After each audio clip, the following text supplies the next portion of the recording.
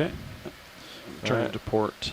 Go for it. I'm looking north. So while we're still acquiring bottom here, just to give folks a closer look at what we mapped overnight, and Tom, feel free to comment in here.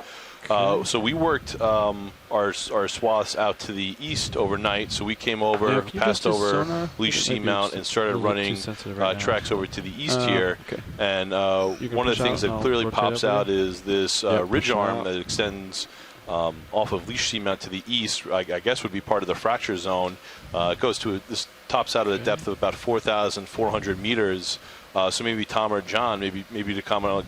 Like to comment a little bit further about these constructive structural features that we're seeing. All right, I got you at I'll get 46. Sure, Mike. 46. All right. Autodop's coming out. Usually when we have a fracture zone, down 15 meters it represents an age discontinuity 12, in the lithosphere. 10, 9, so 10, here 10, at where we're diving, on the north side of that fracture, that would be older.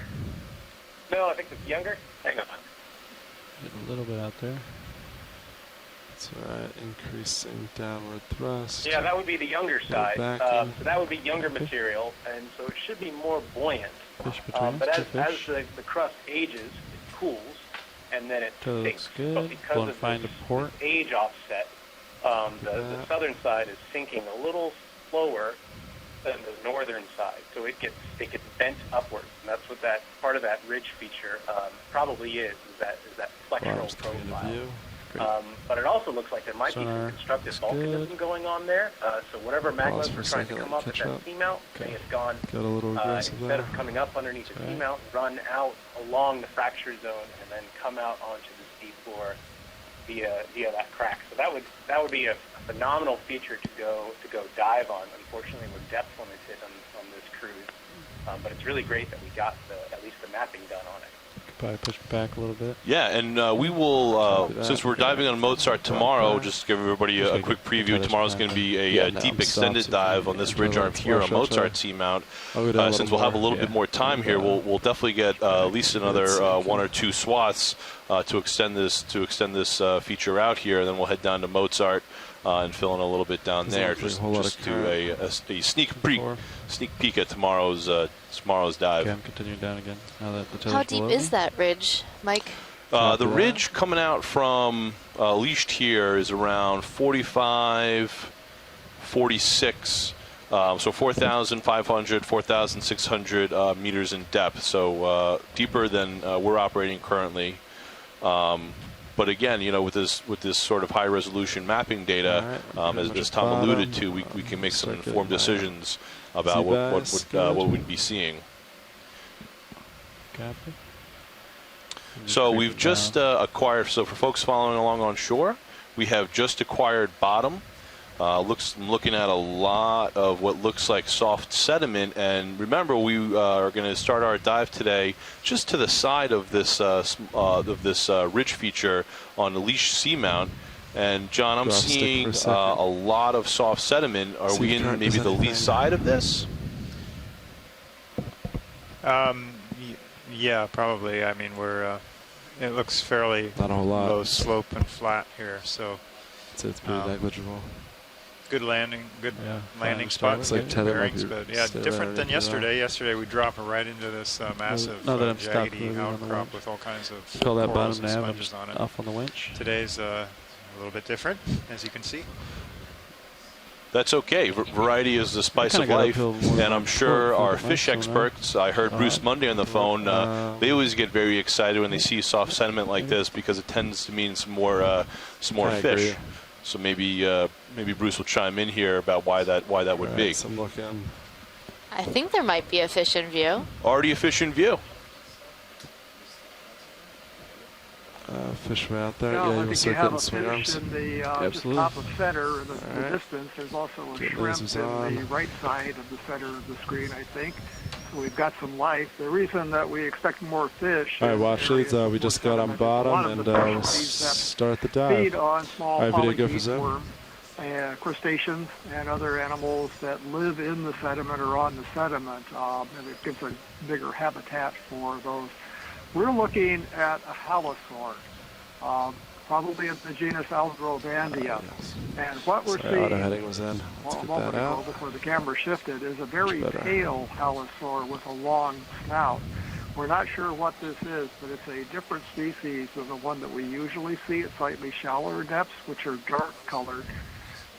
This could be Aldrovandia affinis or Aldrovandia rostrata, rostrata meaning snout. So this is an interesting sighting because I don't think we've seen one of these at the musician seamounts before. We've seen them at other locations over in the Marianas, in the I think in the Johnston Atoll area or islands further south. But as far as I remember, this is the first time that we've seen this species of halosaur on the dives in this region of the musician seamount. So it's an interesting, good observation. And it's always nice to get confirmation of our speculation that fish would be more abundant in areas. All right, see if we can find something closer. There's two of them out there. Yeah, the other one's even further right there. Yeah. This is a fish that has the mouth placed on the underside of the head. Could you so it's swing them out just a little more? On the bottom, Focus the light out a little farther? Referencing swing arms? Yeah. Yeah, go for... got a lot of down angle on that. Can adjust with video. Yeah. Yeah, video. You want more? Where do you need more light? Yeah, kick them out farther so they're. Is it too hot right in the middle? Too close to the vehicle. Okay. Absolutely.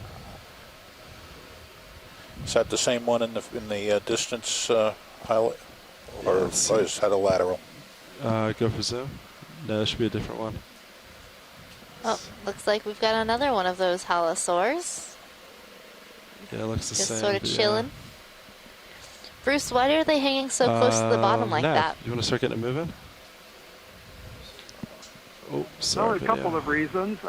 As we just mentioned, that's likely where their food is. I think they're kind of searching along. They probably have sense organs or taste and chemical. I'd see a return to my port, but I think it's probably a local feature. I'm thinking to start maybe just 30 meters north. Probably picking up their food by those senses rather than vision, since there's no sunlight down here. And then we often see that fish at this depth are eel-like. These halosaurs have a graceful way of swimming that Megan has commented on, keeping the front part of the body relatively straight. And we're very gracefully undulating their tails. There's a long fin along the bottom of the tail. And that body shape with that fin morphology actually helps drive the fish down a little bit in a slightly head-down angle in a very energetically efficient manner.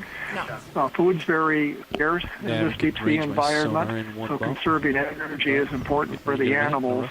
And that eel-like morphology with the slow undulations of the tail keeps the fish near the bottom, keeps them in that posture in a way that uses less energy than actively swimming by wagging a tail fin back and forth like we see in most shallow water fishes.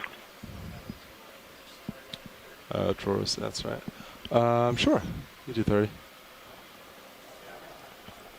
All right, thank you, Nav. Thank you, GoPilot. Yeah, drawers secure, and there's another fish coming up. Ready for. Oh, let's go for his quick zoom video. As he swims away. Yeah, 50's great. Thanks. So I think this is, well, I can't tell what this is. This looks like another halosaur of the same species. So it's interesting in this area that has more sediment. Yeah, we're getting a good view of this now. It's definitely the same species. We're seeing so many of these in this area with the sediment. We usually don't see this many fish in such a short time when we drop down on the rocky ridges that we usually explore. These are very beautiful fish. They're ghost-like, that pale body with the large eyes. And there you can see those slow undulations of the tail in that very graceful swimming mode.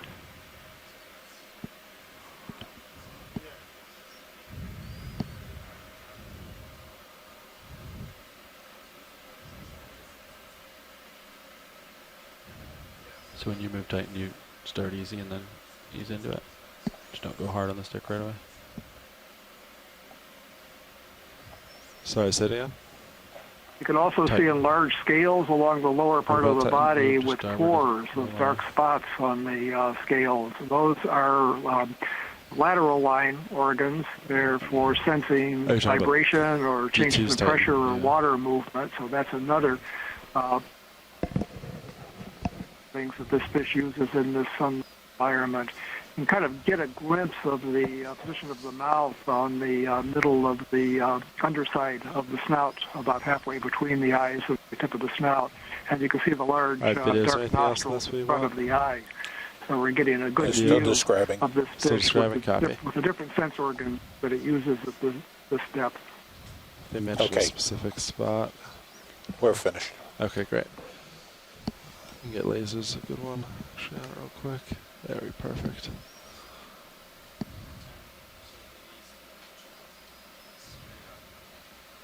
Nav, can you zoom out on HiPAC for a second? Just talking about the dive track with Carl.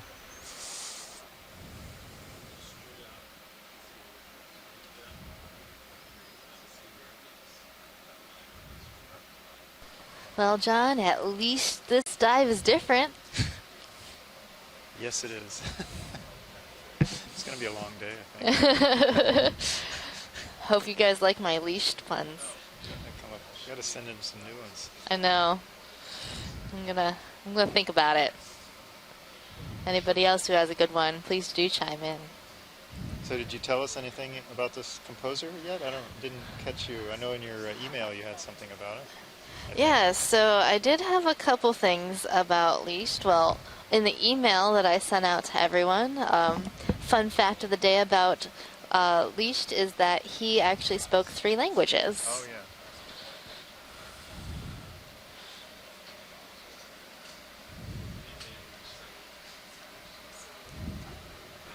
They want to rock. Keep your eyes peeled. And this is one of the dive that we had to reschedule due to our weather delay. So, this is take 2. Right. Leashed redo. Opus 2. Good. Well, we have a big rock here. Well, at least we know that there's at least one rock on this seamount. Yes. Yeah, well, this one might be a tad big. I wonder if there's anything on this rock. Oh, I see a coral. Oh, at least there's one coral. Oh my goodness, I was going to get worried. This looks more like and a star. Need a rock. Might be a Brisingid or Keep your eyes peeled. something. Copy that. Megan, I think you mean at least. Yes, I do. Oh, it's not a coral. Still want to zoom? It is a stalked crinoid. Yeah, go for a video. Oh, and there's a sponge, Chris. We got one of each. We're done for the day. That's Yeah, good. okay. Yeah. Much better. And so you'll notice that even in this sort of sedimented area where there is very few large animals, we have this one boulder and it's got a number of animals on it. So right now we're looking at a stalked crinoid. And a sponge. Copy that. And their common name is sea lilies, because they kind of look like flowers. Make my way to the sponge. Just off to my starboard, but you're fine. Copy that.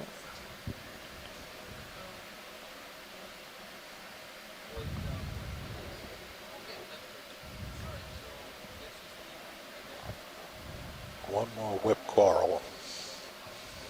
Right there. Oh no, that's and I another. think the sponge might be a Polyopogon. I bet you want to zoom from here.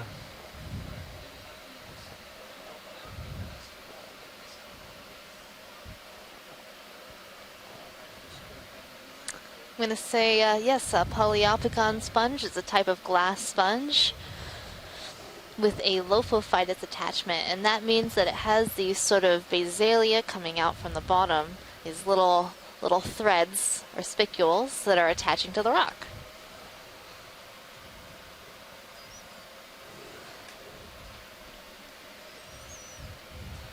I'm trying to determine if this is a Brisingid or one of the deeper living species, Frayella.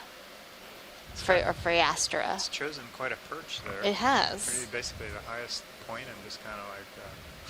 So you'll notice that the arms of this star are all sort of curved upwards, and that's because this star actually will capture food from the water column using those little spines sticking out from the arms. They're actually sort of sticky Velcro that the star uses to capture food.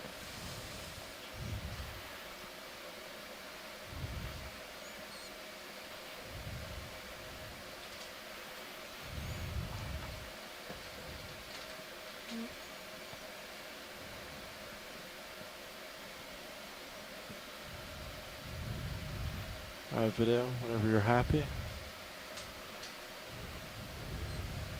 Alright, co-pilot, I'm going to recenter with you. Copy that. I do see it. If you want to find another rock, big. Yeah, another rock? Like a rock that size. It'll be like right here.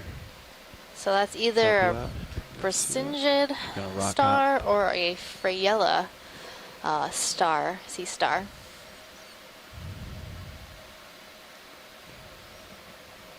Might be just out of reach, but I'm moving that way, so. Sounds good. Let's do it. Fish. Fish, yeah. Go for a video. Good, Nav. Yeah, Nav, go for Oh, it. and a fish, Bruce.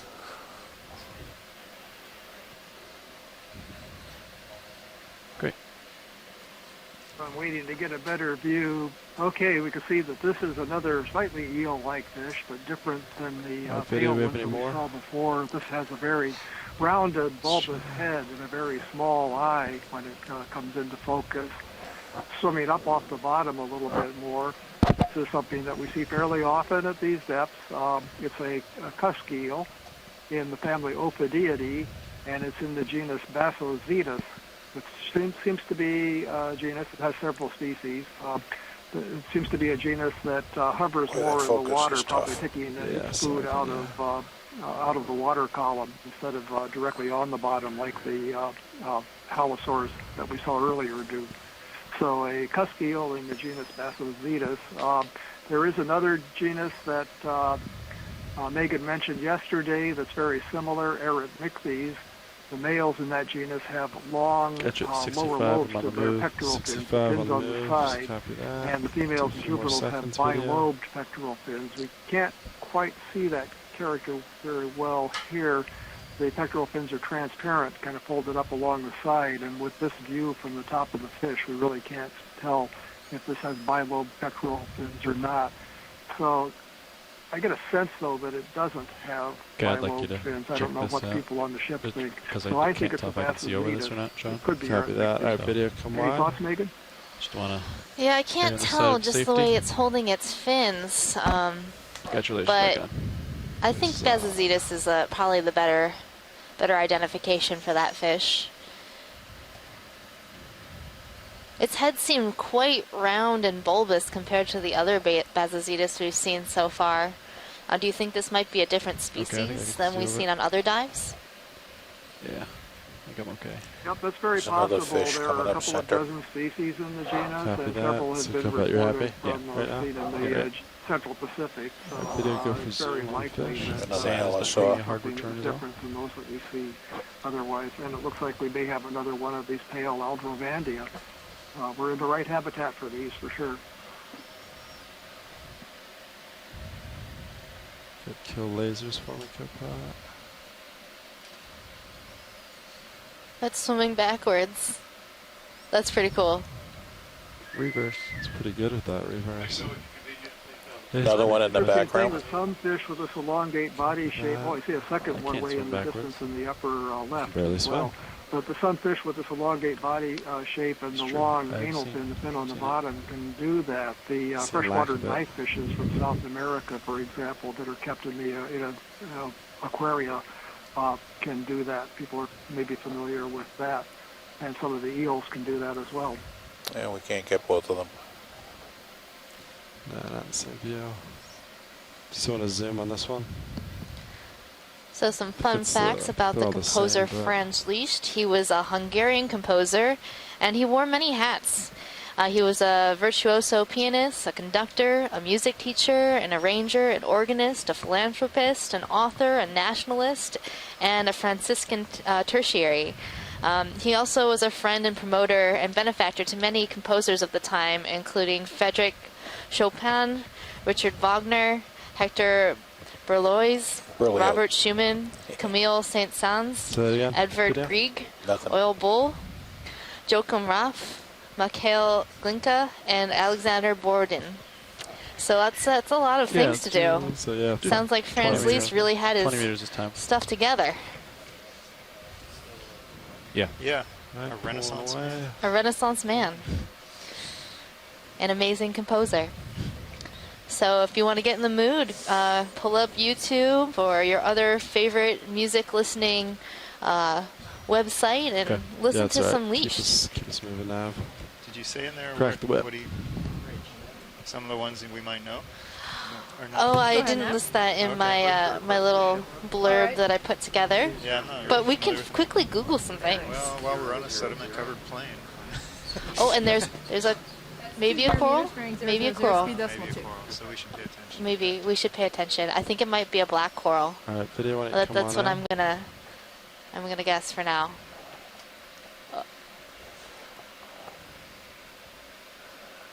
What do you think, Tina? ROV nav bridge move of 20 meters. Can we look from a little bit other view? Because for the moment I'm not quite sure from the fan itself. Because it may be Stauropathis and maybe another genus. Pilot, could we sort of swing around and see the front view of this coral? Yeah, we can do that. Video come partial a little bit. All right. Since there isn't so many corals to run into down here, we might as well get a nice image of this one.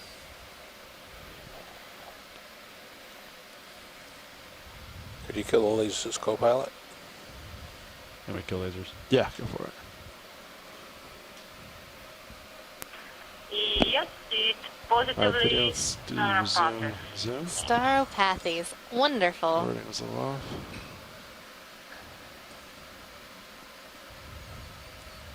So you might be wondering why black corals are called black corals.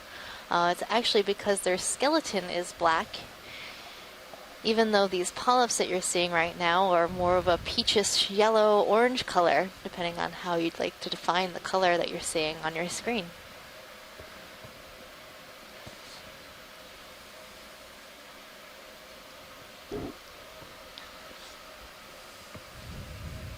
Thank you, Pilot. That was a great view. Copy that. Do you want to hold this for a second, video? Yep. Copy. Yeah, right. All right. So apparently, Franz Liszt was quite a performer. He was the first piano rock star, virtuoso, thrilling audiences and capturing the hearts of women with his exciting playing. Oh my goodness. And he apparently invented the concept of the piano recital. Before him, nobody dared to have just a single pianist for an entire concert. But his powerful and astounding playing were enough to fill concert halls all over Europe. So he was had quite a bit of technical skill in the piano, and I guess he composed some really complicated and very difficult numbers to play. So I think you had to be basically very good to play his best compositions. Wide, see if we can see one of these rocks now. Watch it. I know you want a rock, so if anything sticks out, looks like we might have a couple options ahead. I think I heard from Carl, one that's like freshly broken off. Freshly broken out. This probably isn't the best spot. I could be pretty wrong, but we'll keep our eyes out. Could take a peek to starboard, maybe. Those angles are large, kind of rounded units, but might have something on them.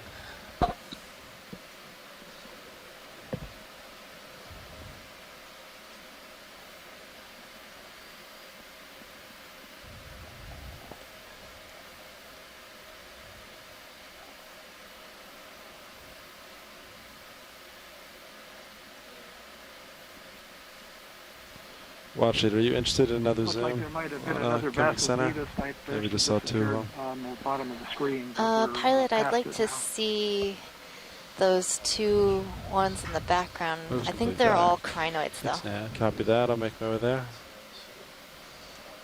And finally, we have some rocks, some random boulders of similar Definitely get size, steeper. and Yeah, it looks like both crinoids. Watch lead. broken All right. talus around. We've gotten some good images of those, so Copy that. We'll pass them up. Another fish. There's a fish, yeah. Just that's another one of those Aldrovandia hanging out. This must be the Do a place for quick them. zoom video. he's just holding still. Be the wall, he's Yep. saying. Just fine to starboard.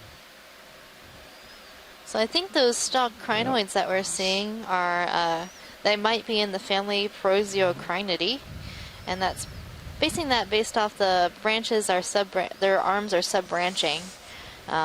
They have a very sort of brownish color and a long stalk.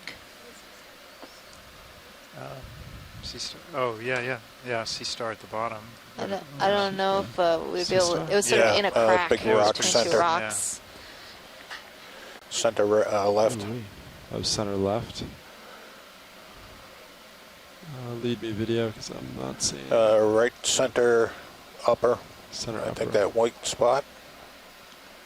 Megan is not No, sea it looks star like an underneath the bigger boulder that's just out of the screen. They just said out of the I think frame.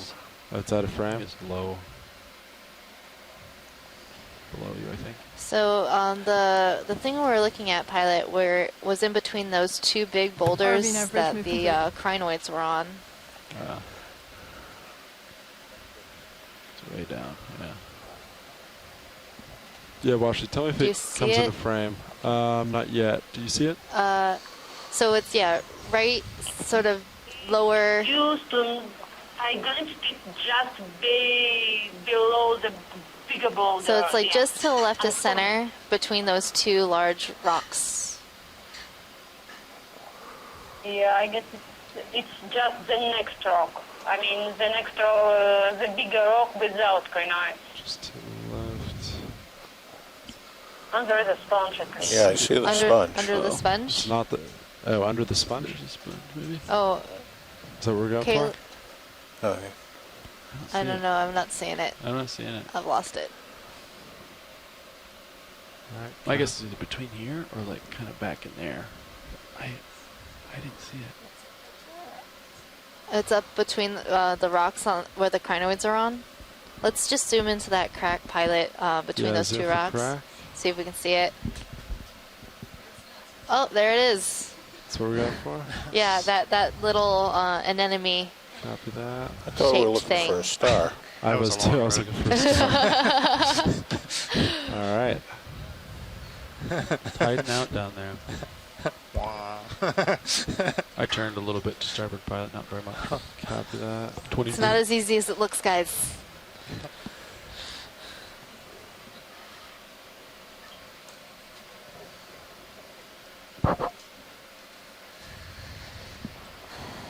By position of tentacles, it's quite possible it may be tube anemone. But we can see the inner ring, but it's quite possible to be. Like on this one? Yeah, I don't Sean? think we can wanna get see, below like, it enough to down see the inner ring tentacles. of Oh, tentacles. that's- no that's way.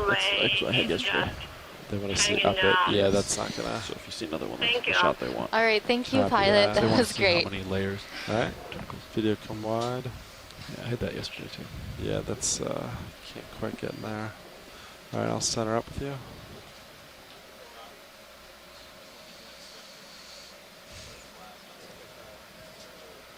Yeah, I do.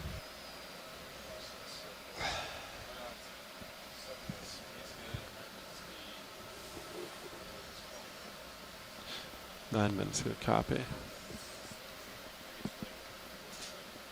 The crinoid.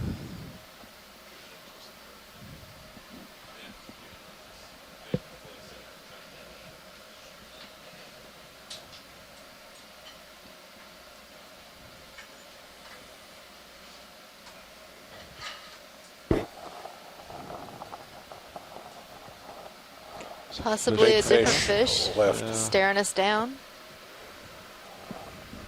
turn back north, pilot. That's right. Yeah, go for it. Another one on the far left. We'll copy. I'll try to hit both of them. Very definitely, and it'll be a great view of this one when we can get a close-up of the head and That's mouth. cool looking This fish, is isn't a it? deep-sea lizard fish, Bathysaurus bolus. Colored eyes. It looks like it's got some scrapes or damage to its skin. There's also a big parasite hanging off on the tail, the caudal fin, that would be worth looking at. You can see the mouthful of very impressive teeth. This is a ambushed predator sitting on the bottom and lunges upward to catch its food. The eyes are reflective yellow, have a tapetum that collects light. It may not be good at forming images, but it would sense bioluminescence very well. They sit on the bottom. They often have tendril-like filaments on the pectoral fins, the fins on the side of the body behind the head that would sense things going past. And you can see the nostrils and the enlarged lateral line pores along the side of the body for sensing smell and vibrations, water movement. The fish is very pale. That's a characteristic of this species as opposed to the one other in the genus Bathysaurus. They're one of the larger predators down here. He's trying to hide from They you. tend not to move very often, but we do disturb them occasionally with the ROV and they'll swim up in the water. And then we'll probably I settle think down people for would that be move. interested if we could scan back and look at the tail, because there's a parasite okay on with the tail. 30 meters for the next one. Okay, Pilot, Bruce could is we finished. see that Yeah. parasite on the tail of this fish? Copy that. I do. Parasite. Oh, looks good. Great. I'm gonna call on a movie, pilot. Copy that. I can see up here, so. So you're happy? Yes. Well, it's some type Go ahead, of, I'd like to request a shipment. Sure. 30 meters. Not sure. Bearing 000. An isopod, perhaps? That's 30 meters, bearing 000, speed decimal 2. So isopods are related to those roly-polies or pill bugs you might find in your garden.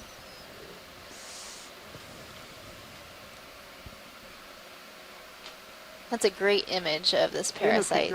ROV nav bridge, move of 30 meters, bearing 000, speed decimal 2 initiated. It looks more like an amphipod, kind of flattened side to side, rather than top to bottom like the isopods are. But I'm not aware of any parasitic amphipods, but then I'm not an invertebrate expert, hoping somebody else can chime in about that. I don't know if this might be micropredation that we're seeing. I really think the fish wouldn't put up with this if the parasite wasn't firmly attached. I wouldn't put up with it. Alright, watch lead, are you happy with this? Yes, pilot. Great. Video, anything else on fish you'd like? I think we're good with this fish. It's a beautiful fish. Yep. That's a really neat yes, amphipod. You're good? Well, we're good. There was one more to the left. Copy, let's see if it's still there. Well, that amphipod had pretty neat eyes. It lasers. sort of had a rounded down rostrum. That's that sort of pointy part in between the eyes. And the eyes were bean-shaped and sort of whitish yellow in color. Gee, he's gone. Go figure. And it had sort of a reduced antenna. So, I don't know. It'd be interesting to see what that might be. Oh, right there, yeah. We're moving into a talus field now, finding some more rocks. Another fish.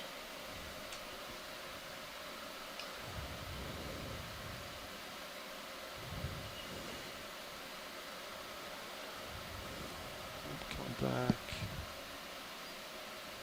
If we could get closer to this, it could be worth a look. I know we're kind of far away. I'm not quite sure what this. I think this is another Bassozetus, now that it's up against a lighter background. Yes, it is. Okay.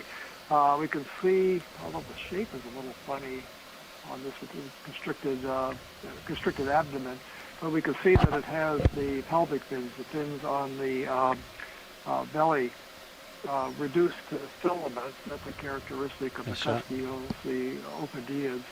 This one, now that I see it more clearly, this may not be a Bassozetus, but I'm not sure what it is. There are some other genera abyssal brachula, for example, All right, go ahead that and have come wide. this sort of appearance. But the head shape didn't seem right, and certainly that kind of constricted abdomen is a different shape than we see. The illustrations that I've seen of abyssal brachula look like that, but those are also illustrations of very damaged specimens that have come up in bottom trawls.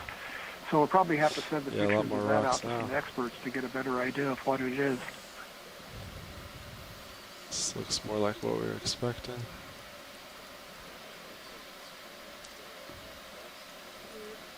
Yeah, on my sonar you can see that. I think that just because it's a harder return, it's that rock field maybe. Maybe it's a better reflection. Maybe it's a local, like a there's a stock slide type deal. Videos in for stock.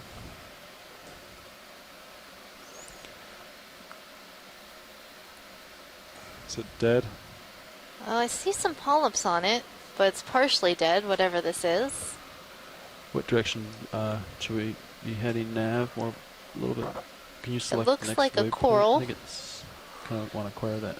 The bottom part is dead, and the top part is dead. Small bump. And there's some sort of mollusk on the rocks behind that. More port uphill, or would you like north?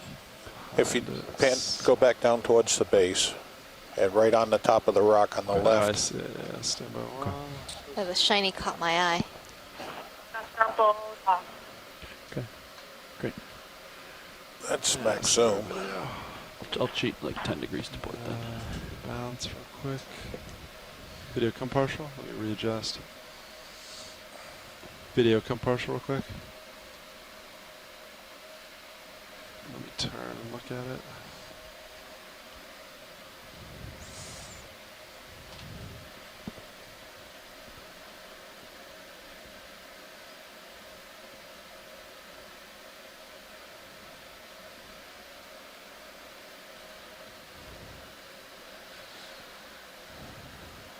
Well, I'm not sure what kind of coral this is. Might be a Chrysogorgic coral. And then in the background we're seeing a shell. Is that okay? I'm not sure. It looks like a gastropod. So a snail. That's max zoom.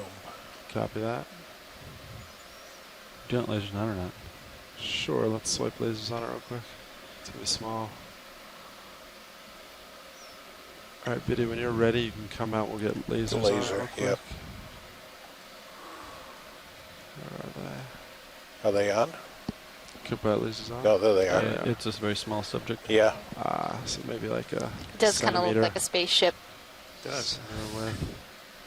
Alright. You want to look at this stem anymore? Yeah, can we look at one of the live polyps further up on the stem just to see if we can get an ID? Got you at 5, whatever it is, 7, it's so not in good shape. Video, come on in. Let's try. That upper one that's open. Upper one, oh, copy. There we go. Yeah, right coming there. Up, well, there it is. Oh, there that was we a go. good one, I see it. Not a lot of polyps. So it's an octocoral, likely in the family Chrysogorgidae, and that's about as good as I can do with this.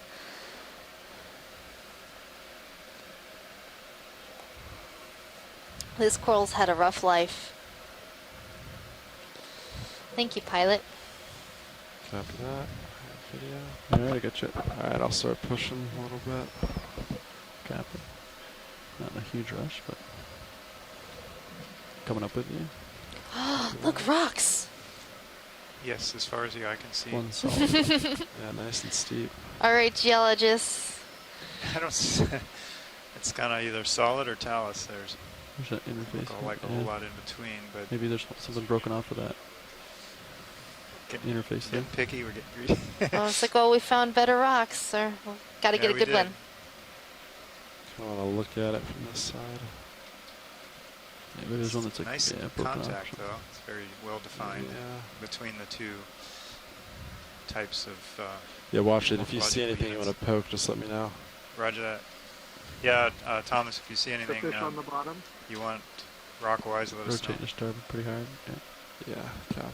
There's a few of these blackfish. A lot of fish.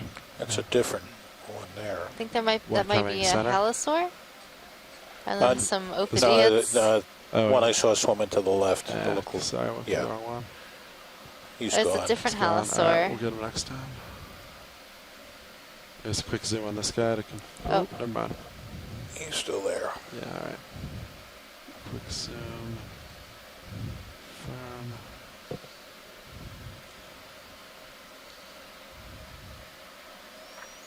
So this is one of the other species that we see. It would be nice to zoom in on the head if we can, although it's moving around a little bit. The general appearance of this makes me think it's in a different genus than the pale ones that we saw earlier. We'll tell in a moment if we can see scales on top of the head. If it has scales on top of the head, it would be in the genus Halosaurus. If not, it's another species of Aldrobandia. I'm not getting a clearer view from here, so I don't know if anybody on the ship can see When you better. run out of zoom, let them The go. darker species of Aldrobandia is Aldrobandia phalacra. I'll stop there. And the genus with scales on the head, top of the head on the snout is Halosaurus. To me, it looks more like a Halosaurus than an Aldrobandia, but I'm open to suggestions. Yeah, Bruce, I think I saw scales on the top of the head, so I would go with Halosaurus on this one. Yeah, that makes sense. The reason that I thought it might have been a Halosaurus is it looked like the scales along the lower part of the body, the lateral line scales, aren't as enlarged as in Aldrobandia. So that fits as well. So Halosaurus, and we don't know what species because I think only one specimen has been collected. That was collected when it got an individual got stuck on the Deep Discoverer ROV earlier Okeanos cruise. And that specimen went to the Smithsonian. I don't think anybody examined it yet to determine what species it is. How steep it is. And that's the only specimen collected. What is that guy? It's a different Straight type down of fish. center? Yep. Go for it. Sure.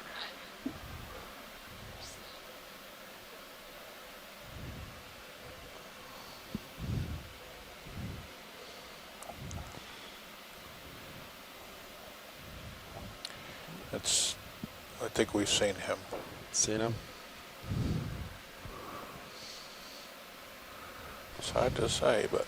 Bruce, this fish seems to have a blunter, rounder head than the Bazazetus that we were looking at before. Okay. I think I'm still on the move, actually. Yeah, this is worth a closer look if we can follow it for a little bit. Even though it looked like it had the filamentous pelvic fins on the bottom, I think those are actually free rays of the pectoral fin, just a little bit, lobe. settling out, I My think. suspicion is that that was a snailfish in the family Liparidae, just from the general appearance, that blunt round head, very short snout. And it can be a little deceptive because the Liparids, the snailfishes in deep water, have broad fan-shaped pectoral fins, the fins on the side of the body. They lack the pelvic fins, fins on the belly. But the pectoral fins divided into two lobes, and the lower lobe has elongate fin rays that are often free of the membrane. So we didn't get a close look, but I think that is very likely a snailfish. And here's another Aldrobandia. I'm having trouble keeping up with all of these fish with logging the data. It's a fishy day. It's what you've been waiting for, Bruce. I'm turning to port just to line up with sonar return for the next move. I think they're happy, pilot. They're happy with that? Great. All right. Yeah, nav, I'm thinking more like a 340, something like that now. Yeah, the slope has dramatically steepened from initially it was basically flat, then about 25-30 degrees, and now it looks like we're pushing 45 degrees or more. Yeah, watch it. I'd say like 60 degrees slope right now. Yeah, I thought it might be even more than that. Can we do a nice zoom on this coral? Yes, we can. Wonderful. All right, video, go for zoom. Great. So I believe this is a Crinoid coral, or a coral in the family Crinoidae.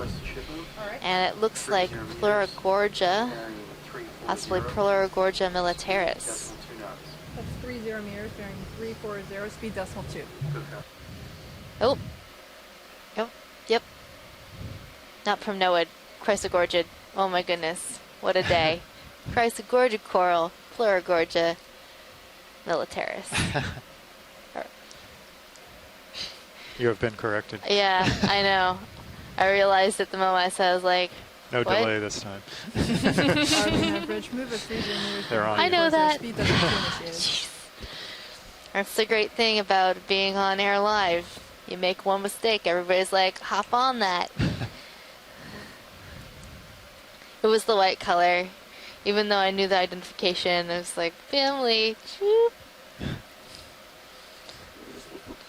But it's a great view of this coral. And I think Chris Kelly had a theory of why they call it Plurigorgia militaris, because of these side branches are all lined up in a line, sort of military style, perhaps. Just a running theory. You'd have to ask the person who named this species. Alright, science, you happy with that? Yes, thank you, pilot. Alright, video, you happy? Yep. Copy that. Let's move on. Co-pilot is happy. Co-pilot's happy. Nav? How's ship status? 340 my heading. We turned to port just to line up with that. Same on fish video. This rock feature in hard. It's the same one, but Yeah. Ooh. Yeah, I think that's the Bazazetus we were looking at. copy that. Let's let him go video. But we saw another one earlier that might have been something different. So if we do see that fish again, it'd be worth a better look. Copy that. Ship's heading.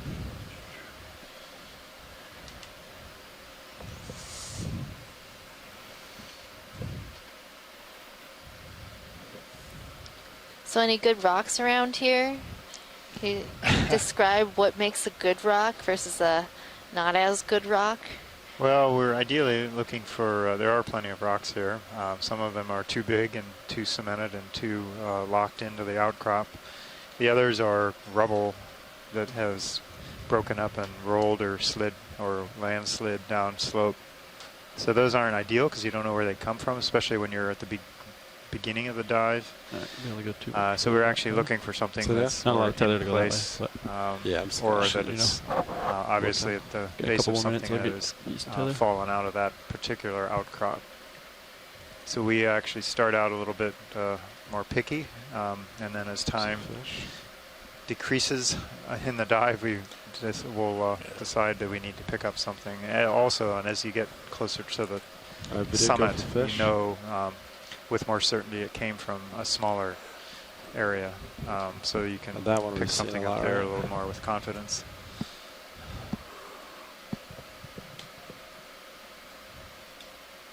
Let me know if you need him back on. Copy. Get my hand on the trigger. We've also been surprised. This is another halosaur. Go ahead. Again, I can't see as well here as you probably can on the ship, so I couldn't tell if it had scales on the head or not.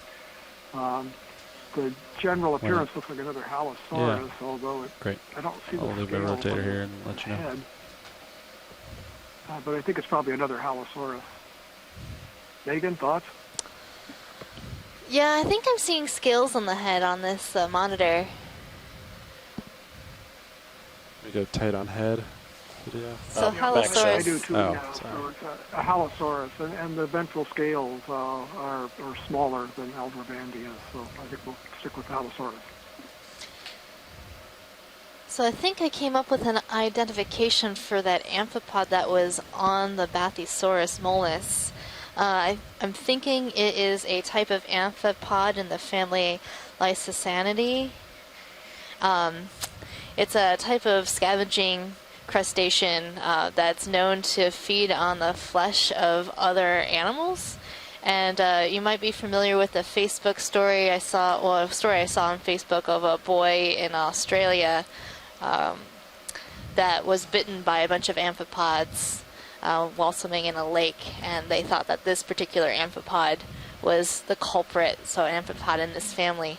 That would make sense if that particular fish was not doing so hot. Perhaps this amphipod found a nice, easy meal. Barely, yeah. The circle of life, guys.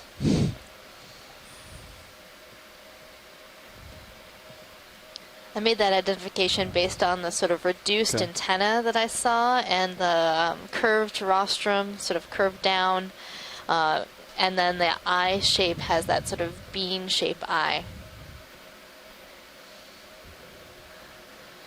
But there could possibly be another family. There's a number of amphipods out there, and in order to get a good taxonomic identification, you have to have a specimen.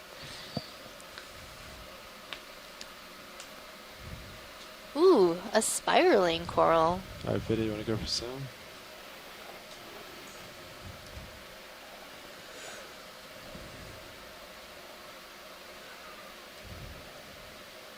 Oh, not a coral anymore. So what we're seeing is a stalk of something, possibly an Iridogorgia, which is a Chrysogorgic coral known to have a spiraling skeleton. And it's been overgrown by hydroids. So these hydrozoans have overgrown that skeleton and made its own home here. And then a little further up I saw an associate. Maybe a polychaete. Polychaete worms are often associated with different corals and sponges.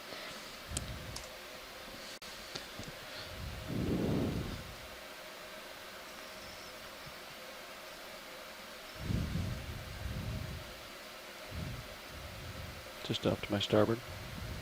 Copy that. I'll come back center after this. Sounds good.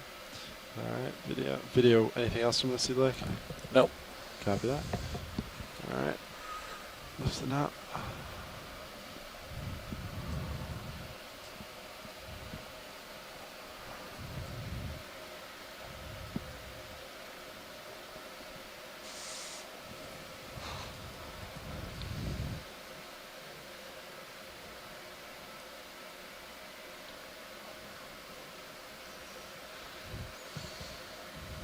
So Tina said it might be a scale worm, perhaps.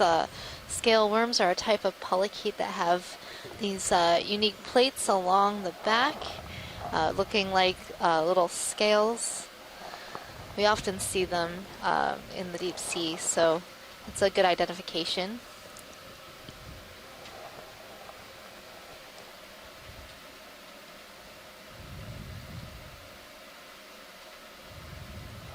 Is that a star center? The small white star. Yeah. Oh, yeah.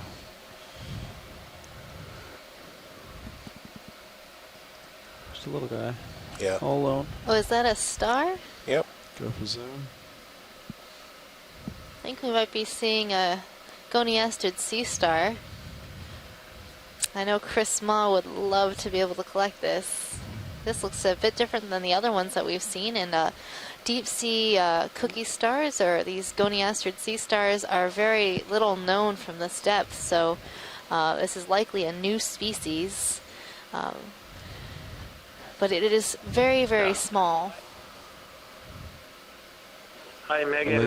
Get a swipe this is Chris Kelly. And so Chris Ma will probably come on any second, but I think this is actually the really weird one that they collected in the Marianas. It looks like it's a very small, new cookie star. So he's probably looking at this right now, I would imagine. He should call any moment to talk about it a little bit more.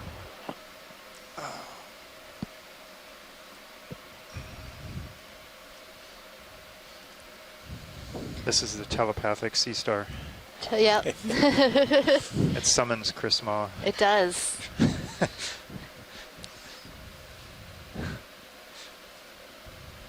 So we're going to get some good imagery of this because collecting it would be quite difficult.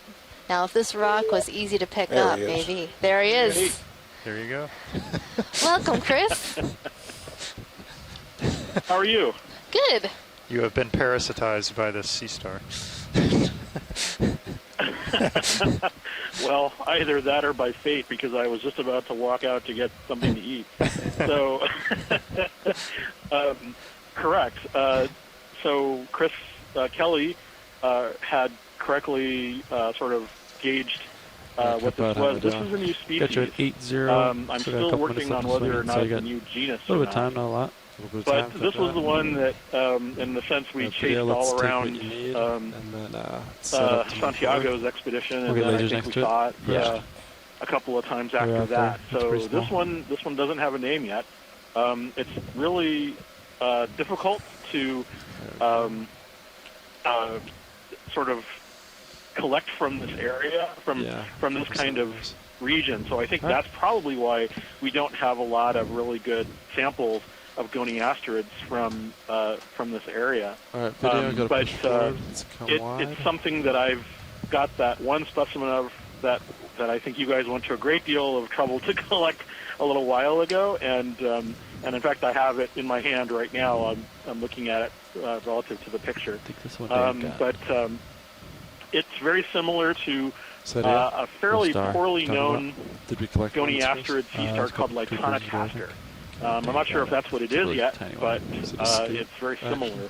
But it would be one of the first times it's ever been seen in this part of the world. So it's not an easy animal to sort of put a name on right away, but it's definitely a new record, and there's a lot of interesting questions as to what they do down here, because we never see them around any of the usual prey items. So maybe they're detritivores. The discs swell up, as far as I can tell, and the ones that we have are a little more sunken. So every time we see one that's alive, there's more data on sort of the explanation of why some of these characters exist, and if it's indeed something we can relate to other species, it may actually explain how some taxa are defined, because there are a lot of characters that are created artifactually. That is, people have the specimens collected by dredge hauls or some other artificial means that affects the condition of the specimen. And so when we see them alive, that tells us a great deal about whether or not that particular, strange characteristic is actually real, or if it's something which might have just been caused because we caught the animal, drinking milk at the wrong time or something. So, thank you. But yeah, that's that new animal, the new goniastrid that we saw a little while ago.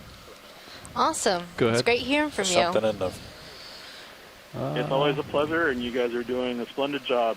I wish we had all of this musician seamount stuff to play with when we were out. The puns are seemingly unending. Well, it's the least we could do. Yeah.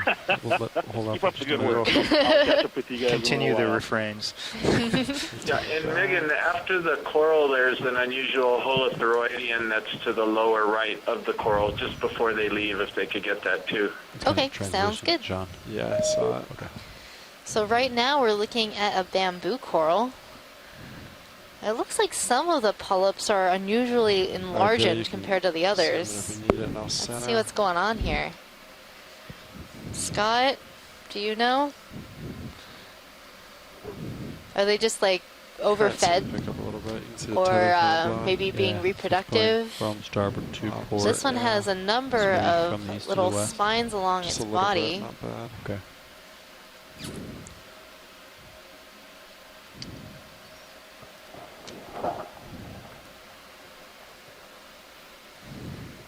Pilot, can we scan down to the base of this coral? Yes, we can.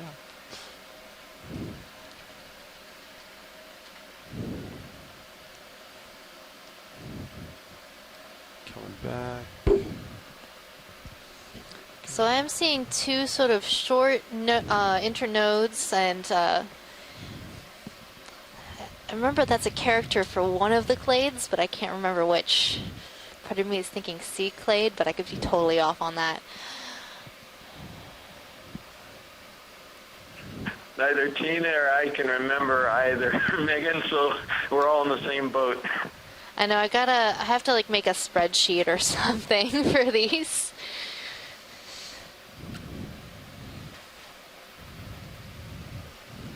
Okay, I'd be ready for another move.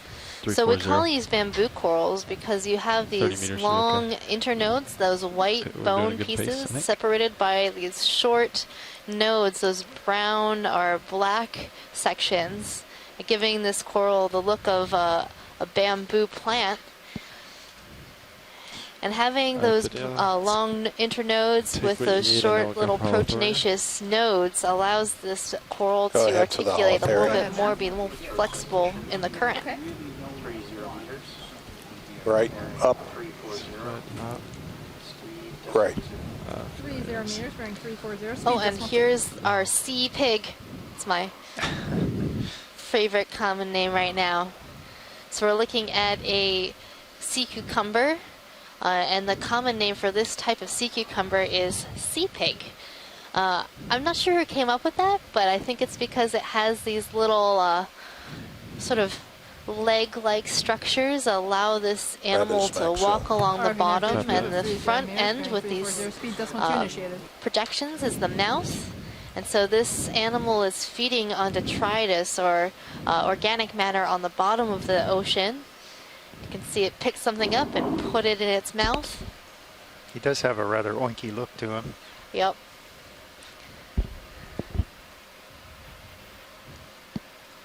So this sea cucumber or sea pig is in the family Elliptidae.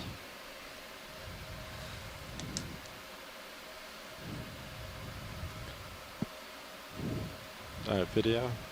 Anything else you want from this? No. All right, Sats, you happy with that? Yeah, we can move on. Great. Come wide.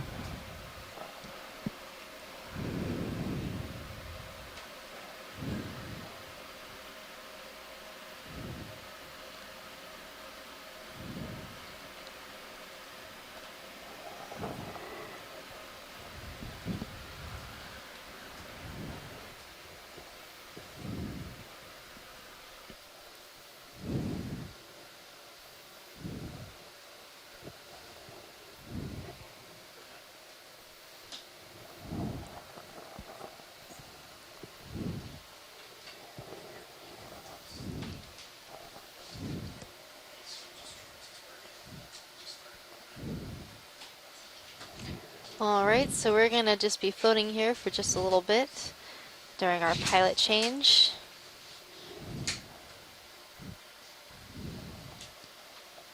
So for you, those of you who've joined us recently, we are coming to you live on the NOAA ship Okeanos Explorer from the Musicians Seamounts north of the main islands of Hawaii. We're currently somewhere in the range of 400 or so miles northwest of the island of Oahu. In a group of seamounts, about 25 seamounts called the Musician Seamounts. For the first time diving on these features, and so you're seeing the sea bottom and the biology along with us for the first time. That's really exciting. So this is your biology lead, Megan Putz. And your geology lead, John Smith. We're both from the University of Hawaii. Smells like. And we're joined here today by a number of people on shore and also our great ROV team. If they would like to introduce themselves. Yeah, this is Levi Yinema, sitting pilot. And to my left, Sean Kennison, sitting navigator. And Andy O'Brien, sitting co-pilot. Bob not on video. We're all with GFOE. And in the back row is Caitlin Bailey making clips from the video.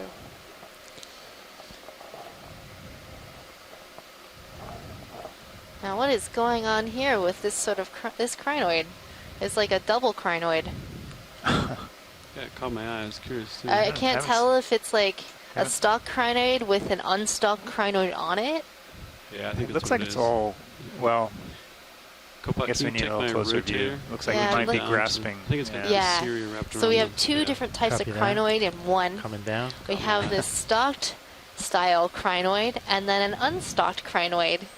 What are we aiming for, pilot? So the unstocked crinoid does not have this long stem, but instead has cirri, or these small little feet-like projections that are wrapping around the stalk of the crinoid that it's on. Look at that. Now you understand exactly what we mean by stocked and unstocked. Yes. Thank you, crinoids. Yeah, video and you're clear. Perfect example.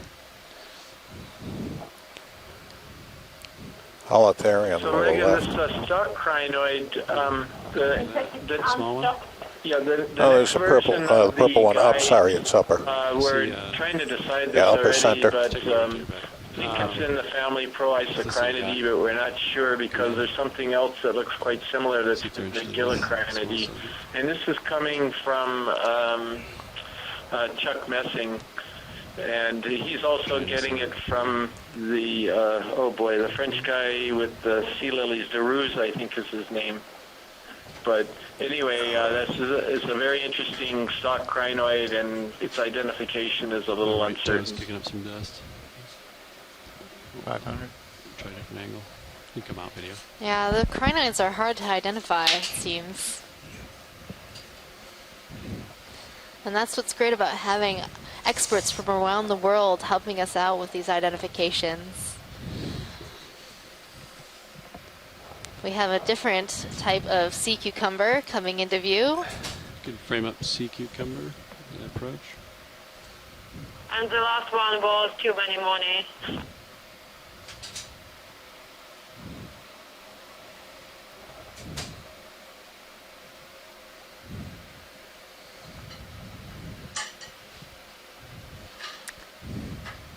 So this is a sea cucumber in the family Synallactidae.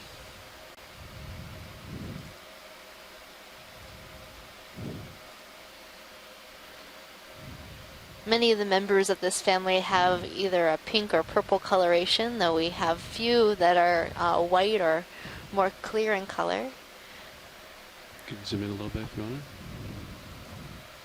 to. Rotating down, pilot, to look at you a little bit. I'm starting to get a little bit on top, but you get a lot of time. Okay.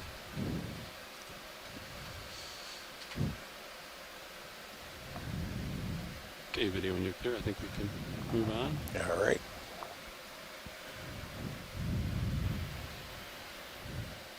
So that was quite a big sea cucumber. The lasers that you see in view, those two red dots, are 10 centimeters or 4 inches apart.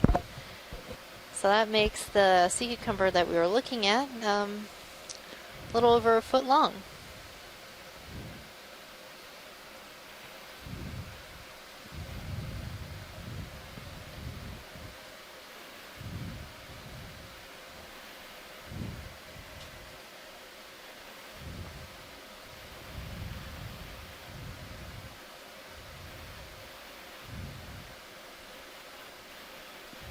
Fish off in the distance. We can try to get it, but he's pretty far away. You can come in video, partial.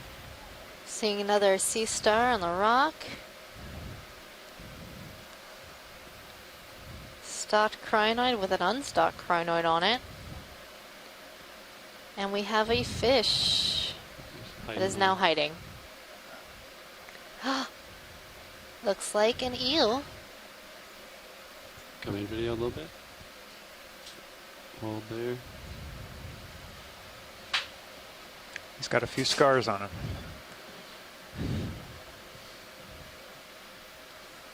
I'm waiting to get a look at the shape of the head on this one before I jump on the identification. It is a Synaphobranchid eel, family Synaphobranchidae. Couldn't quite tell if it had a rounded snout or a pointed snout. And, come in. still waiting. A lot of scars on the body. Probably been chasing things in the rocks. We see these fish scarred up a lot. It looks like it's got a rounded snout and some crenulations really on the jaw. I see white lateral line pores. The smaller dots on the side. It's also got some dots of scarring. So I think this is in the genus Iliophis. Pretty much looking straight down. Arrow-toothed eel. I should have looked first for the position of the dorsal fin origin. Yeah, but it looks like ship ended maybe 2-3 minutes ago. So you probably have another maybe 2 minutes to swing or so. Some other types of Synaphobranchids have that as well, but I think it's an arrow-toothed eel in the genus Iliophis. Video, let's snap on this if we hear any interest.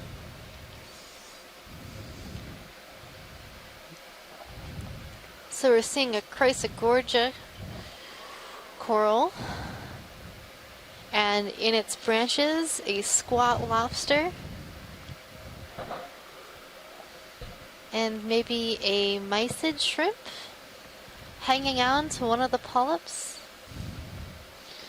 So a nice place for associates. So there are a number of scientists looking at the associated organisms with corals and sponges. So this is a coral in the family Chrysogorgidae, genus Chrysogorgia.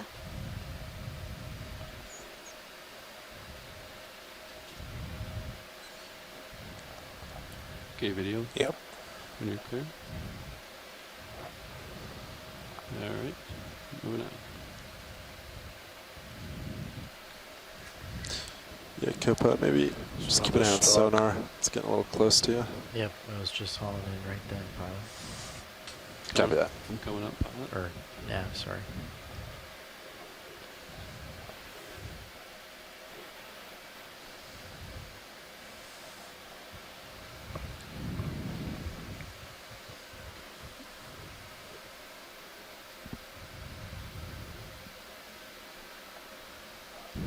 Another coral dead ahead. This one looks even bigger. This one looks like the same type that we were just looking at, a Chrysogorgia. This has a very distinct bottle brush shape, so it could be the species Chrysogorgia geniculata.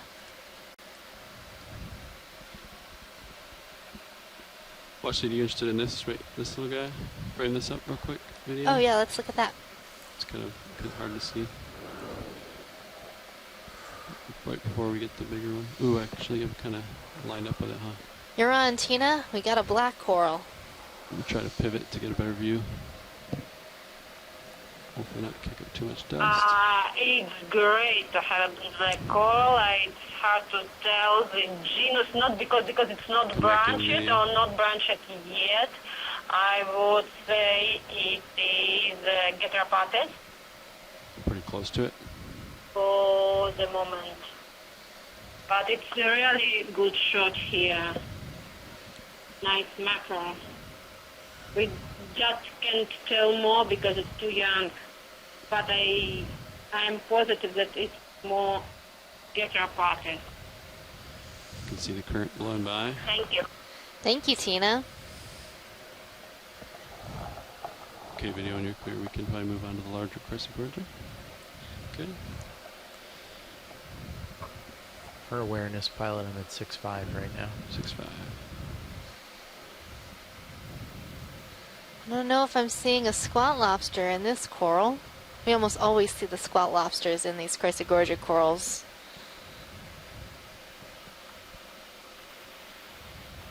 Oh, yep, I see one. There he is. It's in the top half.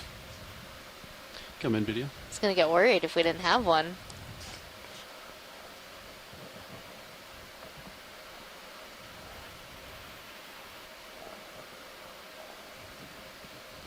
So there's our little squat lobster, likely in the genus Untitled, just chilling in the branches of this Chrysogorgia geniculata.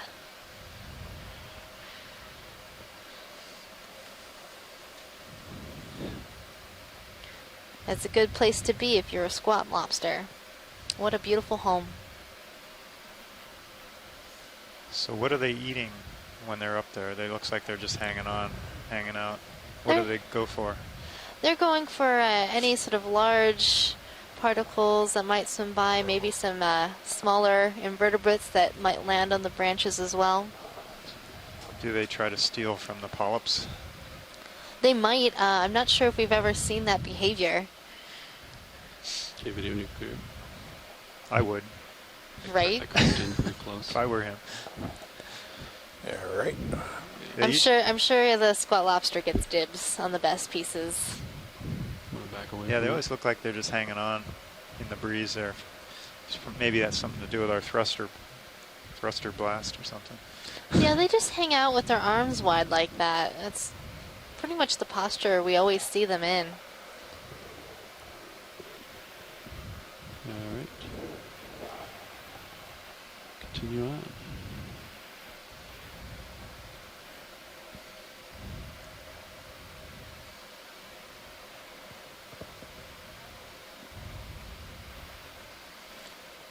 Another one of those stalk crinoids on a rock.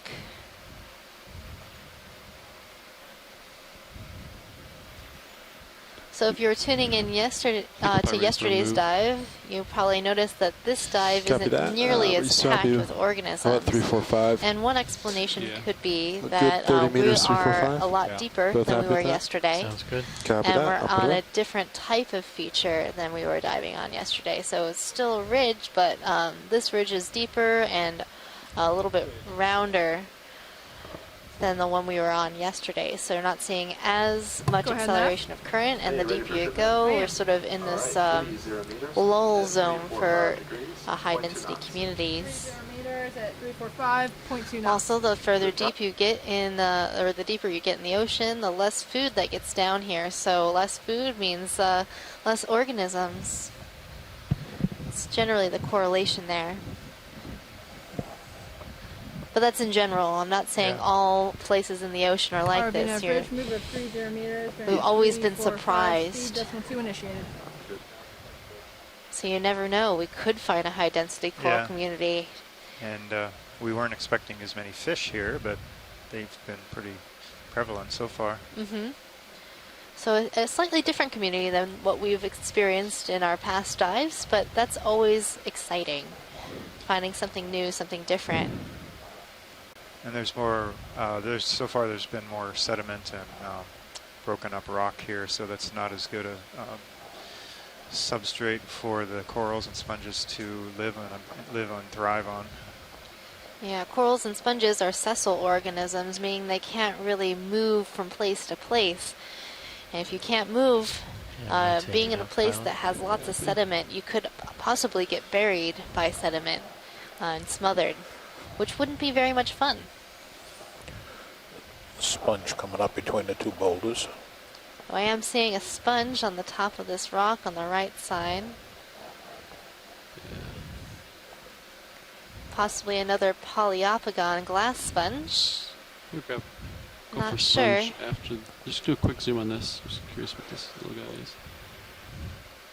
Do you want a close up of this video? Or, oh yes, we haven't seen one of these in a while. Okay.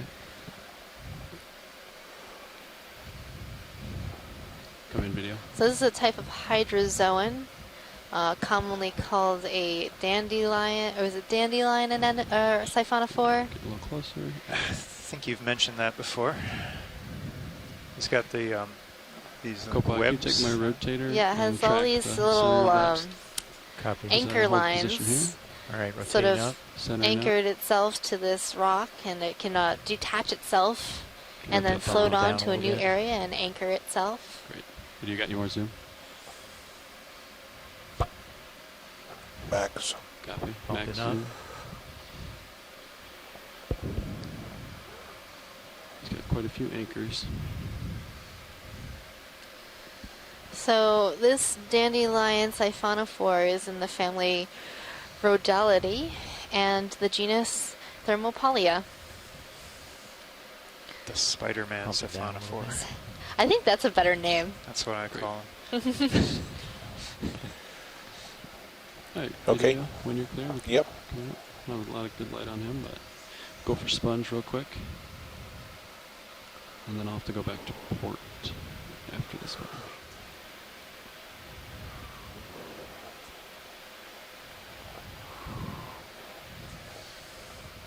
Possibly another one of Chris Kelly's stars to the left on the top of the same rock. Okay. So this does look like Polyopogon, and then right behind it we're seeing a very young Chrysogorgic coral. Still got your rotator. So yeah, you can bump me up on the rotator. This looks like it's a type of Polyopogon. It's some of the species have very how to describe it. The spicules or the basalia that attach to the rock, they're not very long, so you can barely see them. Go to the rock attachment. And so I think this is one of those species. I just hear him talking about it. But this could be. Yeah. Yeah, I'm pretty sure it's in the Pheronematidae and probably Polyopogon. Thanks, Chris. Oh, and Chris, I forgot to tell you, we got you a special present from the ROV yesterday. Yeah, there was a small fragment of sponge that I saved for you, stuck in the grating. What color? White. I've labeled it Chris's special sponge. Good eye. Right there. Yeah. That's going to be fun because I won't necessarily see a picture of it, but I got to figure it out only from the small piece in the microscope. That's right. And there's another one of Chrysler Sea Stars right there. Yeah, that one looks to be the same as the one we looked at before, but it's really great to be able to see multiple of these on this dive. Me down a bump. Okay, coming and down. And then you can come in video once it's stable. Okay, go ahead. Sorry, I'm drifting off this rock. Yeah. Zoom out a little bit. Yeah. Well, at least we've noted that there's 2 of them in the area. Okay, I'm more stable now. You can rotate down and come in. So Megan, I'll just throw this out for consideration as the dive continues, but I'm still thinking about that stock crinoid, and it's very confusing because, as I mentioned, one of them has been identified by Michelle Ruse via Chuck Messing as a Vitiazocrinus, and then another one that looks very, very similar to that is also in the guide as a possible Proisocrinus. And the one you zoomed in on, it looked like it had remnants of cirri right underneath the calyx, which means that it's potentially the Proisocrinus. But what I'm suggesting is if you come across another one of those and you're not seeing a lot of collection options, it's been about 6 minutes that would be a since the nerve was put possible in, so collection because it's a little bit of a mystery right now, and if we're unclear as to which family to put did you want that us to in. look at any of these subjects? Or All right, that sounds like a good so, option for collection. So, and it does seem like they're quite frequently seen around in this area. So, we'll definitely probably come upon another one soon. Copy. I got it. Yeah, so far I haven't really seen too much more around a fair amount for collection, but as we make our way up slope, I'm hoping to see some more interesting stuff. When the move began, we're coming about upon so this you should have maybe 4 minutes of swing. interesting geology. Oh, and here we are, just moving up 3, 4, slope, 5, and so you there's guys need to this rotate crinoid. port. Okay. 20 degrees, 25 degrees. Yeah, and it's one of these cases where you've also got a feather star that keeps showing up on the stem of a stock crinoid, which is pretty unusual. So I don't know if something like that go for a twofer or something, but yeah. Watch, do you want to sample it's just something to consider. Yeah, but can I we wonder if zoom they the could one zoom that has in this and brittle right star on on the it? top of it to see if those cirri are still present in this one. Setting up for the Zoom video. Stand by. Actually, this looks like an ophiuroid, doesn't it? That's Yeah, it does. On the lily. Yeah, it has that sort of wrapping around the stem kind of thing going on.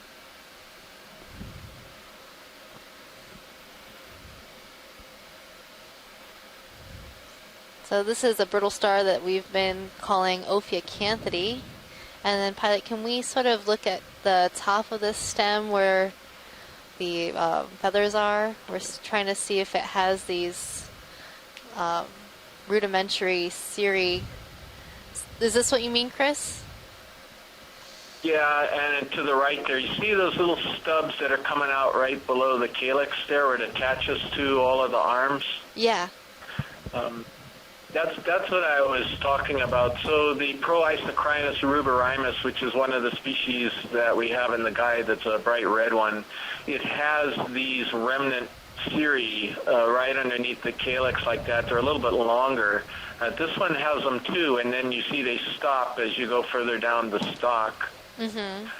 So that's why I think we've got at least some of these in as possible Proisocrinus. Yeah, and I'm surprised it's pretty far over. Yeah, it's just a suggestion. Maybe you can put it to the group to see whether they would support a collection of this. All right, so anybody listening and on the chat, would we like to collect something like this? We can move away from this one right now and hopefully find another one. but we want to put this on the board as a possible collection. Yeah, let's get you guys rotated to north 345 and center up. Okay, I'm gonna track you around, pilot. We have about 40 degrees to go. And here's a sponge for you, Chris. I guess 60 degrees.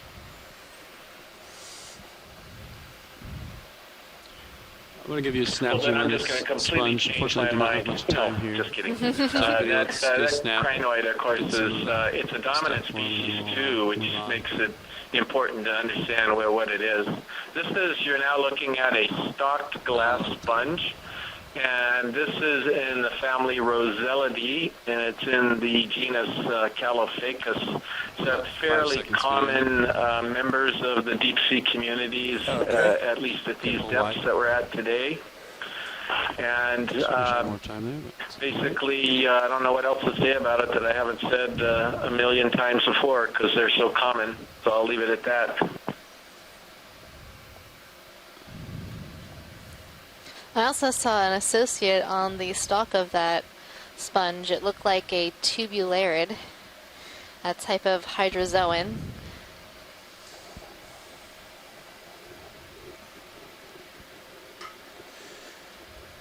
Any rocks at the bottom of that ridge? Yeah, Copaz, you're looking north now. That actually looks pretty good. Or when you were looking north. Oh, okay. Do you want me to try and center back up on a return? How are the rocks looking, John? If you want to go quick to north, here between looks like the slope's going more starboard now. And in place based on your sonar. Large flow. From what I remember, that's so I'm looking along the base here what we were hoping we'd see from to see if there's something good. Yeah. Some possibilities. Okay, I'm due north. Thomas, you see anything? Yeah, that looks good to me. What do you think? There that you might Sounds like good. here Yeah. from here, or did you want to wait? I think maybe it's probably a good time to go ahead and grab one. Maybe And right then here on the right you side should of be the screen, about done or with any of swing. I can get another move in. Well, where did you say? I'm sorry. The pilot's stretched out pretty good. Okay, we're Copy pulling that. down I'll to put it the on back 5-4, to so the right, kind of right in the In between these Yeah, giant we'll hold boulder off on, yeah. outcrops. Yeah, somewhere in there. rock. Then this is a good Yeah, time right in there. All right, I'm going to spin up the HP. I thought I saw just in some kind of case. to the lower right, but they were maybe jammed in next to the outcrop. Pilots, if you see anything that you could grab. These look a little platey, I guess. I thought maybe there was something in there.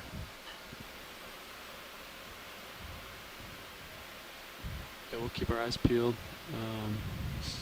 There's kind of an angular piece right in there. Kind of not sure though where it's coming from.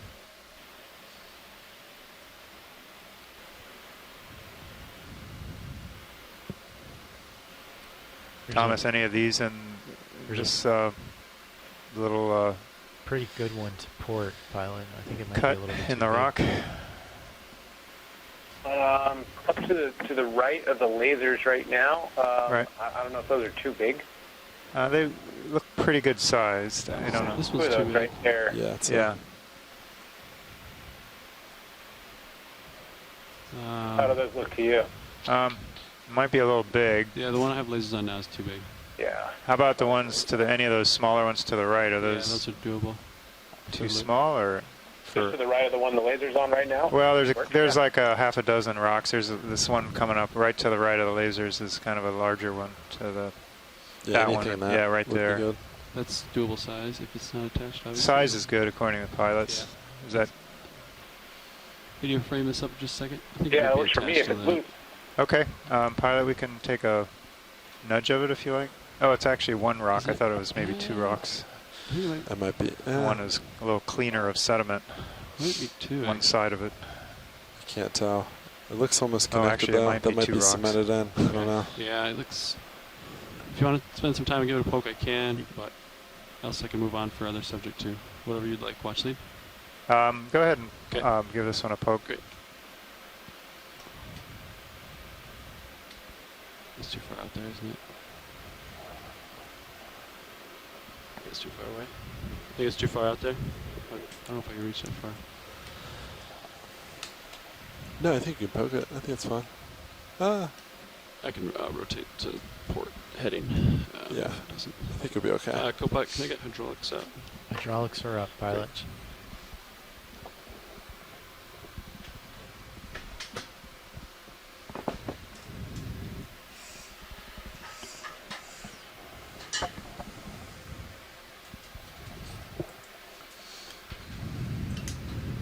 Do you want me to put Mini Zeus on the craft?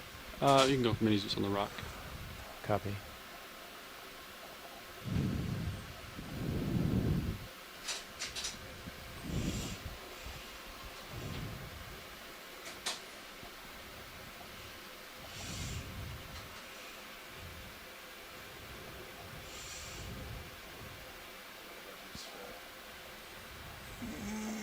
Not quite. It's okay. I got a little trick I can do here.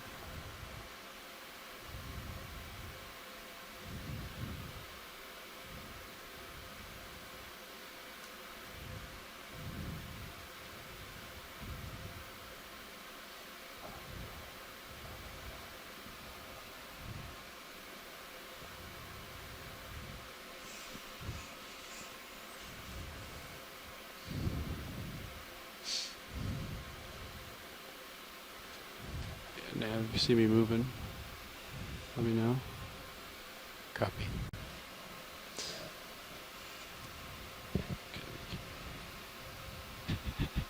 Just. Looks like your port toe slid a little bit.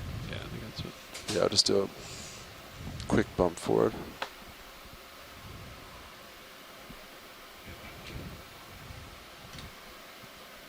That was my fault. I thought you were close enough. Oh, I had a hunch. That's right.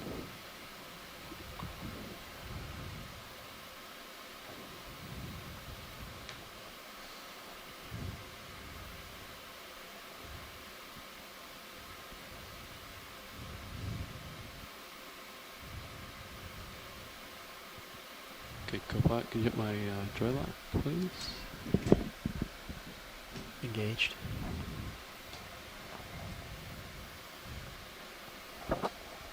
So for those watching at home, anytime that we want to sample a rock, it has to be loose.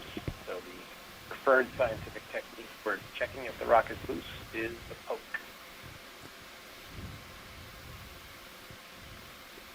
Yeah, that one's frozen in. Yeah, looks like that one's cemented. Yep. Might as well give. Yeah, those are cemented in. Okay, I guess we'll need to move on then. Thanks for trying. Yeah. Yeah, keep our eyes open. Thanks, pilot. Do you want me to put Mini Zeus on the craft? Or stow? No, I can see it with Minute. Okay. I'm going to center it up. So for anyone on shore watching, it's not sure why we rejected those rocks. They rejected us. They there's this precipitate that comes out of the seawater. It turns into a polymetallic crust that encrusts all the bare surfaces here. So basically makes the black basalt lava rocks blacker, and it precipitates slowly, millimeters per million years, and it forms this hard crust and actually cements these pieces together that actually look like they're loose. At one time they were just loose rocks, and it actually over time will lock them together. It's very hard. Sounds good. And since the ROV is basically neutrally buoyant, slightly positive, it once you push on it, it pushes back, so you don't really actually have a lot of leverage. Yeah. If the rocks are stuck Hold to the off on move. seafloor. Give another poke. Good toe nudge, maybe.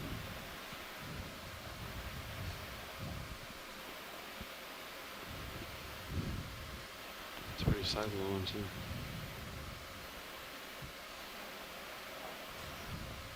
Watch lead, would you be interested in the rock to my right toe? I might give it a bump if you'd like me to. Where is it? Which one are you? It's under my right toe. Oh, okay, I see. All right, so we're bumping one that's loose? It is loose. Thomas, how does this one look? Yeah, I was eyeing that one as we came up. That looks great. You guys want to grab that one? Yeah, go ahead, pilots. We can try to grab that. So we're still So besides poking them, we also bump them with the skid of the ROV. Skid's a little more robust than the arm. Quick. Thank you. Go pilot. Engaged.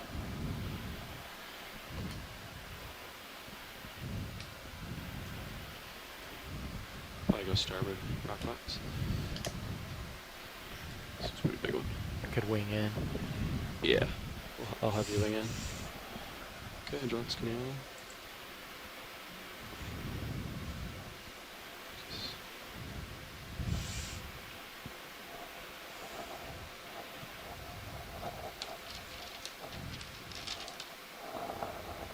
Got full grip force on, so we'll give it the full squeeze.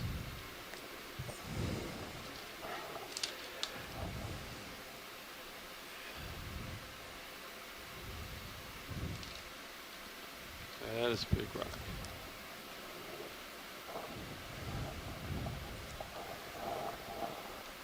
I see it kind of being a little precarious in my jaws. Yeah. Rotate up. So I think I'm gonna.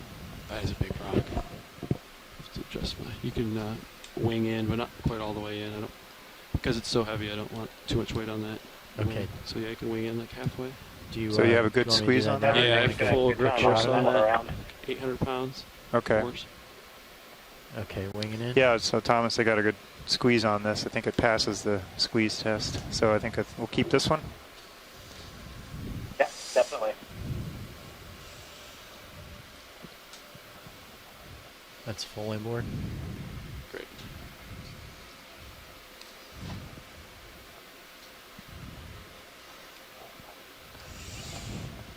You like the mini Zeus view? Yeah.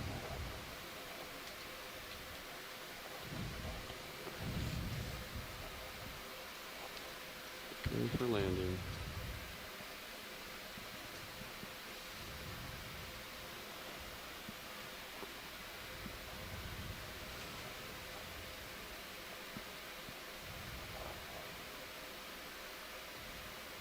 Okay, here we go.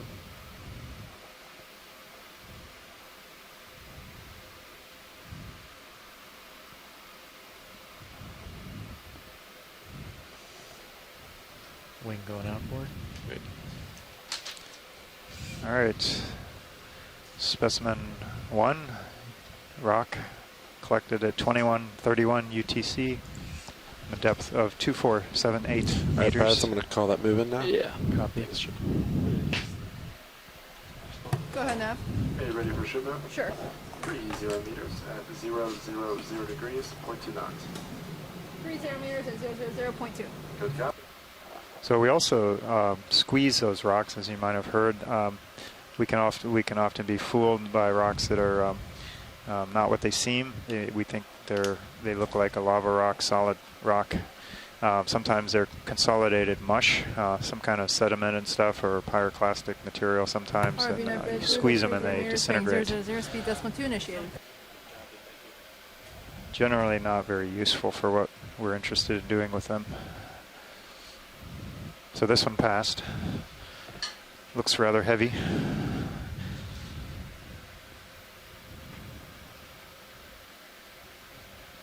Hey, let's frame up this coral real quick. Good collection. Thank you, pilots. Let's see if we've seen this one before or not. Not sure. So in the meantime of the exciting rock collection, our biologist on board, Megan, has gone to lunch. And so you're left with me to describe the biology with able assistance from the shore. So write in or call in your observations or requests.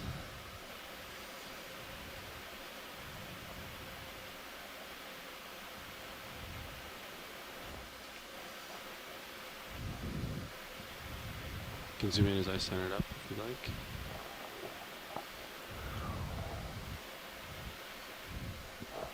That's max. Max zoom. Okay. I think we can keep looking once you're clear video. Thanks.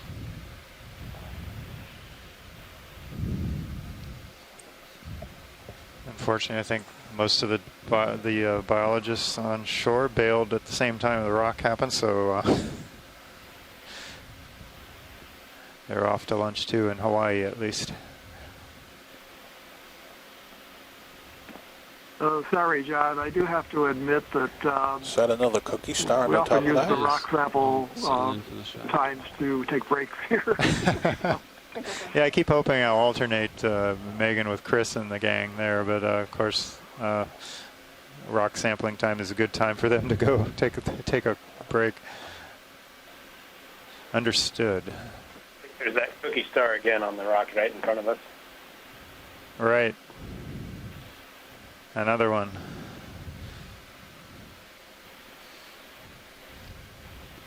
So this, for those of you who might not have heard before, this is a small sea star that our sea star expert on shore has not yet identified. It may be a new species, and we've been seeing it a lot during the last number of dives on this cruise. Though it's very small and very flat and very, it would be very difficult to attach. So we keep, to collect. So we keep looking for one that's in a good position somehow, maybe on a small rock that we could pick up. But they all seem to be on these giant boulders, and would be very difficult to try and get.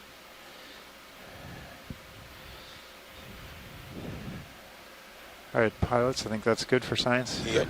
Move on. When you're clear, we'll continue upslope. A couple times. Oh, I had you rotator. Sorry about that.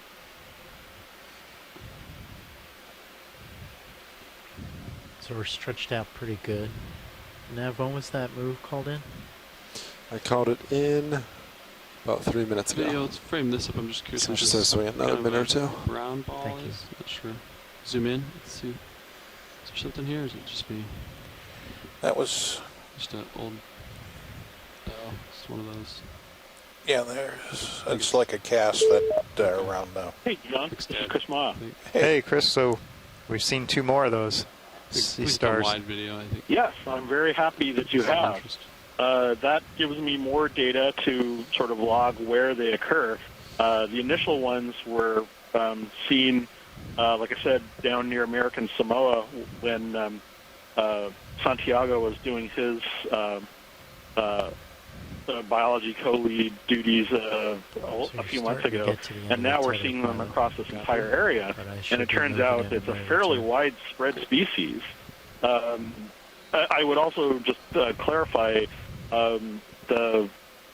just some of the terminology. I have actually identified it, and that is in the sense that I know what it is. It's a new species. It's a new undescribed species. It just doesn't have a name yet. So essentially, this is new. Oh, is this another sea star we're coming up on this rock? Wow, all over. I'm not sure from this distance. Come in video. From where I'm standing, there's a rock with a little white discoloration on the center. Right. Yeah. I think that's something else. We're zooming in. There's an enemy. Urchin to one side. Yeah, we can. No, that's not. That's a hold fast. Yeah, I believe. Let's look at the one on the right. Okay, we're rotating down. I think this is what he was talking about. I think it's a hold fast. Oh yeah. Okay, that's so old we'll hold fast. Yeah, we can go back to the squishy, urchin here. Yeah. Is that what you're interested in, Chris? Yeah. No, that's a really weird looking urchin. Come in.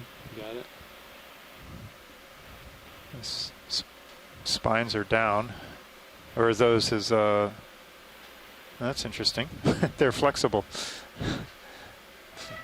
Oh wow, what is that thing? That is crazy.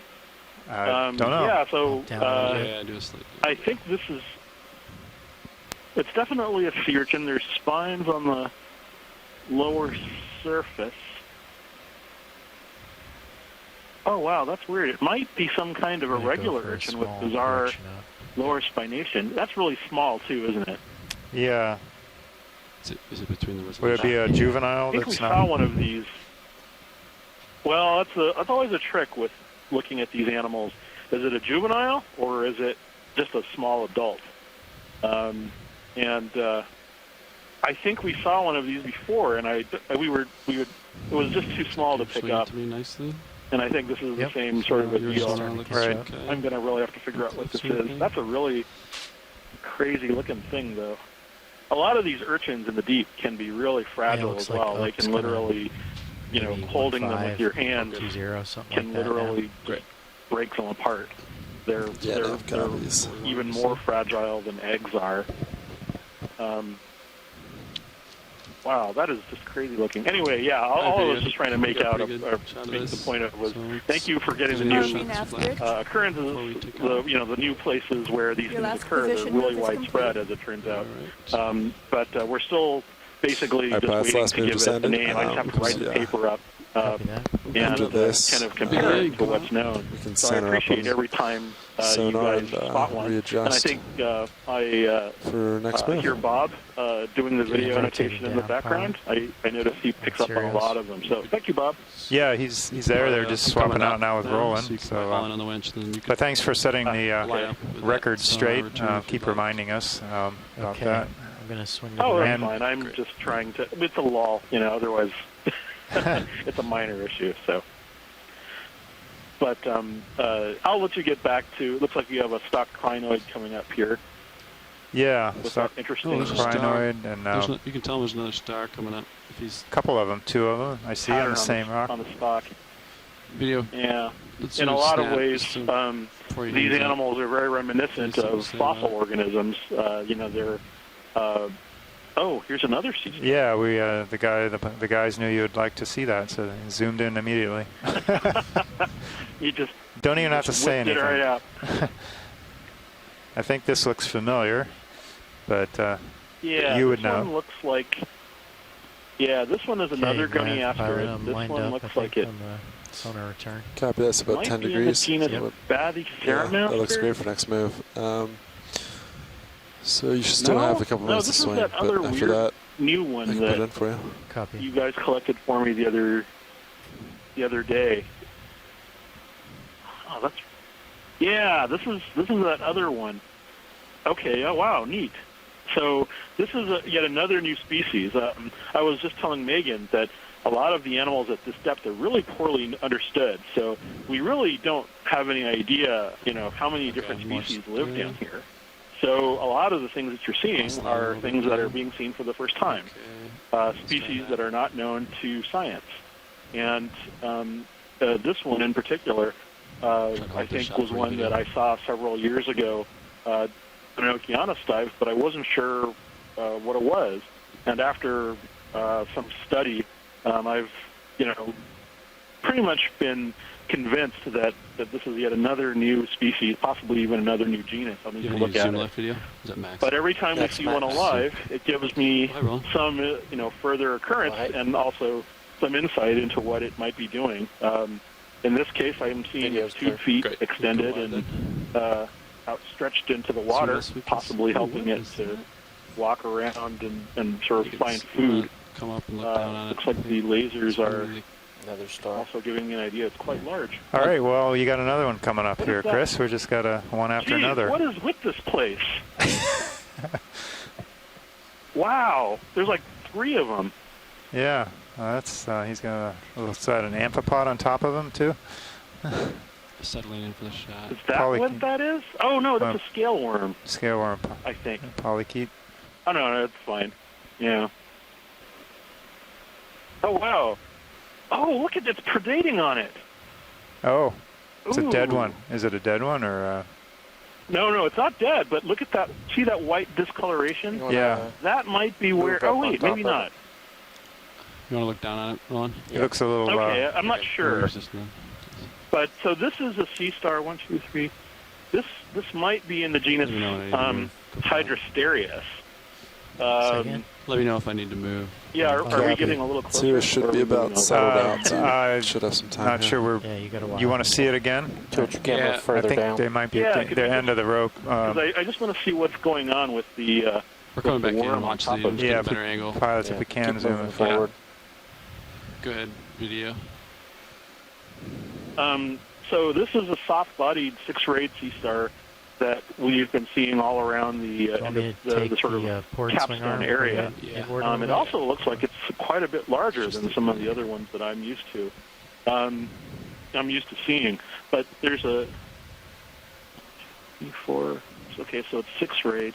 There's a slight discoloration on the disc. kind of whitish. I'm not sure if that's natural or if that's being caused or associated with the worm that's on it. He looks really relaxed. Or dead. With sea stars, it's often difficult to tell. Yeah. Because they aren't exactly, they're not fast-moving animals. No.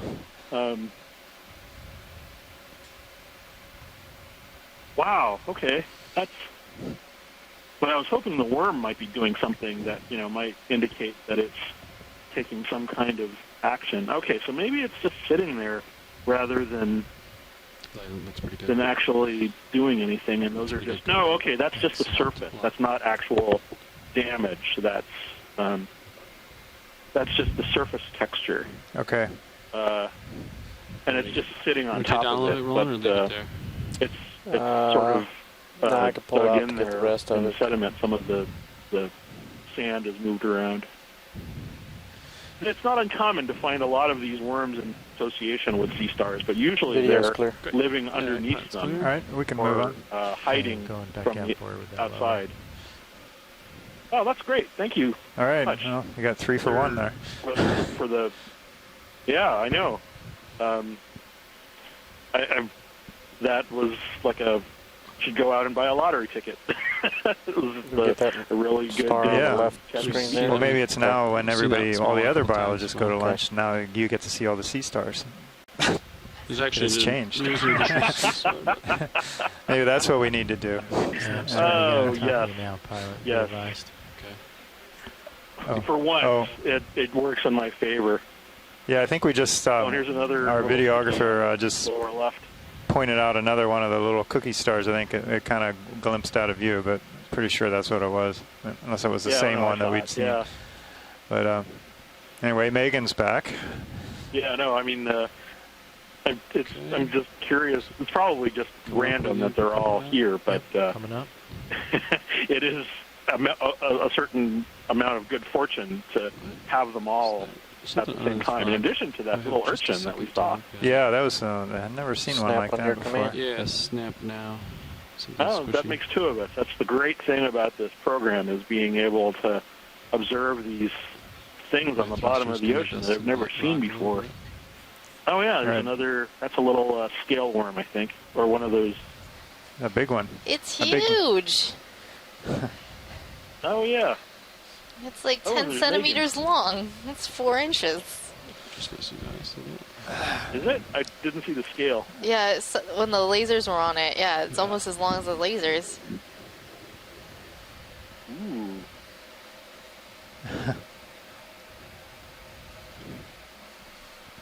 Was there something on the rock just above it? Don't know. Do you want me to come in? I think we have time. I think it might be settled, actually. That is a beautiful polychaete. Yeah, based on my math, it should be pretty much settled. Okay, you can play string arms if you like. Watch, do you need a closer look at this or not? I think we're good with this view. You're good with it? Okay. Yeah. To say we can bring additional lighting. Be able to identify this to a species. You look at the have to see straight up, the little right. hooks on the. Can you zoom out so I can see it? Sure where it is. Keaty. I can't pronounce things after lunch, apparently. Some type of tube worm. C-Day? Okay. C-Day, I'll yeah. definitely bring it in for that one. Yeah.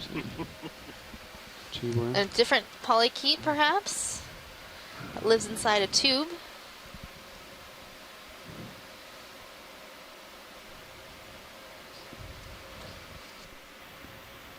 Kind of hiding under the ledge.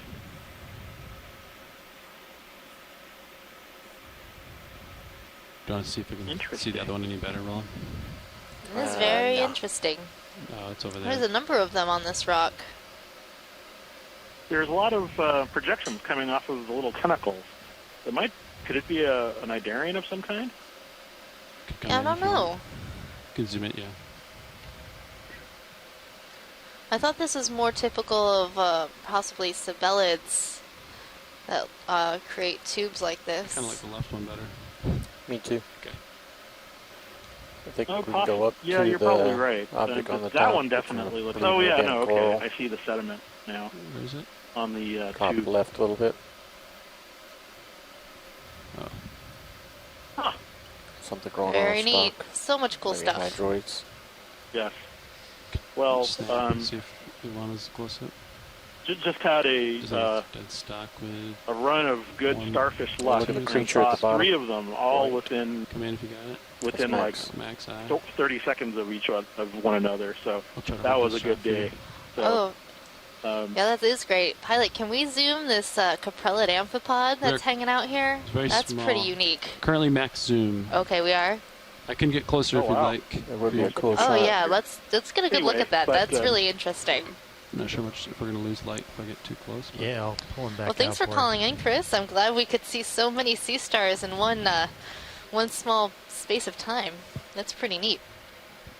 oh, I'm almost reluctant to hang up now because I'm wondering if there's going to be another one. But Probably. but no, I'm really that's the sort of 6-rayed orange sea star that we saw was especially Give it a unusual. frame up as I That's settle in. one that hold I haven't Hold on seen to too it. often, and I'd it's different from request that you what I slide thought it further was in, before. put it actually So, between your the things skids. in this area are so poorly known. Seeing them I'm is, worried that we're gonna lose light. He's on top of it, always such a so pleasure. Anyway, he's not but big you're right. Thank you. I'll by the catch up shadow. with you later. All right. Look forward to hearing your voice again Have soon. a good one. You too. Yes, That was undoubtedly. personal. What was just out of curiosity? What was for lunch today? Oh, there were sandwiches, Koopa, and don't you remember that? Can you take the my dessert rotator was and cinnamon center up rolls, the and they were base of this delicious. little guy? Copy that. And then Oh, I once missed it's those. centered. Coming Those So were, good. Item. Hold I on. remember the All right. the dessert chef. Rotate That down. was a wonderful part of every meal. Anyway, I'll let you go. I'll talk to you later. I'm trying to center it up here. Max So zoom. what we're looking at is a really interesting Rotating type of amphipod in the family Caprellidae. So you'll notice that this try to amphipod hold looks a that lot video. different than the other amphipods we've seen before, in that the back end of the abdomen is reduced and the legs are reduced as well, and it has this very long, sort of skinny back end, and it's holding on with these sort of hook-like back legs. And these amphipods have a sort of brood pouch that's that sort of round pot belly that you're seeing on this amphipod, and the two front As I slid down. legs have these really sort of hook-like or scythe-like arms. So that's really, really cool. And this one is actually quite large, so I'm really glad we can get this good imagery of this amphipod. It's quite unique, and Thanks. we've seen a couple in the deep sea, but this is definitely not a species that I think anybody has studied yet. So it's really nice to get this imagery, and this might be something completely new to science, so really neat. Oh, yeah, if we collected this, it would probably swim away. Okay, video. But that was a caprellid amphipod. Really unique amphipod. Really cool. Oh, I had you. Oh, wow. Sorry about I was that. wondering what was happening. That's my bad. It's like third time doing that too. So our videographer Art is back from lunch, and he said, wow. Okay, I'm gonna bring the lowers back outboard. Sounds great. We're seeing this Polyopogon sponge with the reduced attachment. Just snap the video. So we've on seen a few sponge. of these today. I've seen a couple of them, so. So you'll notice that the little Basalia holding onto the rock are quite a bit smaller than the ones that we were seeing on other sponges. Say yesterday during our dive, those attachment spicules were quite large, and this one has a much smaller attachment spicule. This is a different species than what we were seeing yesterday. But we've seen the Copy. and a crinoid to the right. Alright, video when you're clear, we'll keep moving. Coming up, go pilot. Copy. I'm not seeing it. Pink coral stock behind the rock. You can snap in, see if they want to zoom in this or not. Oh, and we're seeing a sea pen It's a type of coral that this one is living in the sediment, so it likely has a peduncle that, if you were to pull it out of the sediment, would give this the look of a feathered writing pen from back in the old days where they had dipped pens into ink. Yep. That's where we got the name sea pen.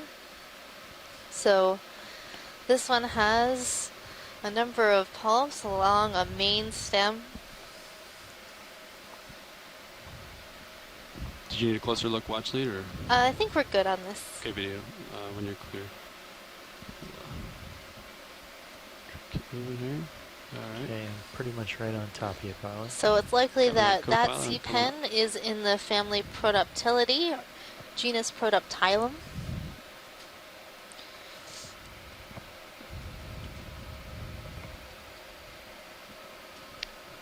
See some associates on this one.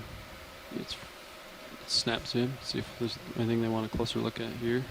Right there is what I was looking at. So this looks like Chrysogorgia militaris. And we have a number of associates, some anemones, barnacles, hydroids.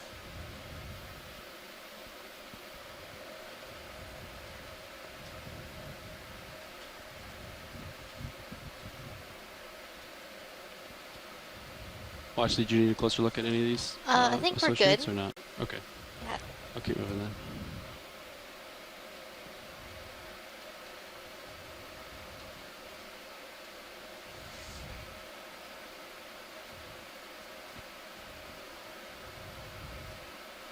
Looks like you're coming up to a pretty steep section. 10-4.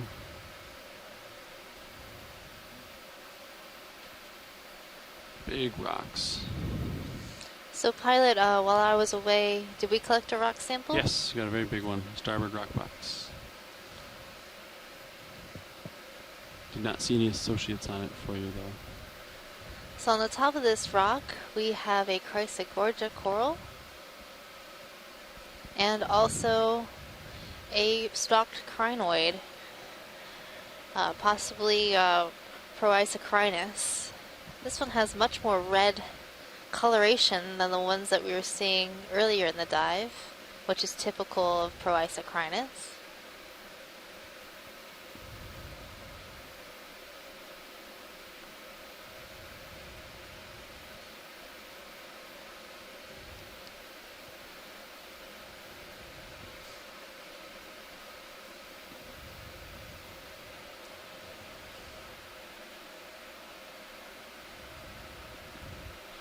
Alright, keep going. Coming up, co-pilot. Copy, coming up. Clear. Some big rocks here.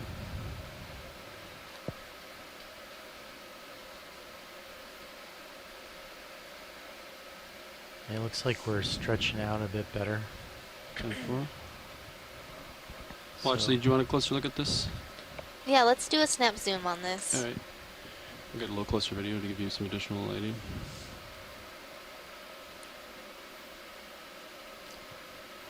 Lasers are clear. So this could be okay, a Chrysogorgic Sea Star or possibly a Frayella. So what we're looking for are ridges along the arms. And Chris Ma could tell us better which one it is.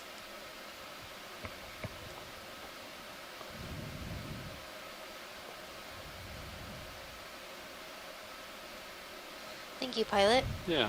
Okay, video. Yeah, that's a tough one, Megan. That's probably Frayella would be the best guess, but that's a kind of almost intermediate. Yeah, it's like right in between, like, I don't know. It's one or the other. Did you need an additional shot video? Yeah, we've already left it. I can get you that one. Could come in if you want a video. Sorry about that, Roland.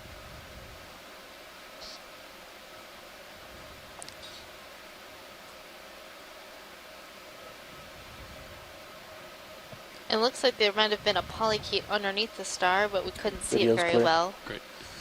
Thanks, Roland. Okay. Watch my brow on this rock.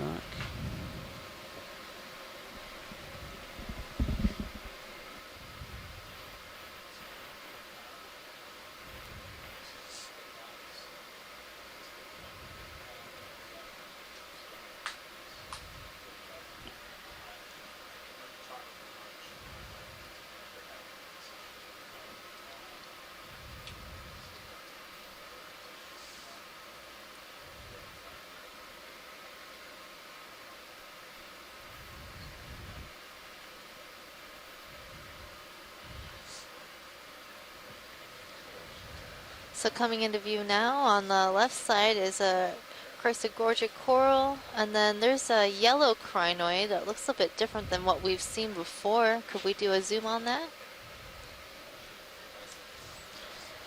We're doing a quick pilot change watch lead. Just stand by 1 second.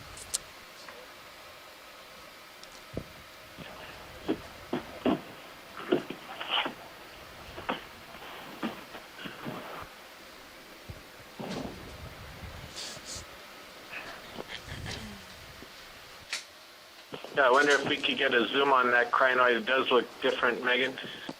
Hey, pilot. I think they we're just doing a pilot change, and we'll take a look at it in a little bit. Okay, here there's a request for zoom on a crinoid.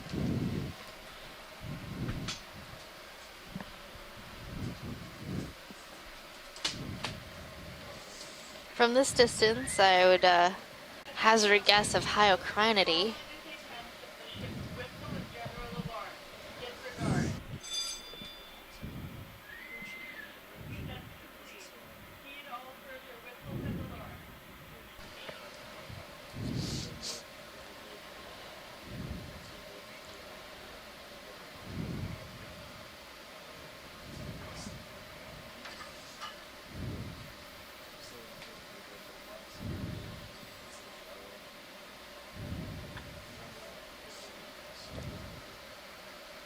What was that? Alright, so in just a moment we're going to get a nice view of this yellow crinoid. It's different than the ones that we've seen earlier in the dive. As we get closer, I'm seeing that it has 5 arms. So could be in the family Hyocrinidae.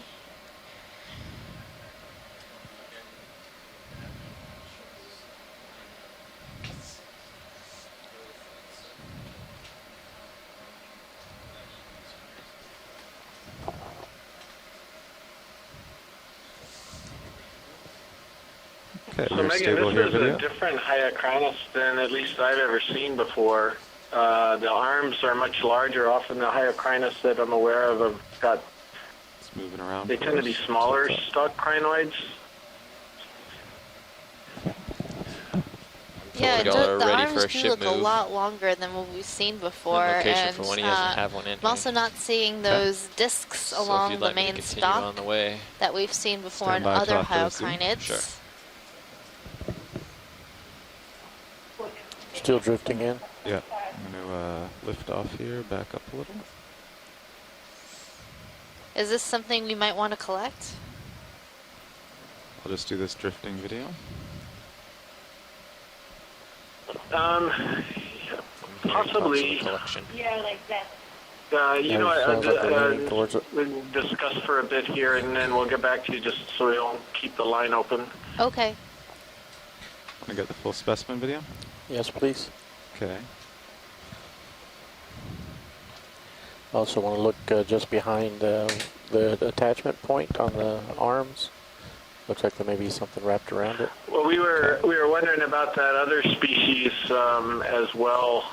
All right, so, we can take lasers off. This is probably the first time you've seen this one. Is that correct on this dive? Yes, this is the first time we've seen this. Go ahead and tilt to the top connection point. Yeah, I'll rise up there. So, co-pilot, they're talking about specimens to make sure you have. I think it's different enough that it might be worth. Check that the shilling isn't. It might be worth collecting this one. Like that. Copy that. Okay, then let's collect it. So, pilot, when you're ready, get set up for a collection of this stock crinoid. So just a few inches down the base. Or sorry, a few inches down from the top. Maybe 8 inches down from the top. Yeah, let's get as much as the stock as we can. Could be characteristic. You can go wide video. I'm going to ramp up the HP for you. Yep.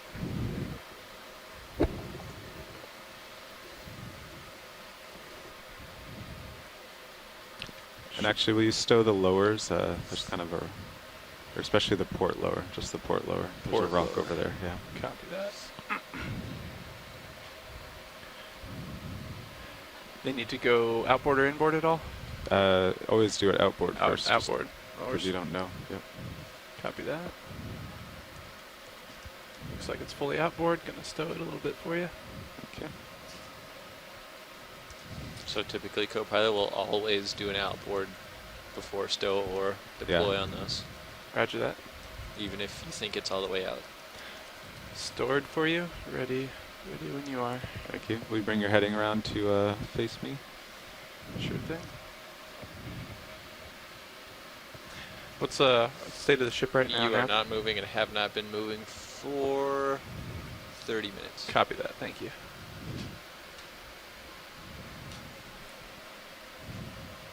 Let's see if you have anything. You have a geosample only. Copy that.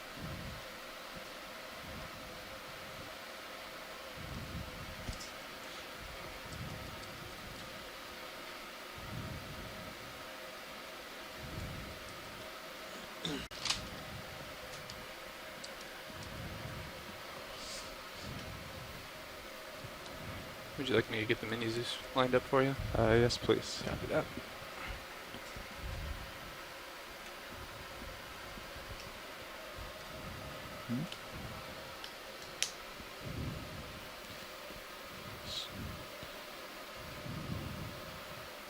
Trying to get my skid on here. It's all a little slick.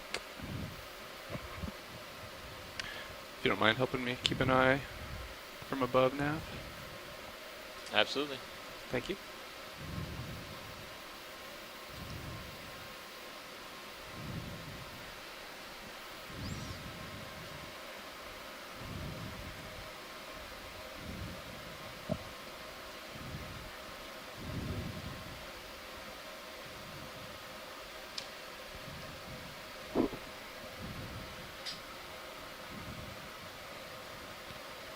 Copilot, would you reach over and hit the rightmost button here? Hold it for 3 seconds. Yep. Thank you. There we go. I had to be leaning over and forward, and couldn't get my fingers to it. No problem. Okay, so hydraulics are up. Yeah, let's get this collection, then we can snap zoom on that after. Start taking a look if we'll be able to open the box from where we are. I think it looks pretty good. You look certainly okay. On the port side. Yeah, port side for sure. Yeah. Okay. Yeah, so get the mini a little more on the arm and then just move it on my command. Copy that. Okay, hydraulics coming on. Looks good. Okay.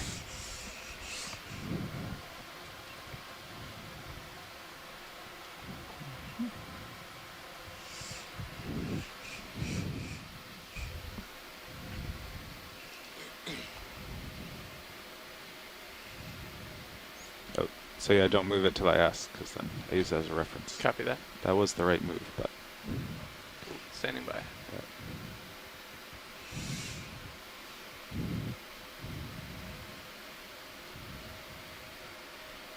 Yeah. Okay. Yeah, you can move it up a little more. Get the jaw a little more centered. Perfect. Is that good? Yeah. Watch lead, how does about that much look if you look at the mini Zeus? Could we get just a little bit more? Sure, can try. Keep an eye on my back jaws there.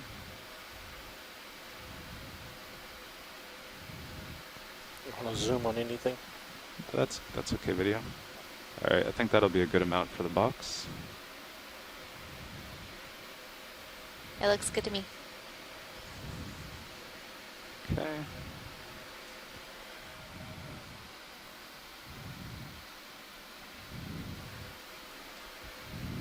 Nice grab.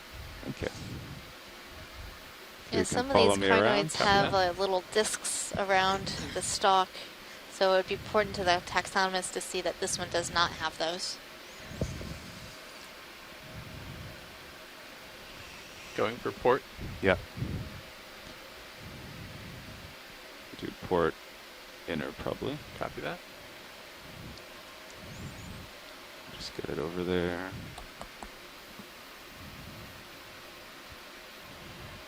Okay. You can open the drawer. Copy that. Keep an eye on the starboard side.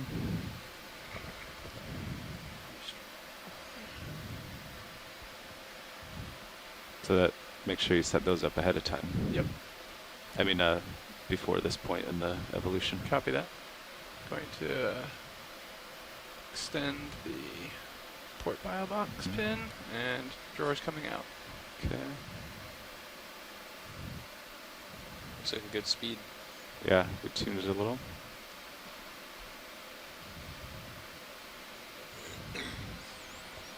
Okay, that looks good. Copy.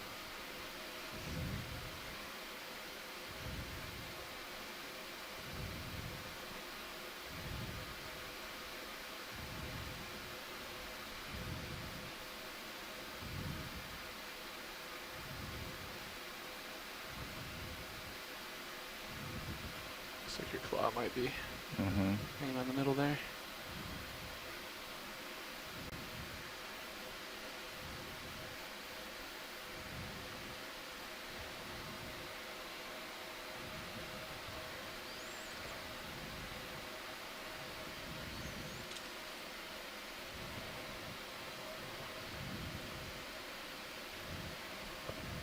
There we go. You can Nice close job. the drawer. Copy that.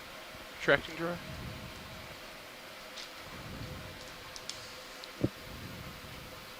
Thank you, pilot. When you're all set, there looks like there's an anemone that we might want to take a look at right underneath our collection site. All right. It's in the screen in the middle, bottom. Want to line the camera up for you, pilot? Yeah, that'd be nice.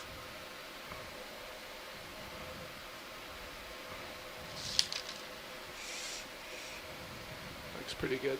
Yeah. Okay. Arm coming off. Copy that. Spinning down hydraulics. And we'll remember to put that port lower back out in once we take off. I'll just leave them. I'll leave them powered on then for now. Okay, watch lead back with you. So is it down lower screen there? Yeah, lower middle screen. All right. It actually is perfectly centered. You're free to zoom video. Almost perfectly. Max zoom. Oh, that's good. So we're looking to see if there is a center ring of smaller tentacles around the oral disc or the mouth of this anemone. Well, that'll tell us if it's a tube anemone. Pilot? It's just an anemone. I have a recovery time of 4 o'clock here. Is that correct, or is it super before? Okay. Great. All right, so there's no tentacles around the mouth. So the best ID we have for this right now is an anemone. Thank you, pilot. You're welcome. At video, as I take off, I'll try to look down on it a little bit more. Copy. I'll track your focus.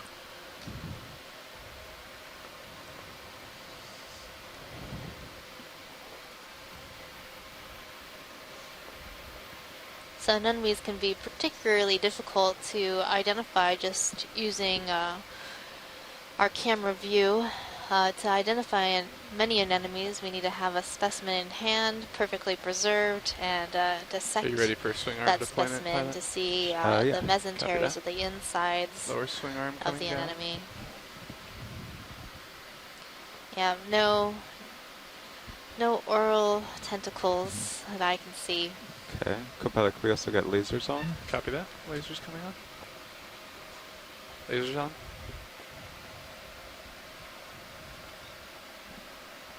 Video's clear. Okay, you can zoom out to lasers. There they are.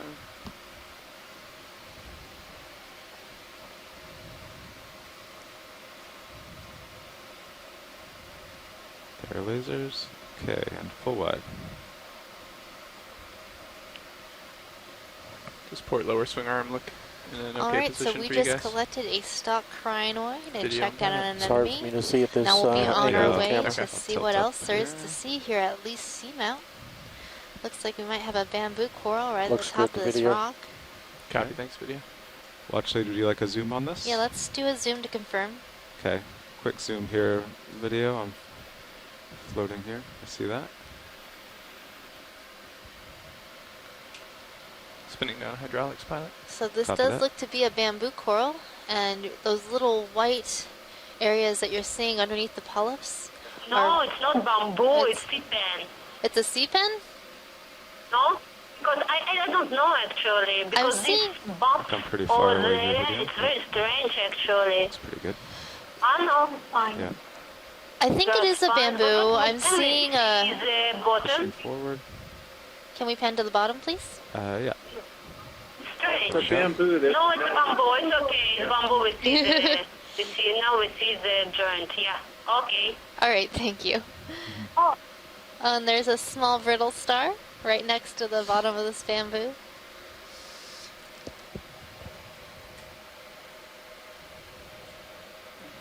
Go for it.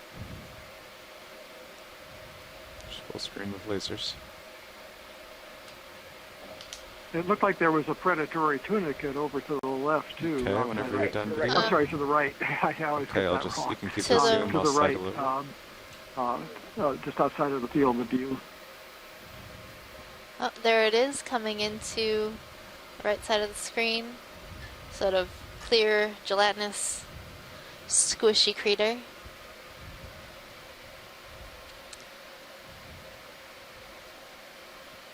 Okay, I'll get in closer. Is crater spelled with 2 E's? Crater, yeah, it's with 2 E's. Well, see, I was told that I can't say critter, so it's crater.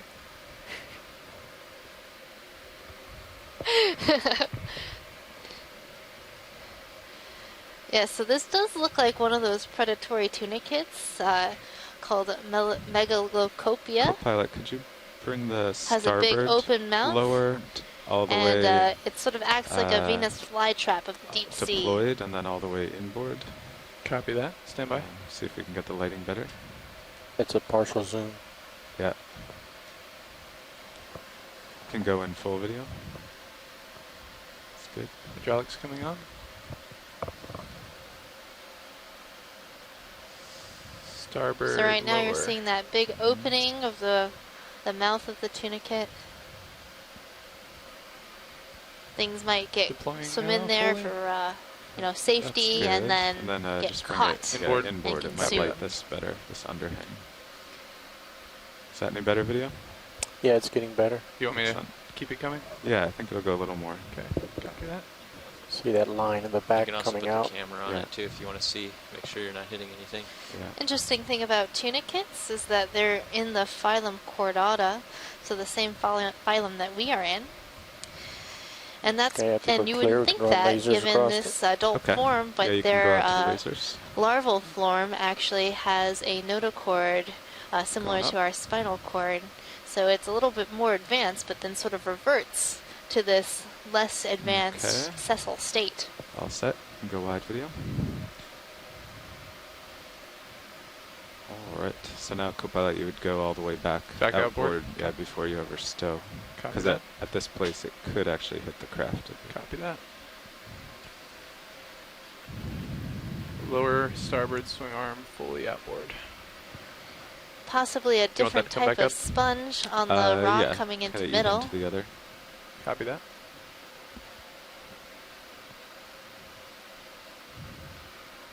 Perfect. Spinning down hydraulics. All right. Any interest in the sponge or the Yeah, shrimp that's let's going through? zoom the sponge, Okay. Head over there. since it doesn't look like Polyopogon. Would you like a hot forward This for serious? sponge has more of a Yeah. Why don't we do? stand by, Chris. I guess I don't know, 20 meters at this heading. Oh Actually, yeah, I'm panting let's here. go. 010 or 015. One of those two I think will work. Yeah, I'll put it in for 010. Copy that. Thanks, Nav. You just want 20 meters, not 30. Yeah, it's steep and we're not that deep, so. Okay. Bridge, RV nav. Okay. Go ahead, RV Nav. Hey, we'd like to put a move in 20 meters at 010, 0.2 knots, please. Copy that. That is 20 Okay, meters video, you're at free to zoom. 010 at decimal 2 knots. Good copy. Partial. I'll let you take this one away, top or bottom? Chris. Top. It's all you. Okay. ROV nav bridge, helps, move I initiated. guess. So I think there's a sieve plate over that opening, but I'm not positive. But in any case, this is a glass sponge. Yeah. And it's a vase-shaped glass sponge that I think could be in the family Euplectellidae. And maybe something in the genus Regadrella or possibly Dictyalis. But I just not. Do you see a sieve plate on there? I think there's a hint of the little meshwork over the top of it, Megan. Can you see that better on your screen? I'm not really seeing a sieve plate. I think what we're seeing is the inside of the sponge. Yeah, the texture here is a little bit different than yeah. I'm used to seeing for Regadrella or Dictyalis. The texture of the side. Yeah, so I'm wondering if it's a different genus. I still think it's a Euplectellid vase, and it's got a lot of anemones growing through it, or hydrozoans. You see all those tentacles on either side of it. You don't see them as well on the wall facing us just because they're transparent. But really, really interesting. It's an unusual type of vase glass sponge. Thank you very much for that. Chris, this is Roland. I'm not so certain those are anemone tentacles. It sort of seems like it's coming from the sponge spicules. Oh, is that right? Yeah, which could be also because a number of these vases have those lateral processes that stick out. Yeah, I saw these kind of little white dots along the body wall there that look like it could be hydrozoan or something, but you may be right there, Roland. So having spicules like that, Chris, is that really unique for this type of vase sponge, or what would you expect here? Well, there are some members of the Regadrella, the genus, that have the lateral spicules coming out of the base, so it's not unusual. Get the sieve plate from here. So that's not it. Just the actual shape of the sponge is kind of unusual. Closer now, right? And should be. I expect probably a 5-minute delay today. The spicules, they look thicker if that's what they were. That's why I thought they could be anemone tentacles. Those are a little bit different. A lot of times the sponge spicules are very, very thin and needle-like. Those look a little thicker.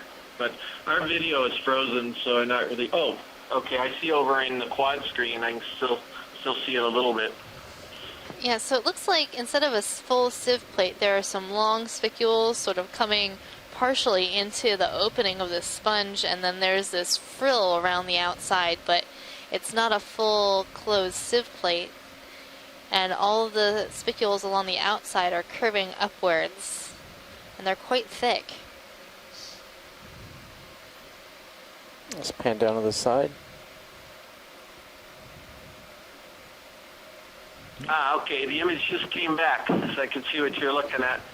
Oh, Christmas. Yeah, okay. I would tend to agree that they look like they're coming from the sponge. There's spicules. No, the main camera when he said he couldn't see it. So again, I think this is most likely in the family Euplectellidae, and it's a vase in that family, and it's just something that we haven't seen before, a bit different. ROV nav, move complete. So, would you like this specimen, Chris? Very interesting.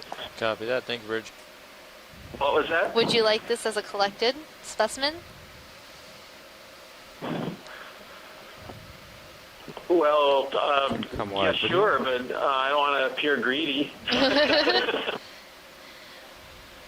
Well, if it's unique enough, it might be worth collecting. Okay, we stow the lowers, Copilot. Copy that. Well, I haven't seen a vase sponge that looks quite like that before, but copy that. That doesn't mean, obviously there are a lot of glass sponges. Sure thing. This is in Hawaii, and it's not one that we've documented in Hawaii, I'm pretty certain, because I've worked with Henry Rice a lot on the Hawaiian sponges, and we're very close to Hawaii, obviously. So, yeah, if you're a little lean on collections here, I'd love it. But again, if you prefer to wait, that's okay too. I think we should collect it. I think it looks pretty neat, and I think we saw this on another dive, but I passed over collecting it. And we didn't collect any sponges yesterday. Lower arm stored. Excellent. Prepping Well, the bio box. except for the accidental sponge. Will you turn to follow me? Yeah, too? well, the incomplete sieve plate is, I've got to do some reference searching, which I'll do right now, but that's kind of unique because usually it covers the whole opening. my head had wandered a And little then, bit. again, these lateral processes, the way they curve upward is very different. They're shorter and different than other vase sponges that I'm aware of. So, terrific. I think we may have something new. Excellent. Yeah, just keep your keep an eye on your delta there. Sure thing. Oh, I see. I'm sitting down on this rock that's under me now. That's interesting. Balanced precariously on that round rock. Looks Interesting. Yeah, I was trying to get a little lower so I could reach across to it, but I don't think that's going to happen. And we'll be using the port bio box again? Yeah. Copy that. Prepped and ready. Backing up here. Okay, we'll try this.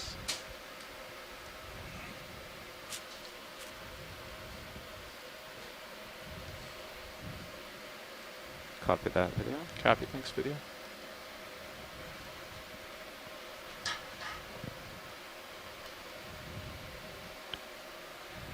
I'm going to bring my camera angle down as we move closer to you, pilot. Sounds good. Currently at roughly 40 degrees. There's quite a good setup there. Watch, they just getting set up here. There's a kind of a boulder in the way where I wanted to set down, so I'm trying to get a good stable spot. Okay, pilot. Let's see.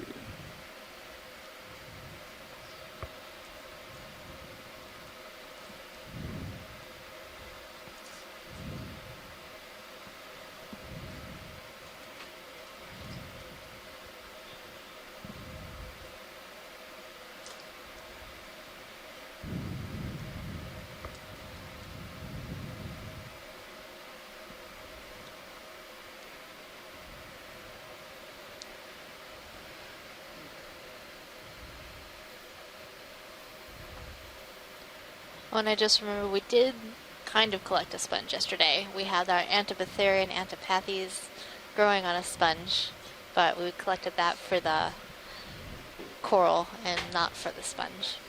But this is a really interesting animal, so it's definitely a worthwhile collection. And one of the goals and purposes of the capstone project is to characterize these deep sea coral and sponge communities. So understanding animals that we have never documented before is of really high importance. Let's see if that's stable. So hydraulics are spun up? They are. Excellent. So I positioned so I was a little bit below it, so I don't, because I can't really reach down on it. I'm hoping I'm stable. Sounds good. Yeah, looks like I'm slipping down actually. A little bit of drift there. It's a tough position. Yeah. Might be more stable on the other side, but hard to tell. That's kind of where I was. Let me try that. I have to get around that round rock. Yeah, kind of got to get rid of the round rock then. I could also try reaching down on it, but if it floats. Well, actually, is there any idea if this is delicate, like the ones we had trouble with, or brittle? Well, likely it's going to be soft. I don't think it's going to be as delicate as some of the other ones that we've collected. That's my feeling on this one. But it's not going to be a crunchy, hard one. Okay.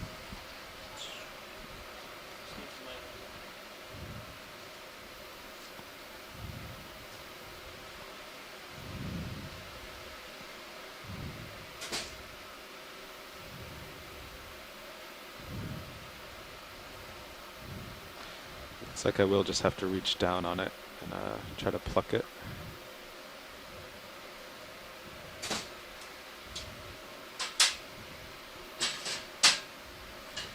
Might find some stability there with your left skid coming down on that rock there.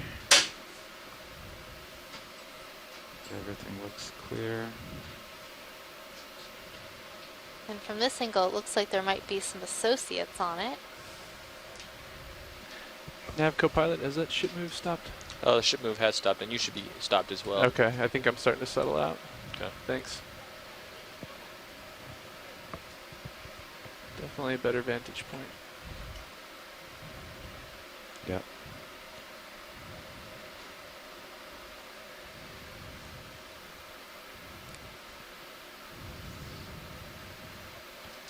Okay.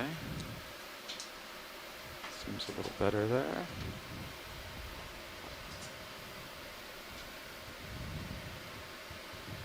Alright, let's try that. Okay, you can bring up the mini Zeus. Just keep an eye on Copy the that. other camera. If you could help me out, Nav, appreciate it. Copy that. Thanks. And bringing the camera over. Looks like we'll be able to open the box too, I would guess. I think so. Alright, that's good on that. Copy.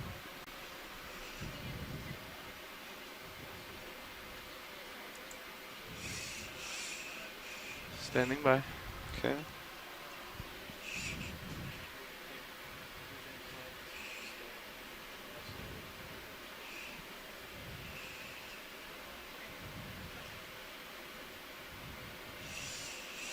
Okay, you can move the camera over center of the sponge. Copy that.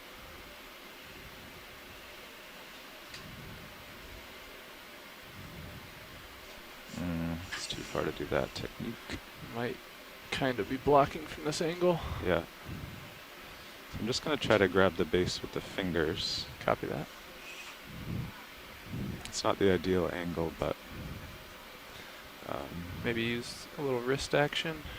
Yeah. There you go. That looks pretty good.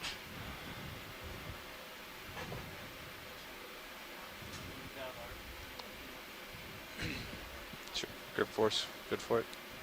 Yeah. Okay.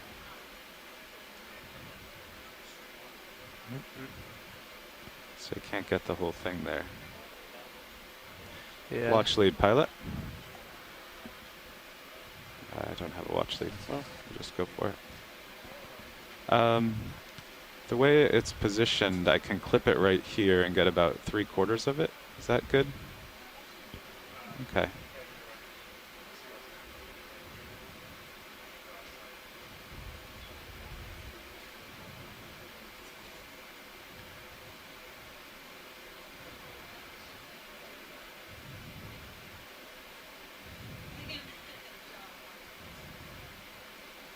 There we go. Nice grab. Okay. Ready for box? Yeah. Might need to come up a little. Yeah, you can tilt the mini Zeus down a little. Copy that.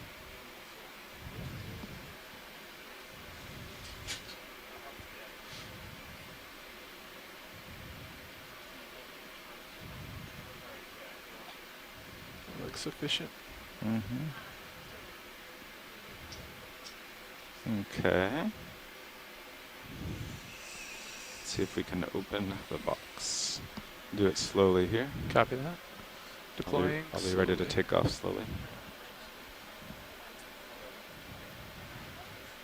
Let me know if you feel any movement.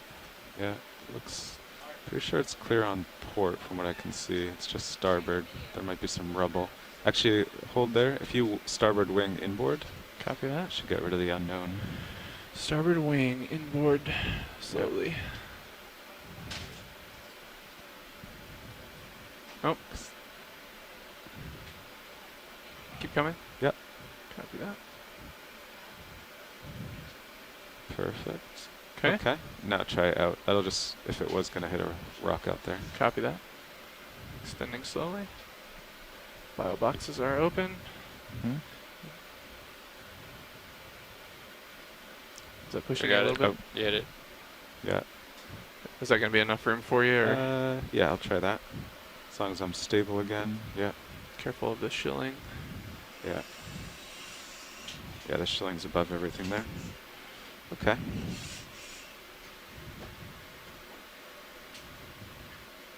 Yeah, it's not open very much, but...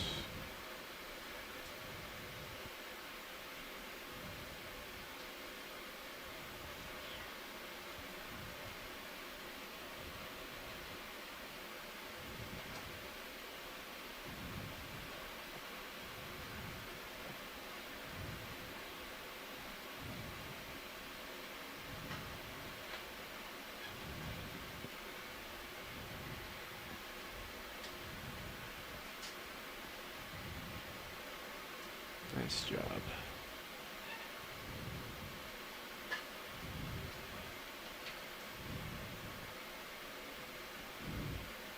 Okay, you can close that. Copy that. Retracting drawer.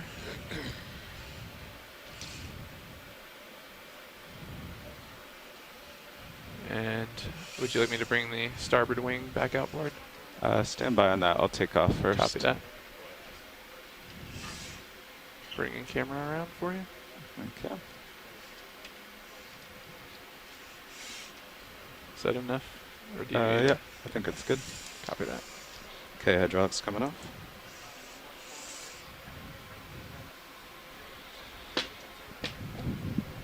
All right, nice job. You too. Good grab. Took a little while to set up. But How did the drawer feel upon extension, pilot? the drawer was perfect. Amazing.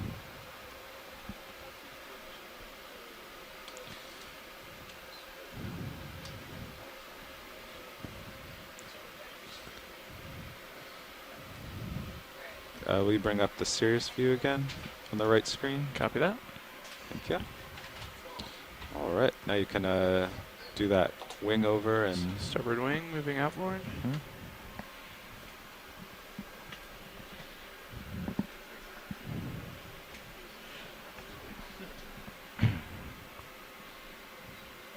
Okay. Starboard wing fully outboard.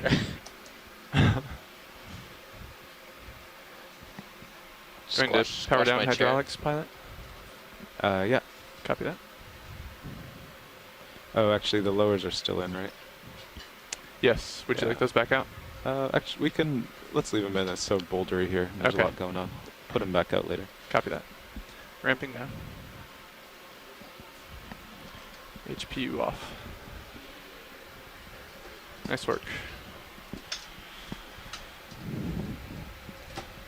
So the original plan was to continue around northeast like this until we find that ridge, and then we're going to go continue up northwest. Okay. Coming up with you, pilot. So your sonar looks pretty much straight uphill there, which is a big boulder that I'm on. That's looking 15 to 17, so about 15 degrees, I would say. I'd agree. Is that okay with you, pilot? Yeah, you're heading. It's looking pretty clear, pretty far out. So, I mean, if you'd like a 30 meter, we could get you one. You're welcome, watch lead. So yeah, when they brought that close to the camera before they put it in the box, the holes on the side were completely different than anything I'd seen before. So I think that's a really good possible new species, or definitely a new record, because nothing like it's here in Hawaii. So, and it could be brand new species. Yeah, it's a really cool looking sponge too. And I think I saw some associates on it as well. So, you know, for you guys, bonus. would you like a 20 or a 30 meter? Yeah, were those the benthic ctenophore? I thought I didn't really, wasn't paying attention until they were about to put it in the box, but it looked like it could be the Jalfiella. Is that what you thought? Well, I'll go ahead and get that called in if you're okay with that. We're having a live event going on starting right now, so things have been a little bit crazy back here in the back row. Hey, we are ready for a ship move, 30 meters at 0.2 knots. Copy that. That is but I'll find out soon when we recover the samples. I'll let you know. Good copy. Great, thanks, Megan. Video pilot. Can you lighten up my screen a little with those bright lights in it? I can't see the top half. I don't want to hear them. That's a little better. Sorry, we were having a mic that's what I wanted. Craziness. Mic fast. Everybody's toggling everybody else's things on.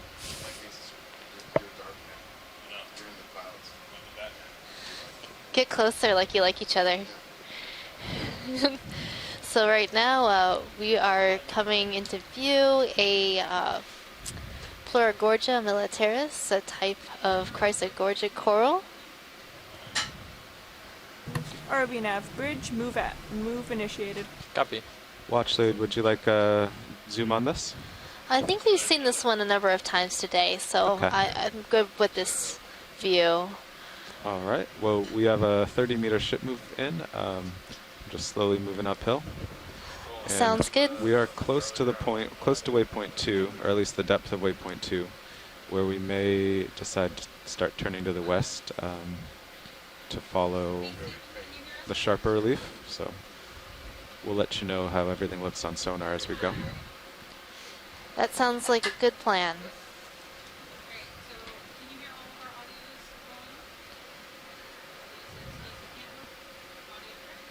So for you on shore, if you didn't copy what the pilot said, we are almost at our waypoint 2, where we're going to follow the relief of the ridgeline that we are on. Serious main so HD hopefully we'll see degrees, more corals as we go that way. Right now, a large outcrop of rock is coming into view, and I'm seeing a number of different corals on this outcrop. I'll just sidle over here, co-pilot. Copy that. I'll recenter after this, though. Would you like me to keep my heading steady? Yeah, that'd be good. Otherwise, I'll get lost. So these all look to be in the genus Chrysogorgia. Might have a couple different species here. Video, will you go partial here? Don't think you heard. Video, could we go partial on these? Perfect. I'll scan around. So I'm seeing a planar Chrysogorgia, one of the more bushy Chrysogorgia. That one has a squat lobster hanging out in the branches. So we oftentimes see these squat lobsters hanging out on the branches of Chrysogorgic corals. Right above it, a crinoid. You could probably have your lowers out if you feel comfortable, pilot, again, if the lighting will be better for you. So this is one of those unstopped crinoids. Copy that. Kind of like they were at 45 degrees. Sounds good. Stand by.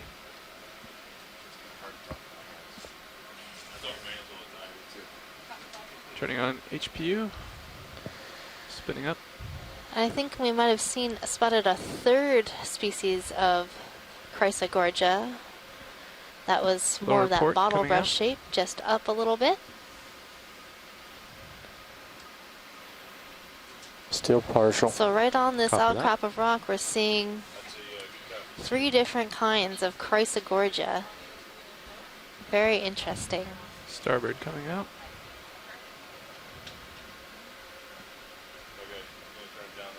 And this one is one of those more bushy ones with the squat lobster in the branches. And here's the bottle brush one, also with a squat lobster. Video, want to go in tight as I pass this? Try to get the squat lobster. So these squat lobsters that you're seeing in the branches of the Chrysogorgic corals are likely in the genus Europtychus, making that identification based on the that look okay, reduced rostrum and long arms. Good, thank you. No problem. Disabling HPU. Can you get lasers off too? Sure thing. Lasers off.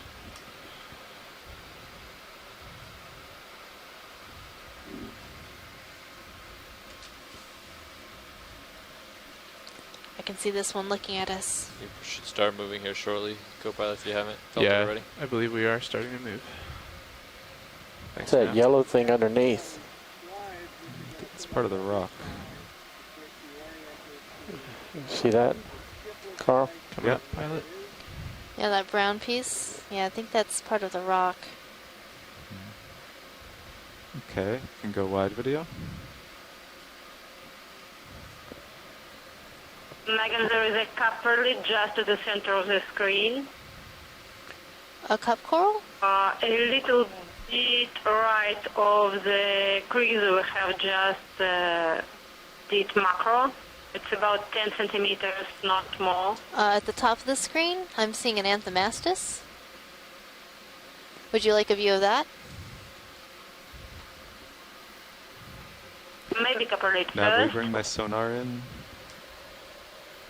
Copy. It's a pretty big boulder. It's now at 20 meters. Quite large. When I come up with you here. Is that sufficient? Yes, thank you. Watch lead, was that a request for this? Yeah, let's do a zoom on this Anthomastus. ROV nav grid. Go ahead, Bridge. Move is complete. Copy. You have a little time here, pilot, but we are moving. Okay, video, you're free to zoom.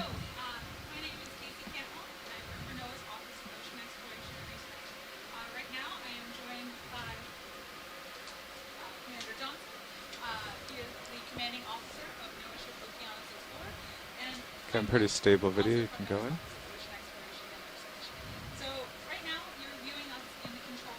It's a nice, stable shot. It's beautiful. I know. Yeah, Oh, and there's a small one right next to it. So this is a type of soft coral called Anthomastus, and its common name is mushroom coral because when these polyps close up, like the polyps that you see right in the center of this coral, it looks like a mushroom. Pushing in max zoom. Okay.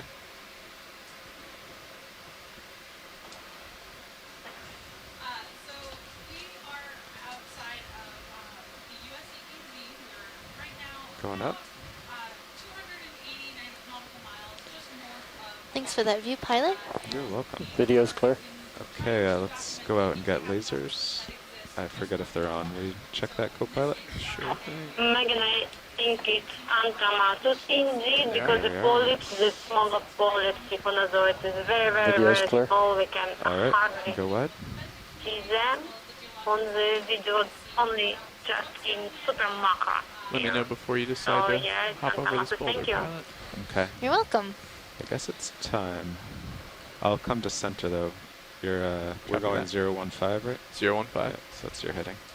I'll kind of sidle around it and go up, but I am rising. So Tina, how do these Anthomastus reproduce? I saw a small colony right next to this larger colony. It depends. Sometimes they lacerate. That means they make a small process from the food. And small, I mean, it was polyp, the autozoid, the feeding polyp you have seen, close to the, yes.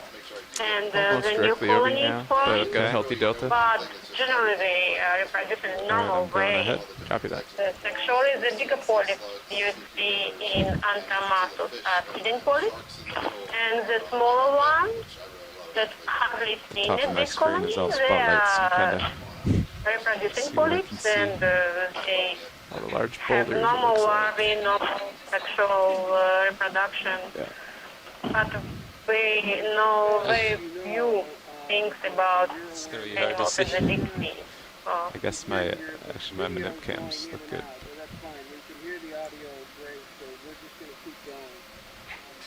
Look good from over here. Excellent. So I'm up and over that big one. I don't see much large in my minute cams. Their Just sonar rumbly is pretty slope. clean too. Yeah. Good.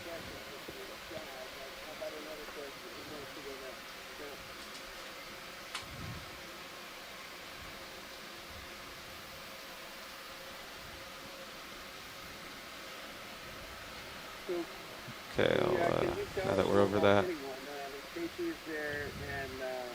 get a little closer to the bottom and see if we see anything. Copy that. People you've been talking to, the other audiences that you're using telepresence to engage with? So this area doesn't seem to have that many corals or other animals.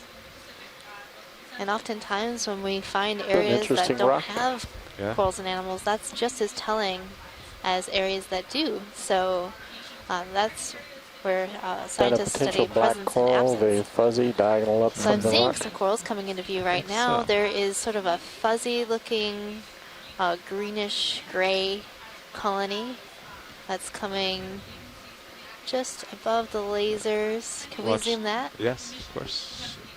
So you should be I have a coming to feeling a it halt might be a here black pretty coral. soon, co-pilot. Copy that now. Standby video, I'll set down here.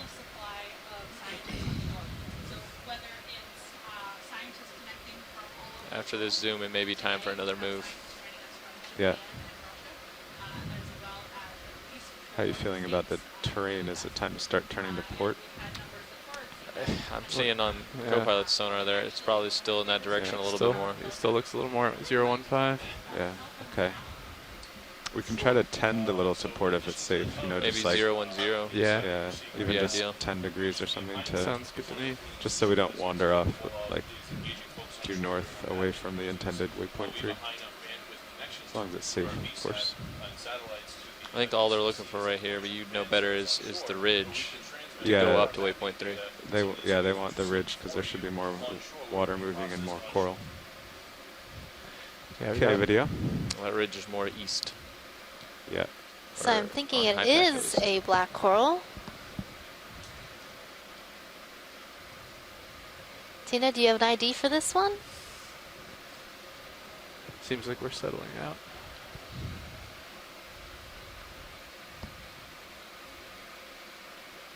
Nice, a fish coming in. Thank you, Megan. A very nice zoom, very nice macro. Go for it after this. I think it to be Chrysogorgic. So you can see the small branchlets at the top. Do you want me to go down to the base video? Now the branchlets themselves, so it's the feature that how you can tell them apart generally. Thank you, Tina. I have a hard time telling some of these black corals apart. Many of them look very similar to one another to the untrained eye. All of these things, along with the wealth and the intent of the mission that what I'm here to do, keeping people safe and still getting the scientific data that we're trying to find. So we have. Is that a associate Ready for there full video? screen? Are you full zoom? That is full zoom. Okay. I think there's also an amphipod perched on one of the branches, maybe a polychaete, not sure. Okay, ready for full screen?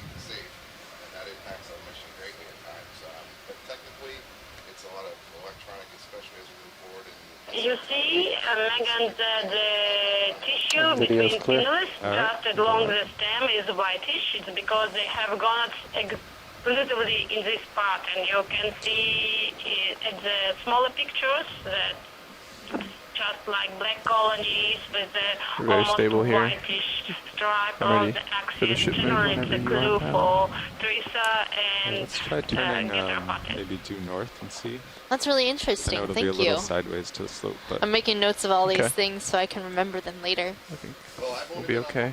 Since July, but I can tell you I understand the things that they've done, the foreign ports they've been to, working all over the Pacific Basin, from Indonesia to Samoa, and all the Northwest Hawaiian Islands.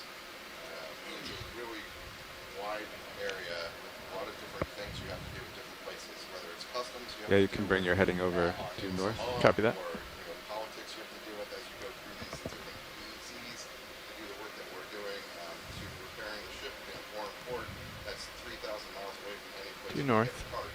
So your sonar are still. Maybe we can go even like I don't know, 5 more over. It's always easier to get bearings to if you don't have to say 000. So we'll try 355. 355, aye. Okay. 30 meters?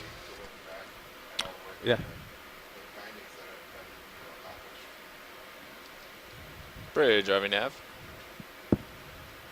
Go ahead, RV nav. We are ready for another move. Go ahead. 30 meters, 355, 0.2 knots. Copy that. That is 30 meters, bearing 355. Video, will at you zoom on decimal this 2 knots. crinoid? Good copy.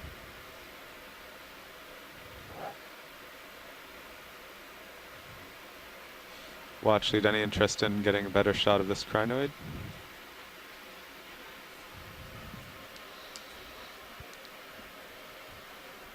I'm not hearing you, watch lead. Oh, sorry, Oh, there we go. pilot. I think we're good on this one. Okay. Did we sample? We didn't sample the one we're interested in, though, right? There's a different one. We sampled a different RV one, so we were nav also bridge, interested move in that one, initiated, 30 but we meters, sampled a bearing different 355 crinoid at earlier. decimal 2 I see. knots. So depending on what we see near the end of our track, we might sample one of those. Makes sense.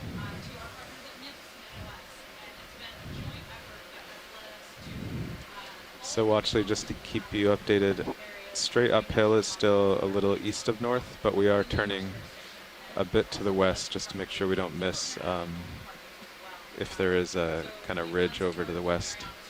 So we're going a bit diagonal up the slope. Okay, cool. Thank you. There's a Crinoid going right, upper right screen.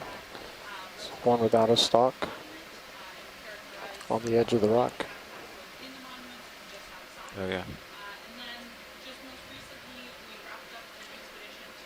There's also one of those red stalked ones at the top of the screen next to the white coral. I'll take your word for it. I've only got 2/3 of the screen. Ah, copy that. So Sirius should be moving by now, right? What? When was the ship? About 3 minutes. Okay. Okay. So I won't go much further. We'll take a look at this. Want to get the shrimp first video? So we're zooming in on a shrimp right now. Which shrimp? The floater at the top edge of the screen? Yeah. Perhaps I can come up with an idea if we can see its rostrum or the little horn in between its eyes. He's cruising. This shrimp is on the move. Looks like it has a relatively short rostrum, so I think it might be in the family Bathysissimidae.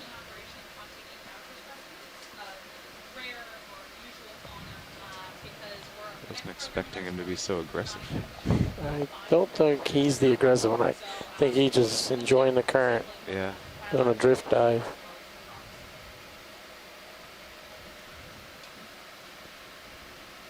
Well, we'll let him swim through here. And those little legs that the shrimp is swimming with are called its pleopods. Video.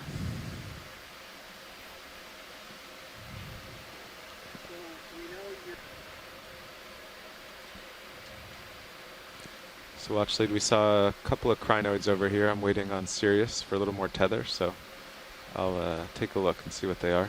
Okay, so we're going to zoom some crinoids as we wait for Sirius. So one of the things we do when we're out here, and of course as the only publicly funded and solely dedicated ship to ocean exploration, all of our data becomes publicly available.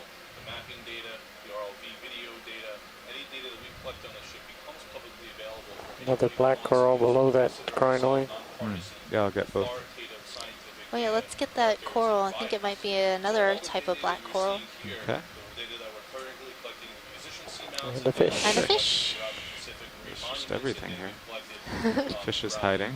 I'll sit down and look for that black coral. And as Casey just mentioned, a lot of the areas we've been to, we have been the first of its kind ship to go in those areas with I think the fish might be a little confused by our lights.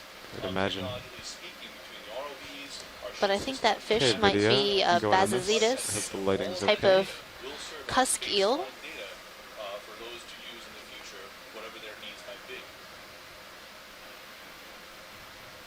Looks like there might be an associate along this main stalk of this black coral.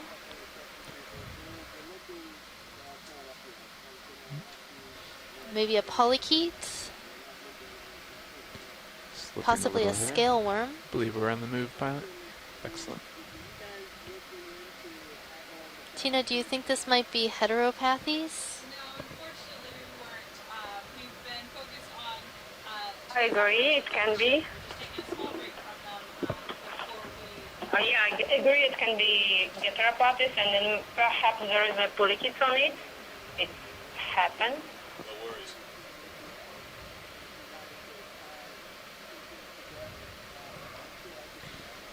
Okay, whenever you're happy, video. Try to get lasers on it. And there's another polychaete in the background. That might be a sabellid type polychaete that are known to create these tubes to live in. Get on the polychaete in the back. There's also something there. There's some other so stick right now we're only seeing left of this. It's feeding tentacles coming out of the tube. It'll capture something and then retreat back into its tube. Should be moving starboard now. lower, out and in. Starboard lower. Try to light this from the side. Copy that.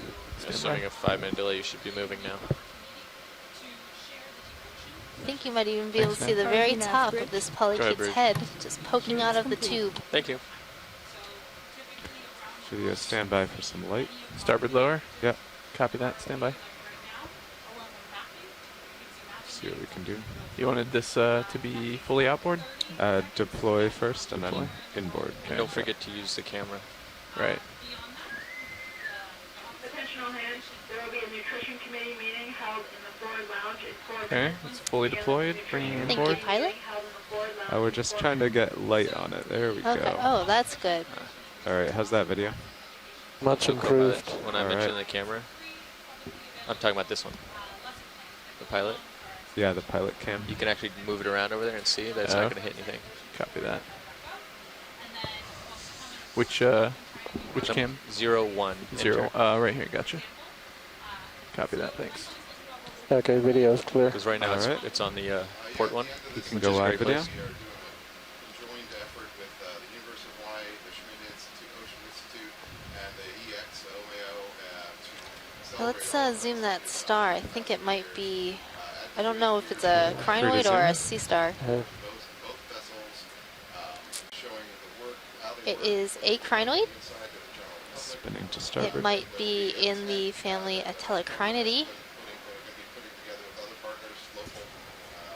And the pinnules, or those little feather-like structures near the center of this crinoid, are a little inflated, and those are reproductive in nature. I love telling the public about what we do because our job's pretty awesome. I agree.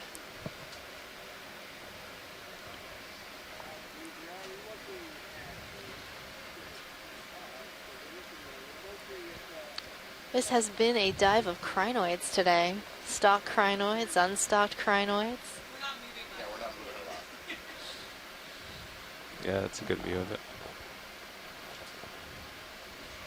All right, there are lasers. Okay, it can go wide.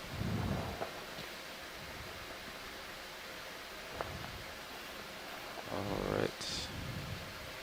This looks like you're moving. Yes. While you have everything ramped up in the camera there, why don't you put that one back to normal? Copy that.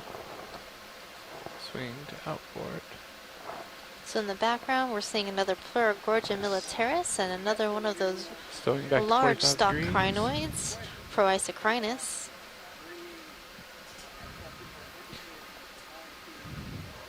Yeah, it's always good to do what Andy suggested, use the camera.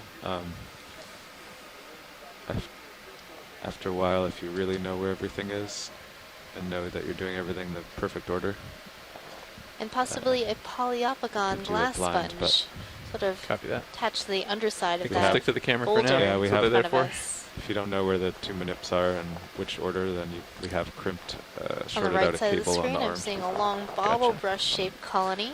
I've heard that is a Chrysogorgic coral, likely Chrysogorgia geniculata. We're in a good position here. Still moving along. Okay. Any zooms here, watch lead, before we move on? Let's just snap on that sponge real quick. Trying to see if it's a Polyopogon or something different. Thanks, Dan. Ramping down hydraulics. Thank you. Yep, it's a Polyopogon, I think. That's good. What the heck? What's going on here? It's sort of growing at a really odd angle, isn't it, Chris? Yeah, I wonder if it fell over. It looked like it was on a little cobble there that's just behind the boulder, and it kind of rolled over, so it's sort of on its side. Yeah, that seems possible.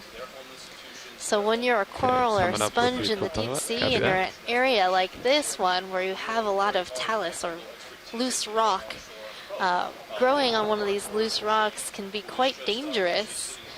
When you're a coral or a sponge, you can't move from rock to rock. Wherever you land is where you live. And if that rock starts moving downhill, you're going to move with it. Yeah, Megan, Tom here. I was looking at the bathymetry from the... Yeah, co-pilot, when did that ship move stop? And there's kind of that C-shaped about 5.5, 6 minutes ago. Copy that. And that's pretty indicative of a So we should be settling out here pretty quick. Wouldn't put money on it just yet, but with all the boulders and everything we've seen, this looks like a really, really large slide kind of area. So I wouldn't be surprised if some of these corals... There's lasers. Co-pilot, you can get lasers. Yeah, that's really interesting. So mass wasting is like a landslide, but for seamounts? Yeah, we're settling out here. FYI. It's just a generic term for it. Seeing one of John's favorite anemones. So these are the large actinostolidae anemones. And we like to call this actinostolidae bulb because it has these like little bulbs on the end of the tentacles. There's also a really interesting sponge to the right. Looks a little bit different. Or it could be a really young Polyopogon. I'm not sure.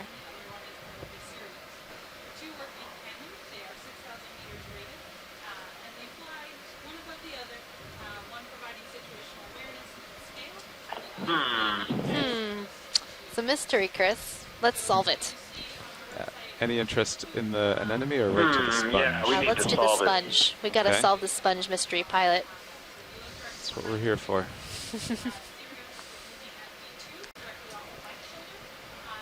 How you feeling, co-pilot? Still moving?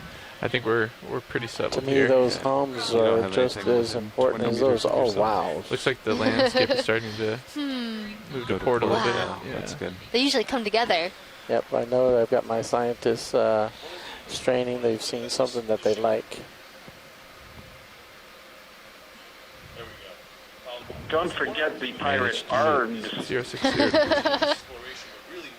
Copy. This ship, with our science and technology capabilities, can go into an area. Overnight, we can map an entire seamount, so hundreds of... Oh, we put the lasers back on? Copy that. I thought we were going to do a beauty shot of the anemone, but although we're kind of getting one now. They can dive on that data the following day with our ROVs, get the high-resolution video. Okay, video free to zoom. Onshore by the booth, posted by Mike Walker. In addition to the high-resolution video, which we can use to document and characterize the seafloor, we are also taking samples. It's all, samples then get sent to our partners to be processed genetically. All right, so that's another sound we scientists make. Aha. So, Meg, I'll bet you recognize this one. It has a really interesting surface texture. I know that I've seen it before.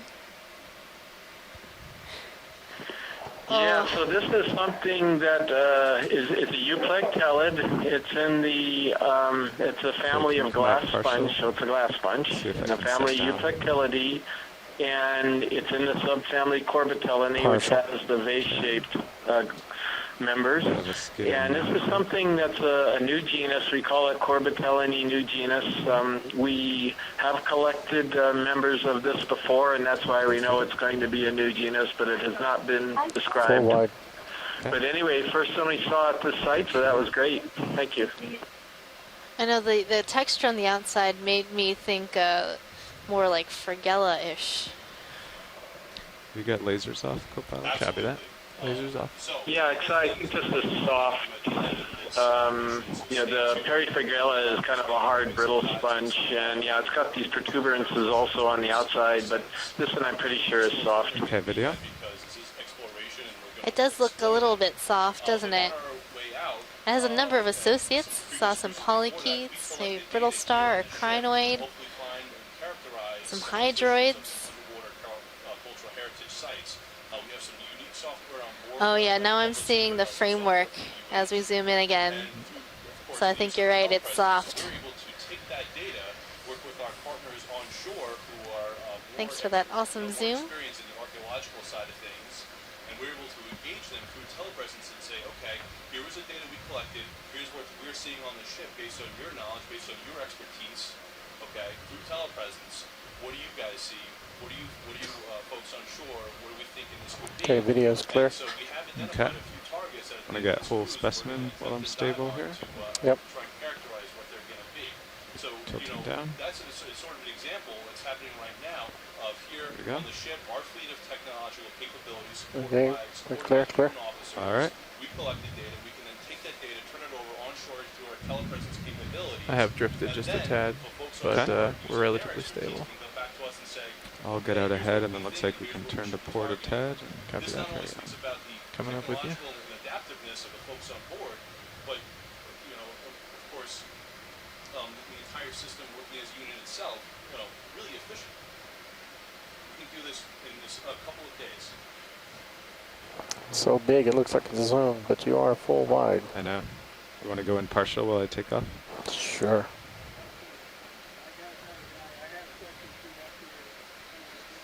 This is a very beautiful anemone.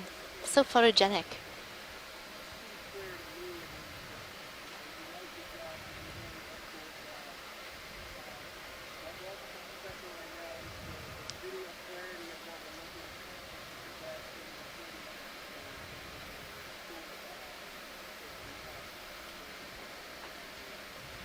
I haven't seen the lasers lately. How large do you think that is? Okay, taking off. Well, I think it's actually pretty big. Maybe laser one last time. Yeah, I want to get the lasers no, once foot more. on, Sure thing. foot across. There they go. Yeah, about a foot across. 30 centimeters. All right, coming up. Yeah, Copy generally that. those anemones that when we see them are quite Would you like large. me to turn to port slightly? Get a new heading? Hold this for. Oh yeah, actually, I've I am seen to them your in a port. number Yeah. of color morphs, Why don't you so center like up the that slope? peach that we Copy just that. looked at, and I've also Maybe seen in bright 5 or 10 white. to port. So we're not sure if heading these are of different 3, species 4, 5 or what approximately. the species is of that anemone. Looks like that So is definitely better. Our best identification is to family. I think 3, 4, 5 might work for our next move. That's good. Start bringing us along the ridge. Another Pleurogorgia militaris off to the right. Type of octocoral in the family Chrysogorgidae. 340 or 345 would work. And I'm ready whenever you are, pilot. I'll get out. Let me get centered. Copy that. So right now, seeing a really interesting geologic formation. Tom, could you tell us a little bit about the geology of this area and why it's so interesting and what we're looking at right now? Sure, Megan. I think what You we're ready for looking that at move? is It's about a 5-minute slow delay. top. It's definitely Yes. got rubble on top of it. I but think it looks like there's 340 would be 340. good, actually. 340, okay. where it's just the top of a lava flow. 340. And that would be kind of the Ready to RV nav? pillow. Go ahead, RV now. Hey, I would like to put another ship move. Go ahead. That's going to be 30 meters at 340, 0.2 knots. Copy, that is 30 meters at 340.2 knots. Good copy. Quick zoom here, video. And build Can't quite tell what's going pillow on. shape, and that's why we keep seeing these bulbous shapes. Eventually, it can't fill that pillow anymore, and so it breaks out and builds a new one. Then you get all these little toes, is what we call them, that kind of advance. RV nav bridge, move initiated. Copy, thank you. So that's a lot of the morphology we're seeing. But then on top of that, there's a lot of large pieces of talus. Okay, can go wide video. And based on the overall morphology of the seamount, I think we're in a very large slide area. There's a lot of rocks coming down from up above. And I would imagine this isn't the most stable environment for things to cling on.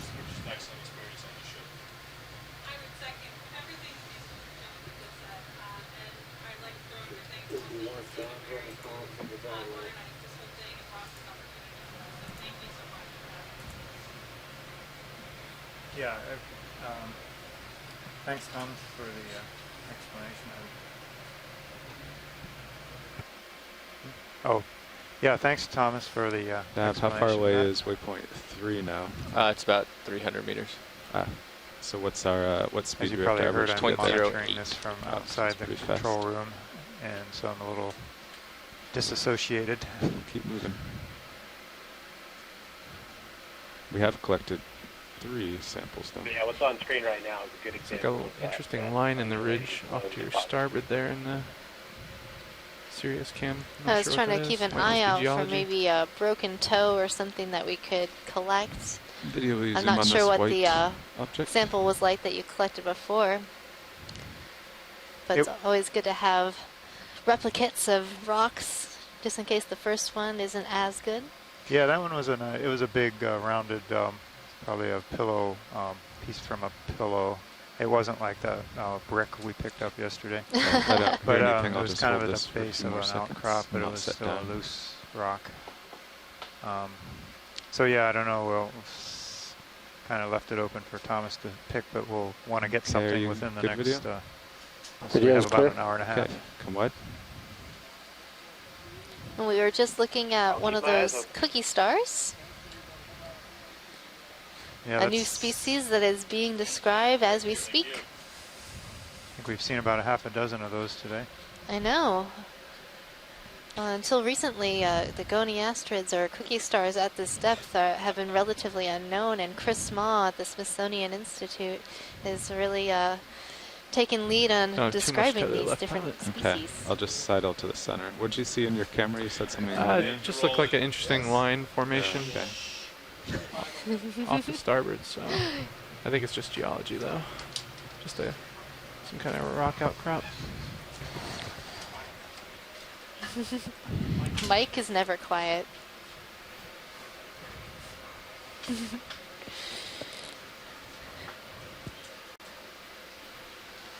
You should start feeling that move in the next minute. All here. right, so right now we're looking at another sea star on this rock. It's either in the family Phragalidae or in the family Bracyngidae.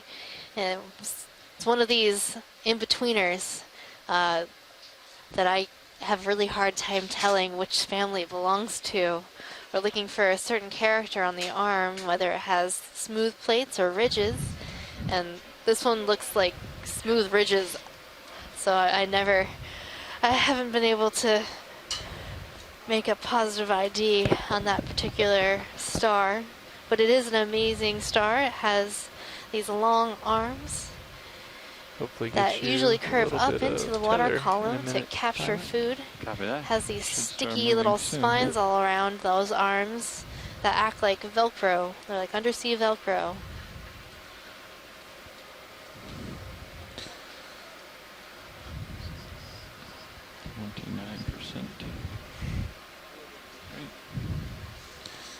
Yeah.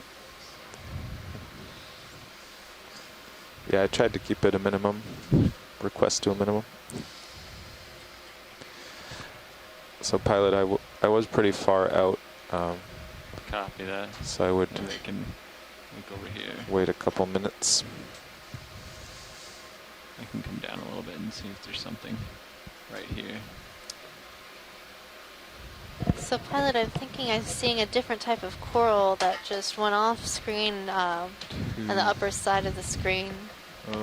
Upper side? Yeah, so if we pan up, it's off screen. Yeah, that whip in the background. Ah, over there, okay. We are trying to get some tether right now, so I'll be able to get you a better view here shortly, but in the meantime... In the meantime, crinoids. Aha! Well, let's go ahead and take a zoom in here, video. All right, this is John, your geology guy. I'm back in the bat cave now. I think we're moving, pilot. I was so lonely without you. You're just looking for extra body heat around here. Yeah, it's so kind of warm the chilly. general area. Go ahead, Bridge. Move is complete. We're wearing the same Copy hoodie that, today. Bridge. We're like a team. All right, move is complete. It started at 23:12, so Sears should be moving. Copy. That's all the awesome operations go on. What's that? That's where all the awesome operations go on. Video, can you come on? Thank you. Well, now that you're back, we can introduce ourselves for those who are just joining us. This is your biology lead, Megan Putz, and John Smith, your geological oceanographer. We're both from the University of Hawaii. Let's see what those white things are on the edge of the and rock. right now we are diving on leashed seamount in the musician seamounts. Can you tell us a little bit more about the musician seamounts? How did they get their name? So these seamounts, it's a group or a province or a trace of seamounts, about 25 individual seamounts and associated volcanic ridges that are in the north of the main islands of Hawaii.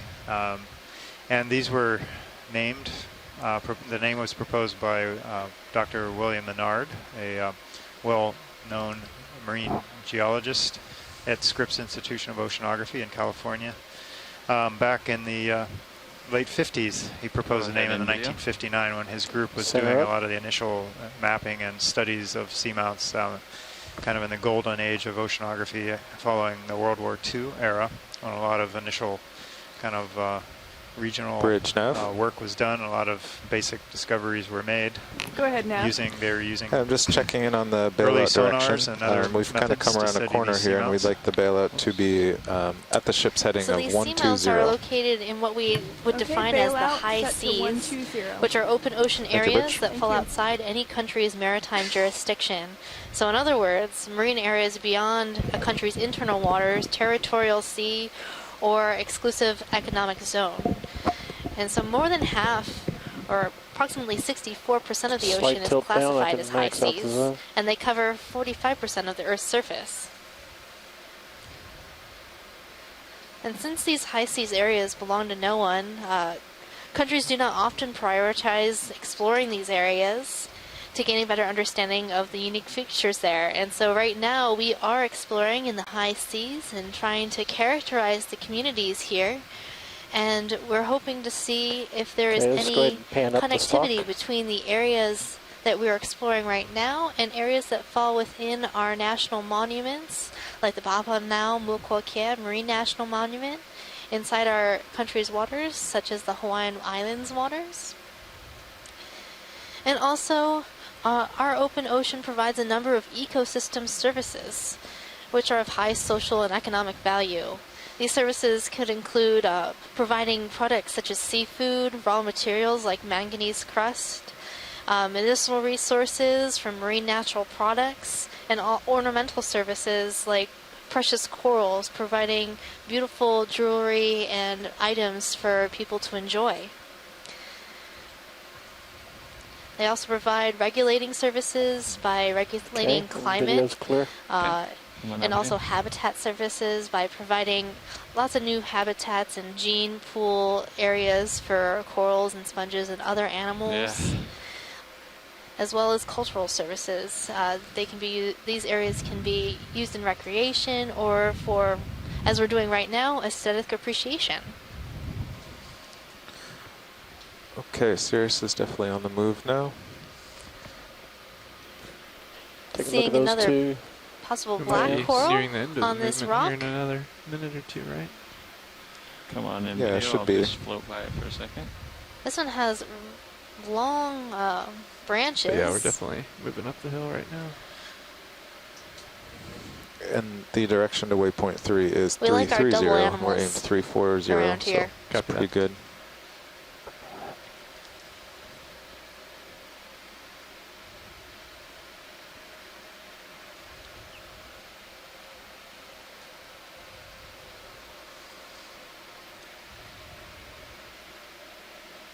Video's clear.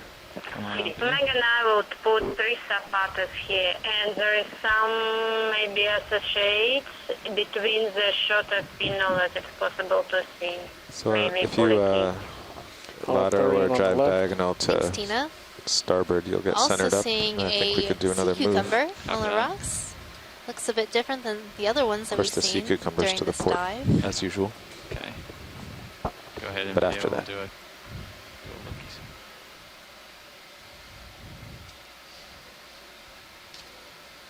The sea cucumber is likely in the family Synallactidae. It has a number of these sort of white spot areas.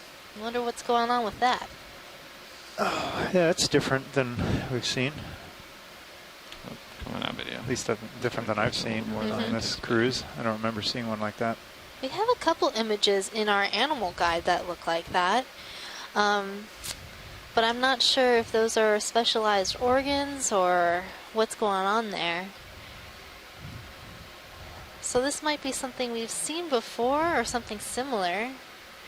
And if you're curious about the animal guide and want to start identifying organisms for yourself, you can go on our website at oceanexplorer.noaa.gov and look up the Deep Sea Animal Guide. We have a number of photos of the organisms that we've seen throughout all of our expeditions in the Capstone mission.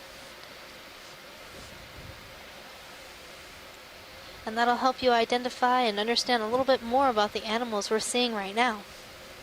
Go ahead, video. Even if you don't want to get that far into it, it's just a really neat place to look at deep sea animals. I've referred people to it before that just like looking at them. They have some interest. They just want to see what they look like, but there's pretty spectacular photographs taken with this high definition camera. Yeah, they're super cool, and then on each slide there's information about what depth these animals are seen at and where in the ocean we observe them.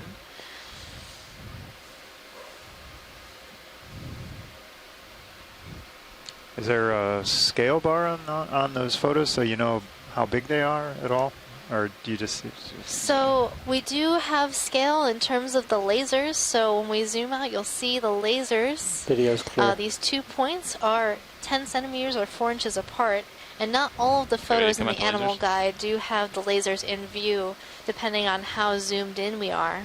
So this animal is probably about 4 inches long, maybe a little bit longer. Yeah. It always surprises me how small some of these animals actually are. We'll make a collection and they'll come up in the ROV, and in my mind they're huge, but in real life they're teensy tiny.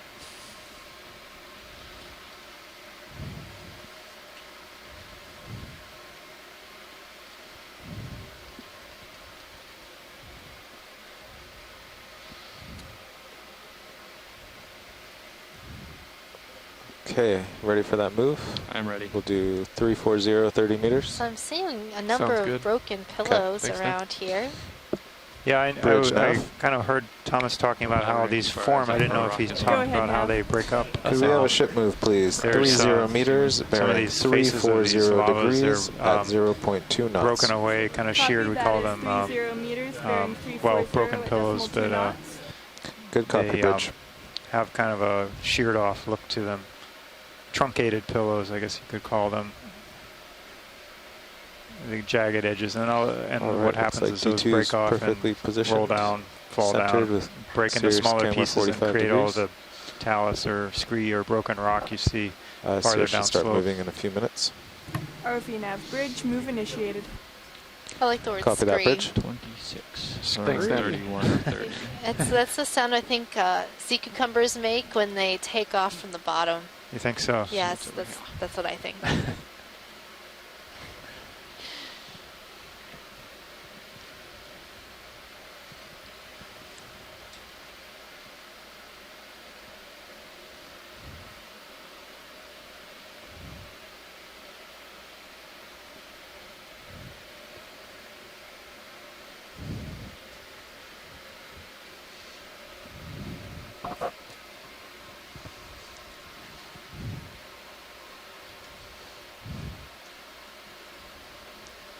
It's a white dot coming on a rock at the top of the I think screen. everybody's going to be fighting over annotating this video.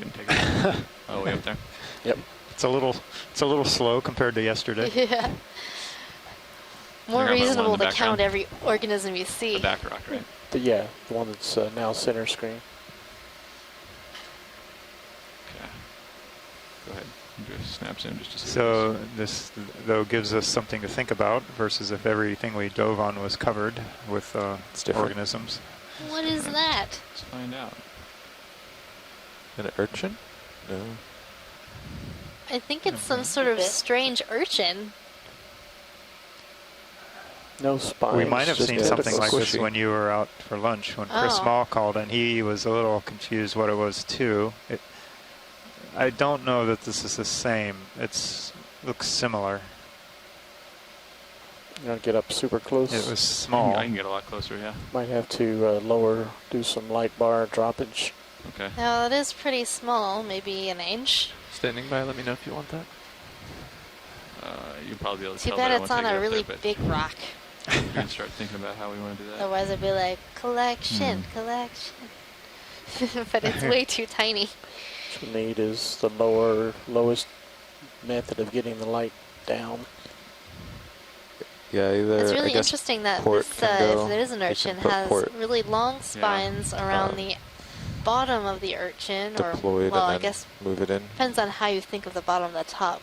So Right. the underside Meanwhile, of we the can urchin actually has zoom its in to mouth, see if it's gonna and the help. top is the opposite side.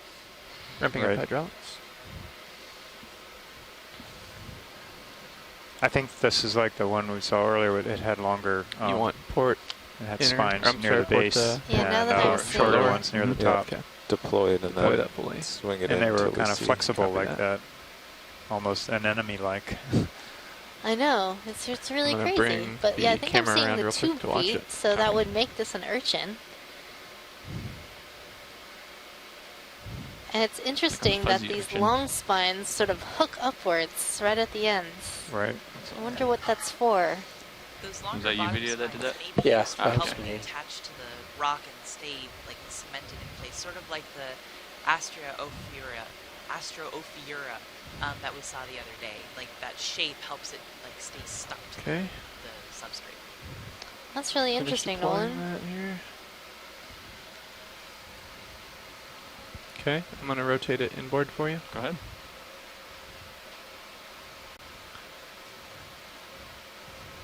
Oh, nice. That's what I needed. Is that enough? I think Maybe so. bump it one more Copy. time. One more time. Copy. Okay. So now you get a little bit more under there. Perfect. So now I'm getting more details in the arms. If you have any more zoom, I can set it up. If we It's do. max zoom. Okay.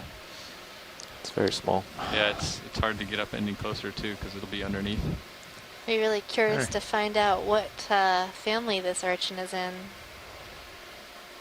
All right, thanks, pilots. I think we can move on. That's a beautiful picture. It's definitely going in the animal guide. Yeah. Do you have lasers on right now, Copilot? Oh, we do. We do. Sweep it center of it. Copy.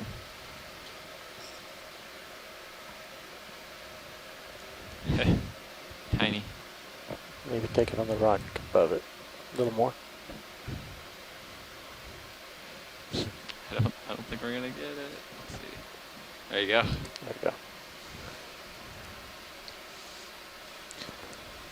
All right, Copilot, you can put that port lower back to normal. Full wide. Copy that. Swinging out forward. Thank you. Video. And Sirius is on the move. And I am moving as well.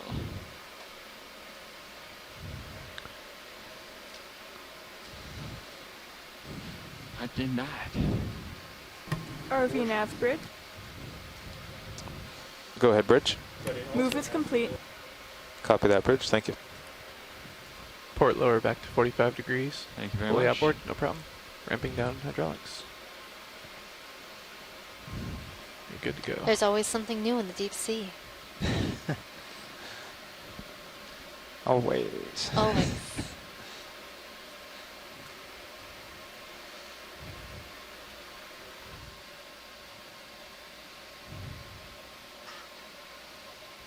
I mean, in terms of exploration, we know so little, and we explored so little of this area. So every time we dive, steep little it's face really here. likely we'll find something new. Surprising from the, what we see in Yeah, and you figure we're only Looks like a doing gentle slope. one dive on each of these seamounts, which is a very You're limited supposed area. to be at So 23, imagine 20, if you but did you're 25 dives on this 60 one deep- seamount. 60 meters deeper.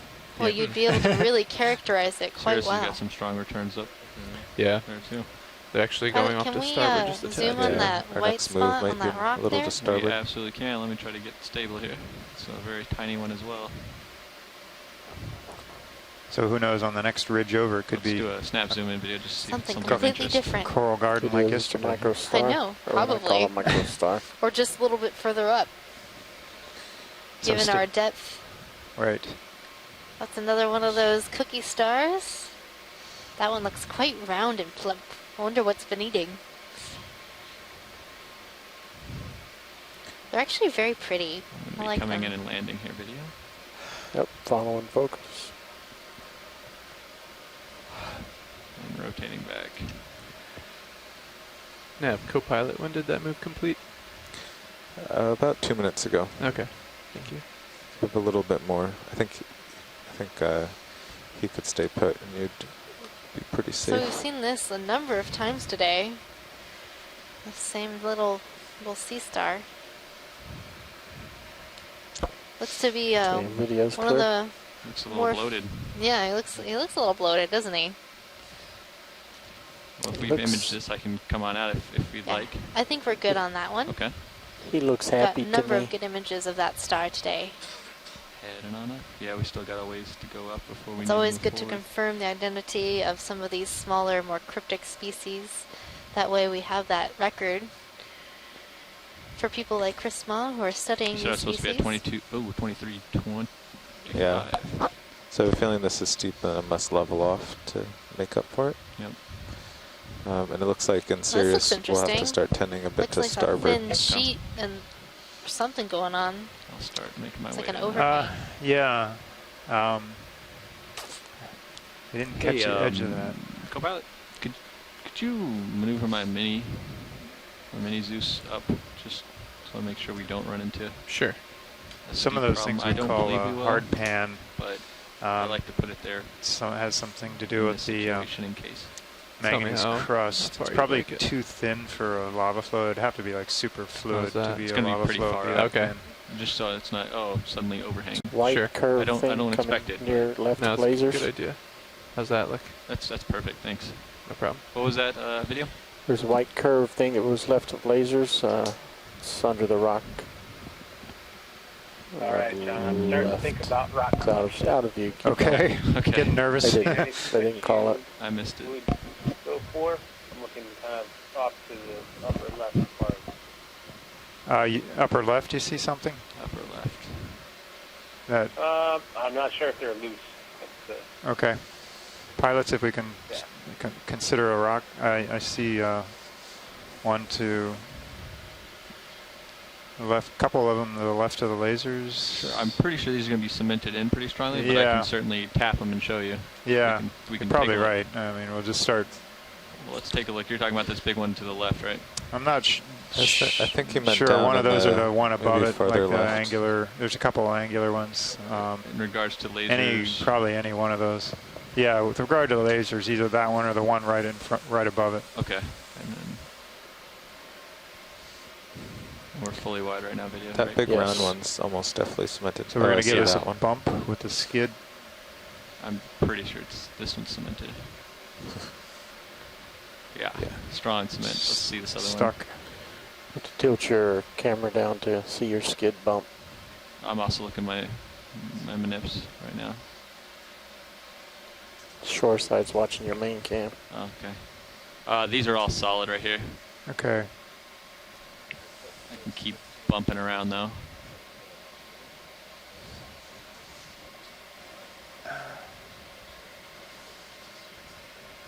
Nope, solid there. These are all going to be pretty solid. Okay. But we'll. Pilot, Yes. can we look at that anemone just Yes. off to the It was up and left? to the left. Yeah. It's right next to your left skid. Oh, okay. So far, everyone, these rocks are all, they're not moving as we bump them with the I am not seeing it rolling. Past your left skid. ROV skid. Up though? Oh, there it is. Oh, I think Now it he's closed closed. up, It looked like did a donut. close. We scared it. Do you still want to take a zoom on them? Sure, let's just look at it real quick, but Okay. without the tentacles open, we can't really get an ID. Yeah, sorry about that. See how close your Protecting himself. bump came. Hey, I mean, you good broke for a the piece of the slate anemone, off. as Video. it should. It's a cool double shot here. It's like a little donut. Donut anemone. Oh, yeah. It's a really It is interesting quite texture on that donut-ish. anemone. With some Hungry. sprinkles on there. Yeah. Max, Thanks, video. I think that's a good enough zoom. Actually, Okay. you often can Can I see see this this? texture, but it's only on the base of the column, and the most of animal Yeah, is quick bit inside. You zoom see video. the pinkish part, so it may be the same actinostelida So we I have think we're seen stabling before. out here a little bit, pilot. You But probably want to look at with the me. broken rock here when we're finished. You found a broken rock? Where your skid touched down, left of it. Okay. Now we're you looking at a broke purple the ledge. polychaete. Come on out. My left skid. I love that alliteration. Let's see. See that piece right next This to one your that the skid? lasers are right next to? No, left. Left of the lasers, I Right mean? next to the yellow line. A rock? We are looking. We were told it might have moved. Yeah, that rectangular one would be. Oh, the one the laser's just passed? Right above the laser. That's the one I just thought you were talking about. But give it a. You could poke it with the craft on it. You can't get the skid in there. That'll be a lot easier. You see the cracked line on the left? I'm going to poke him with the manipulator. I'm going to go ahead and land here. Do you see the inside of this rock that's broken? It looks like that weird conglomerate that we've been seeing. Yeah, so I think that's... hydraulics. Oh yeah, go ahead and get them ready. Yep. The manganese crust cementing, like HPU sediment, enabled, hydraulics ramped up. That's flowed downslope.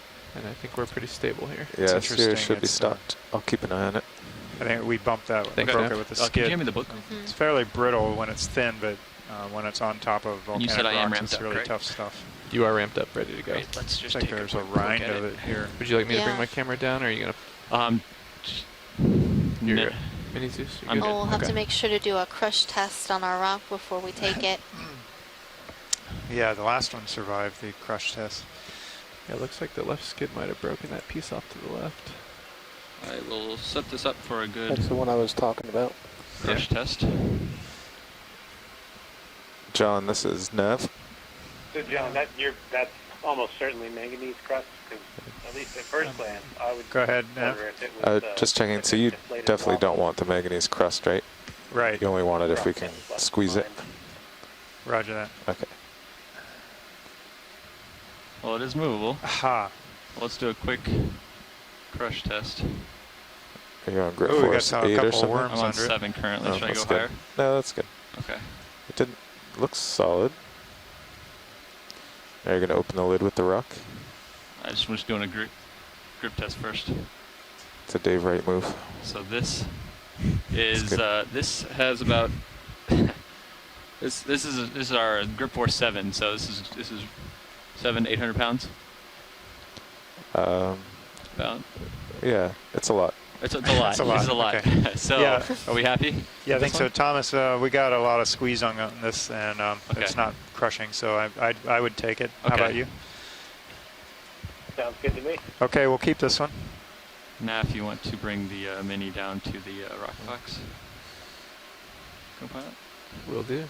Co-pilot, will you also winch up a little and tilt your camera down? Copy Just that. keep an eye on things.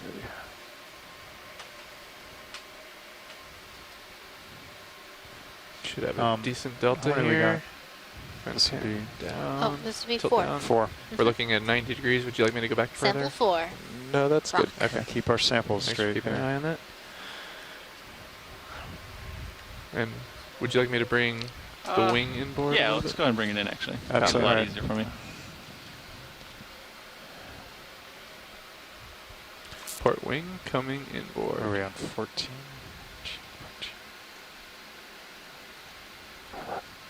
How's that? That looks great.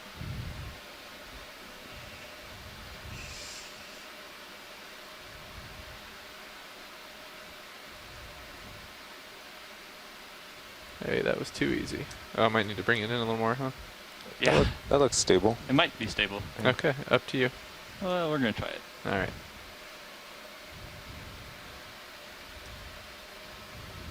If you brought it in more, you might cover up the rock.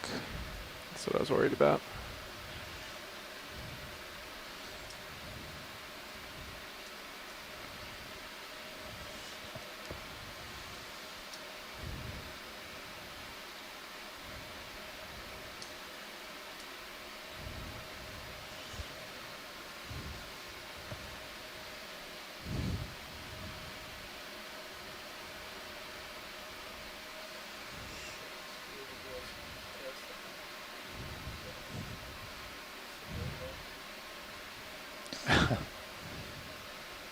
Well done.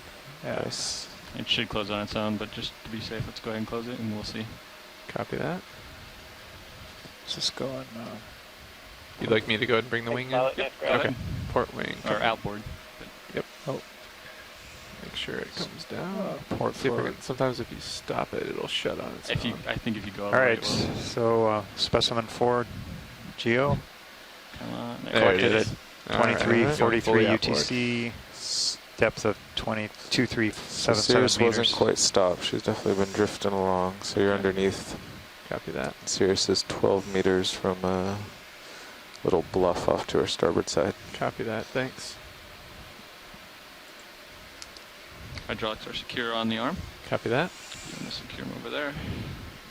Gonna line your mini Zeus back up. Actually, I'm gonna push it back up top if you're okay with that. Thanks.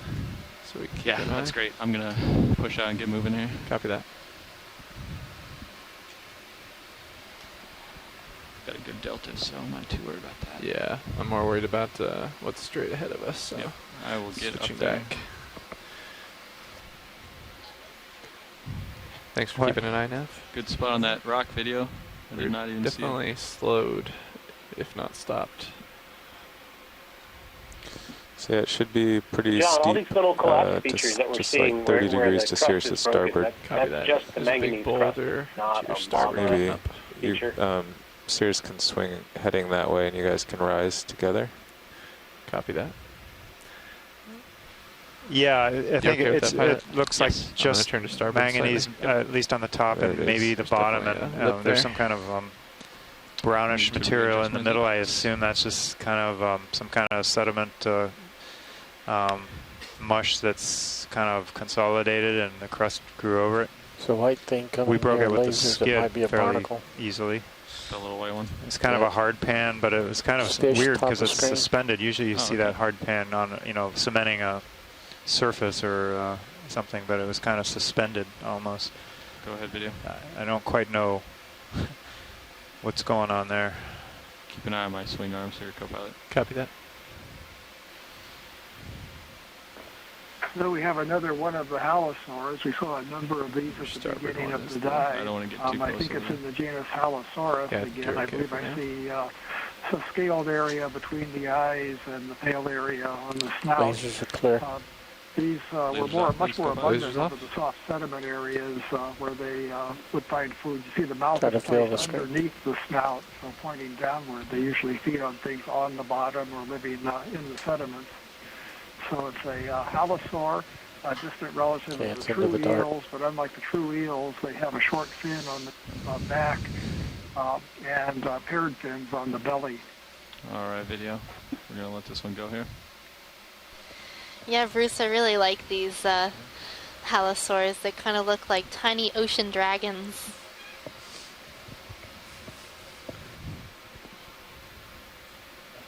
The name halosaur means salt, Coming back to hallow, and lizard, Copy that. saurus. As I come up, Halosaurus I am still is coming up. Yep. part of the name of the Maintain dinosaurs delta. too, the dragon-like animals. So yeah, miniature dragons. And I'm guessing we're gonna want somewhere between 5 and 10 degrees heading. Maybe a little more. We'll Slightly see. more to 10, Probably 10, maybe even 15. but I think we got a little ways before I'm going to need to move. Yep. We'll let you jump up this cliff here.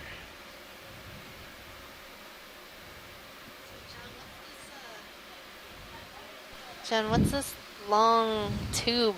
It's a tube of lava. Oh, is it? Yeah, that's quite impressive. It's like a really big pillow of lava. Can you look with around the bottom edge Looks of it? like the downslope front end of it is fractured off. And then there's another one down below it to the slightly steep. to the left of it. So that's how this lava at that. mobilizes downslope. It's wild. Forms these pillows and occasionally So a we tube. will be on lookout for overhangs. That's a Copy great that. view. Yeah, it is a pretty big. Underwater wave. So all these other little bumps, rounded things, are smaller versions of that that you see. And occasionally you see some really big Looks ones. like it might start to level off a little higher up. I don't know. Not level off, but it's not a cliff anymore. Yeah, definitely. So Sirius is, about 1.5. That looks pretty good. There's a big boulder 37 meters out that might have some interesting stuff on it. Okay. Maybe we should head for that. That is, That would work for me. You want to go maybe 020 and line up on that? Might be some biology on it. I'll head over there. Copy that. All right, we're pointing roughly that direction. That looks good. Is that something right there, video? If you want to do a quick zoom. It is a rock.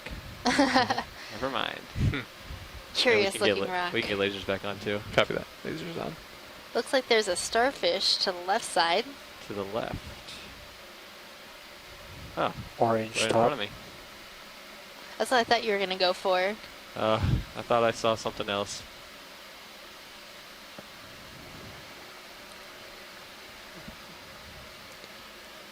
Looks like it must What be is sitting on a this coral. starfish doing? Is he missing an arm? I have no idea what's going on here. I think he's giving the goal. He's doing the fandango. He must be. No, that was Sitting on yesterday. a coral. Or was it? That was Paganini. Oh, it must be feeding on a coral. We just didn't see the coral. Go ahead and video. Starfish doing yoga. Starfish yoga. So the coral that this starfish is feeding on looks to be a primnoid coral.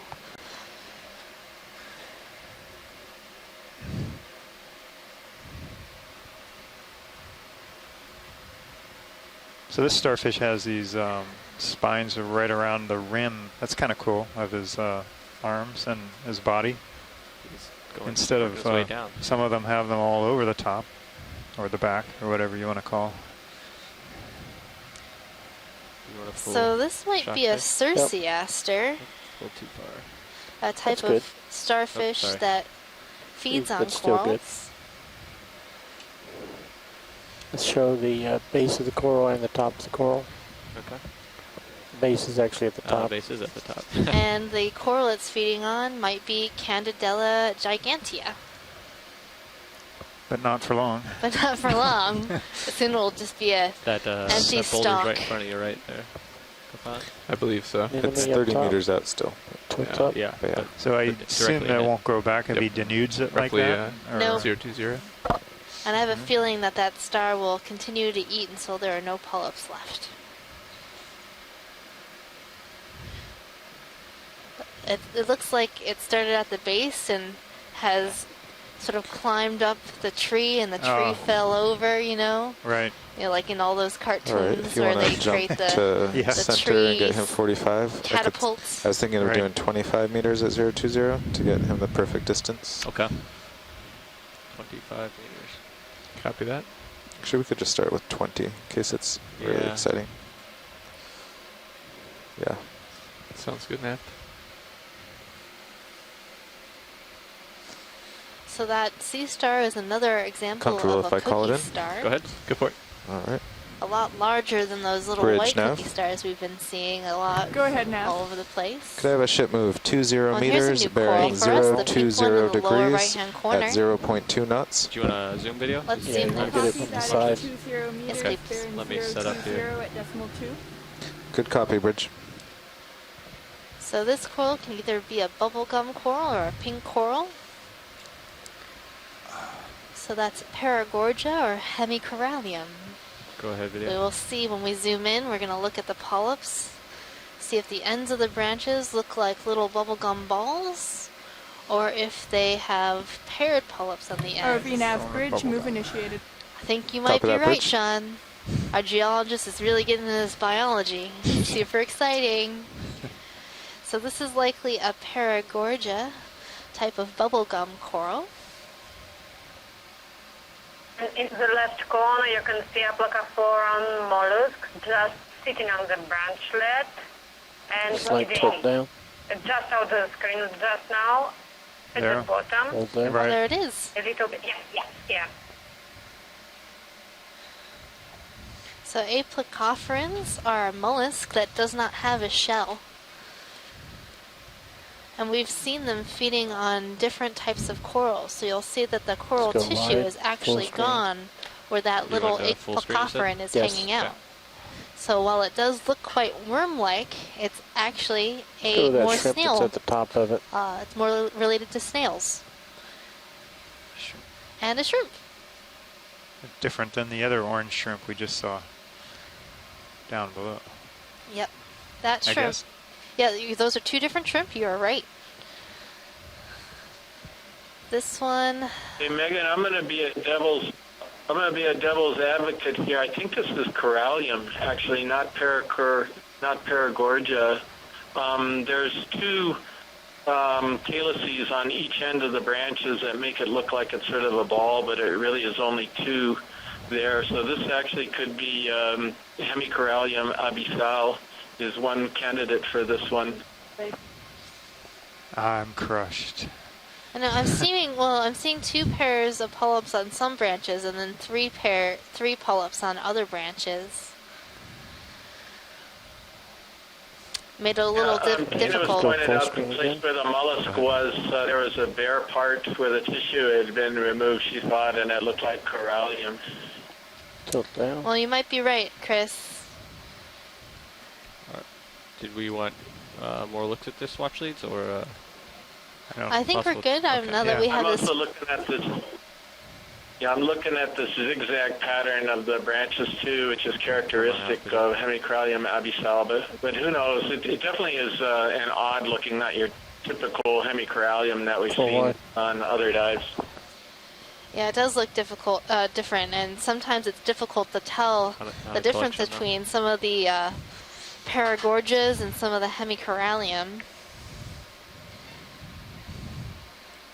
Okay, take it off.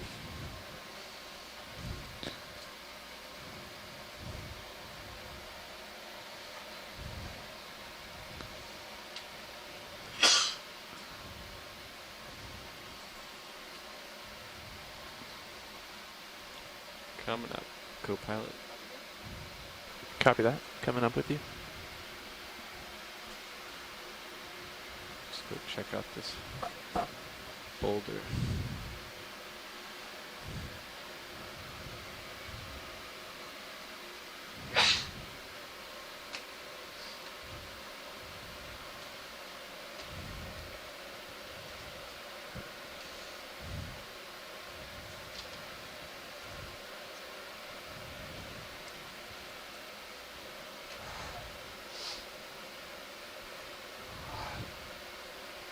ROV nav bridge. Go ahead, bridge. Move is complete. Copy that, bridge. All right, so the move is complete. Sirius is slowly moving towards that boulder. Okay, I'll make some progress. Heading looks perfect here. What's this? We got something here.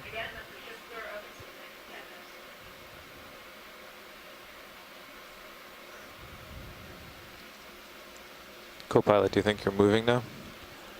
I believe we are starting to, yeah. All right, redemption time. This one looks like more Paragorgia-like. Let's see. Ship movers called in about 5 minutes ago or 6. We should be moving. Yeah, I can see you're moving now. Each sweep of the sonar is a little closer. Watch my starboard swing arm on this one. Co-pilot. Copy that. Go ahead, video. I'm going to center it up.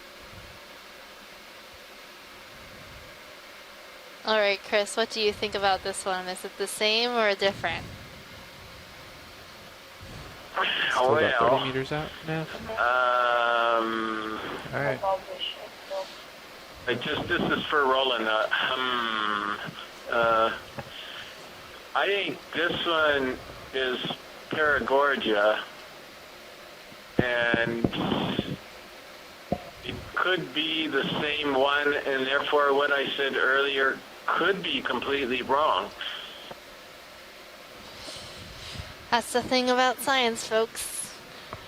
The only way to know for sure would be to get a sample, and we can't sample everything.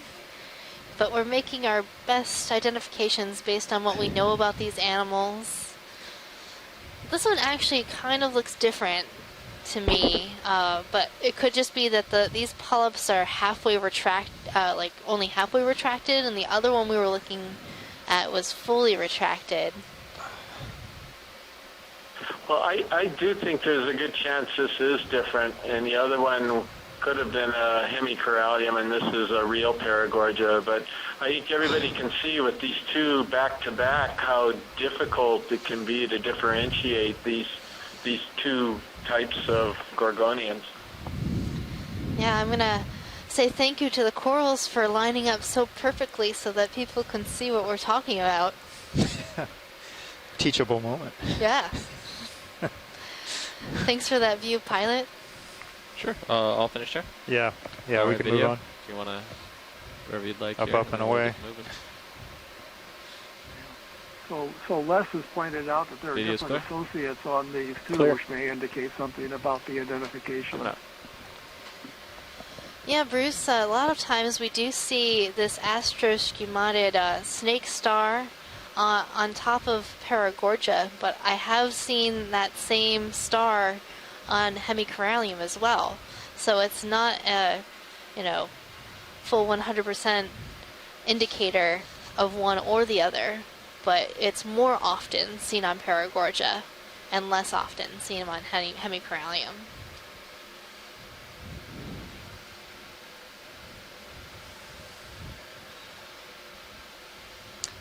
Another one of these crinoids.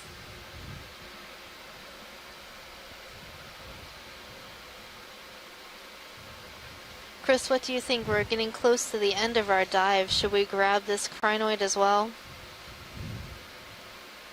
Yank it. All right. Yank it, Pilot. Copy that. 50 years before we cut it. I'm glad there was such a well thought out plan there. I think more gently pluck, but... Okay. I'll get hydraulics ready. Could we get a close-up again right at the top part of the head of it again to see if those little cirri are on this one as well? Sure, we can. Just set up real quick here. That is before you yank it. Can you joy life me right here? Sure thing. Set. Thanks. So just a quick snap zoom right where the stem attaches to the arms would be perfect. Go ahead, video. I'll try to... actually, it'll probably float right back in front of me. Of course Yep. Yeah. So Pilot, this one will have to go into starboard inner. See, one of its beauty shot. If you snip it at this there's angle, then it will be other in little line with the crinoid jaws. attached right underneath of it. No, from below. Oh. But I think I am seeing those that way little... when you go down, it goes in. If you...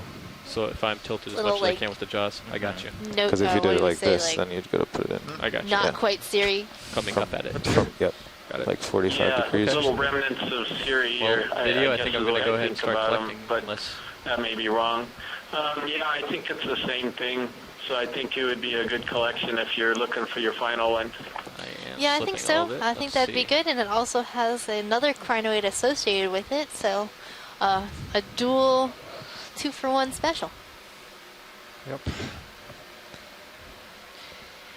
It's also an interesting association. I'm not sure if we've seen that very often, where we have a stalked crinoid with an Co-pilot, unstalked could you crinoid. turn your heading maybe to just, 030 on the or so? And stalk. tilt your camera It's down. like, oh, Then you should I be able to lost be my hands off stock for in a few evolution, minutes. but I've regained my stock by associating with somebody who has not. Yeah, I think we're got starting to rid of settle their out here, stock. so that should be that sounds good. really mystic. Looks good. I'm going to come a little bit more than 30. I don't know if they Okay. think that much about these sorts of things.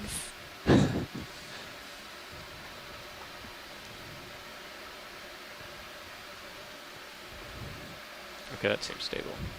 I like that. Would you like me to keep an eye on you? Oh, absolutely. Could I get that book?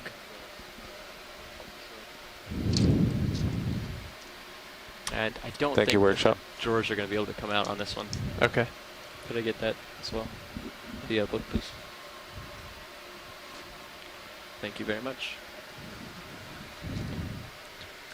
The drawer is ready whenever we are ready Okay. for it. I'm probably going to have to come off. Go into auto. Go into autos. Yep. There's not much current. Should be Auto good. depth, auto heading. And you said I am spun up, correct? You are spun up, ready to go. Excellent.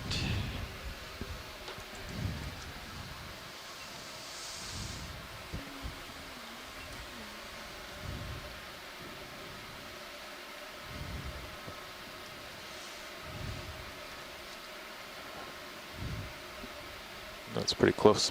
It is a lot closer. Maybe I can come up from the back. I think you might be able to get it from here if you just go down and then really up on the wrist, but... Oh, I see what you're saying, yeah. Like picking a flower. You've got a lot of options. And once it's close to the jaws, you can also, move it with the jaws a little.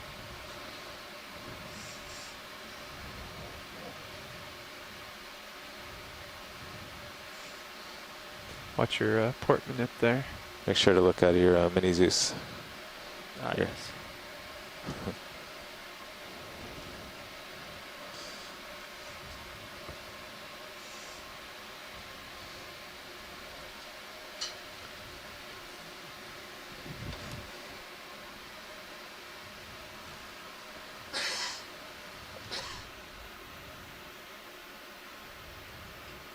I think that'll do. At least it's angled away a little. Yeah. If you can't get up any higher. I cannot. It's better than having it the other way. Unfortunately. You could even push it. Well, no, then it would be stuck. Yeah. I think this is going to be for the position that I got. Yeah. Okay.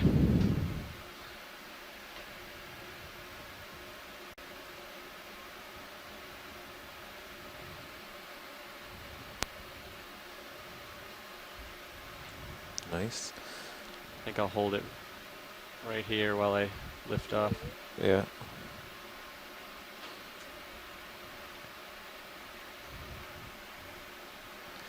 So I would advise moving the port upper swing arm in. Okay. Oh, and so that you aiming can it see in down there. so you can see the box. Yeah. That's a good. Yeah, if you could take care of that. Port upper swing arm. Yeah. If you stow it and then actually you can leave it as it is because it's down now. Yeah. If you stow it now, you'll see that the box lights up. Copy that. Port upper, correct? Mm-hmm. Yes. Copy that. Delta's good. There you go. Okay, I'm coming off. Stowing now.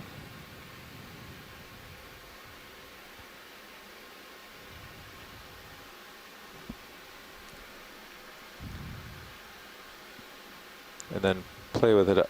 Maybe go up a tad to see if you can get it to light up where the box will be. That's a full stow. You want me to move it up, you said? Yeah, just a touch. Yeah, see that? Sounds good. Oh, that's looks nice. good. We'll go ahead and come on out with it. Copy that. Extending drawer. Are you in auto position? I'm in auto depth and auto heading. Can I Okay. hold auto XY, you think, with this cliff face? Yeah. Okay. I think so.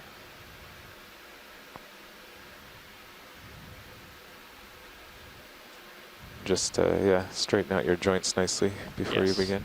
definitely. I don't even know where they are. I know. Okay. That is full extension of drawer. Copy that. Thank you. No problem.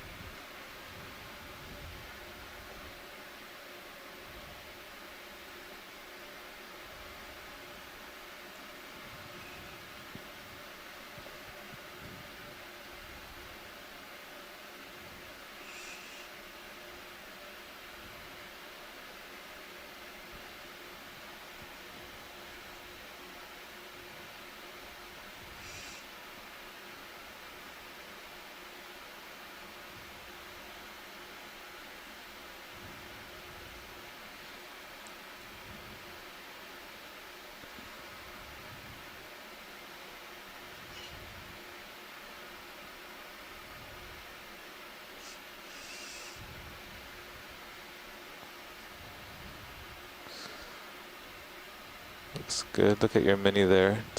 I'm going to come back just a little bit. Yeah.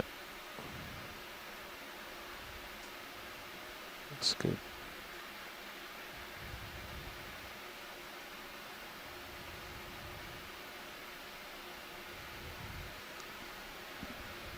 Oh. Can you zoom in on the mini, Zeus, Roland? And Copilot, if you could just Copy that. Just double check in here. Just want to make sure it's all the way in. Maybe It's just not. wiggle your wrist a little, wrist roll, jaw spin a little to make sure it's in there.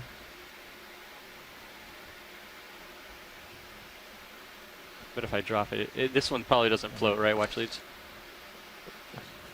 Okay. And then if you give yourself a bump Or do you want me to bump you up on your Yes, altitude? please. Get Yes, some if you flow could. down? Okay. Moving your set point up a little.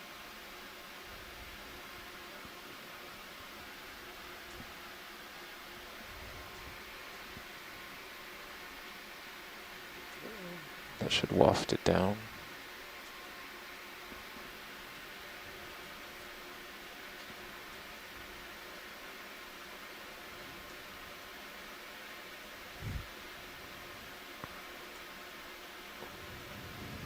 There we go. I don't know, look at Mini there.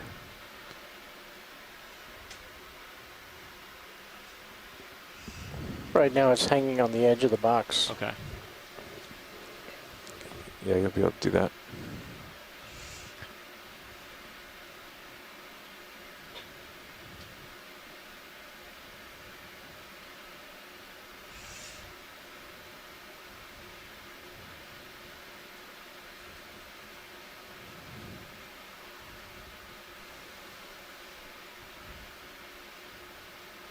Is it sticky?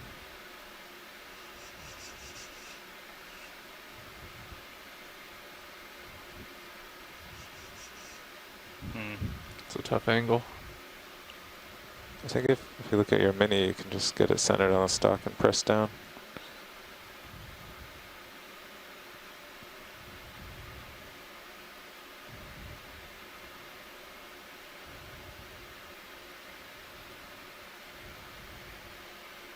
I think you're on the divider.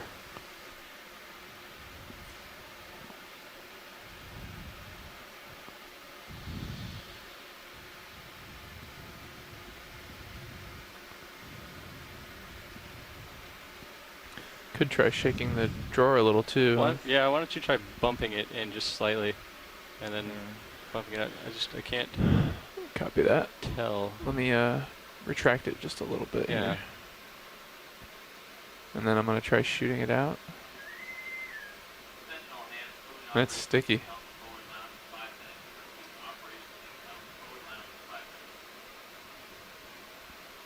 It's not dropping. Okay. I'm gonna come back in.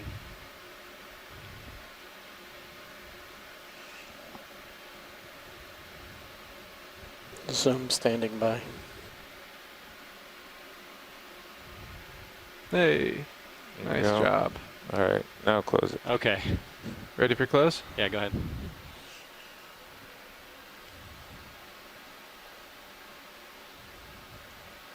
Nice work. Good job.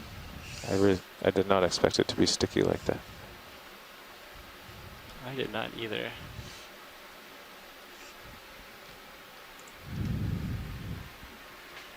Arm secure. Copy. Bringing minis this round.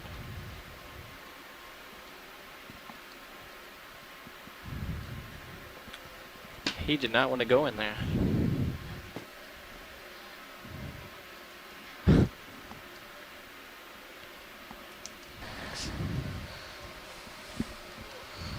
Alright, so we've collected 2 different types of stock crinoids today from 2 different families.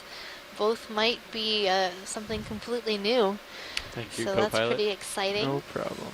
Especially for you Nice Conoderm fans out there. We've seen Spinning a down number of hydraulics. really Unless neat you actually, do you want me to put like that upper sea yes, cucumbers, starboard arm back? Yes, Okay. sea stars, crinoids. Was that in the pull down stalked, position unstalked. previously? If you go Sea out, urchin. I believe it's It's been the dive of the it might be crinoid. down. I get those confused. And the dive of the You'd be able to Econoderm. see. Yeah, we'd moved it up. Yeah, it's full down. Up is Start up out and down being are dive with normal the when fish. you're in, and then when you're out, they're opposite. Okay. So during that move, I think if Sirius just comes maybe 20 degrees back to port, you'll be right up on a nice incline. I guess you should work your way over first.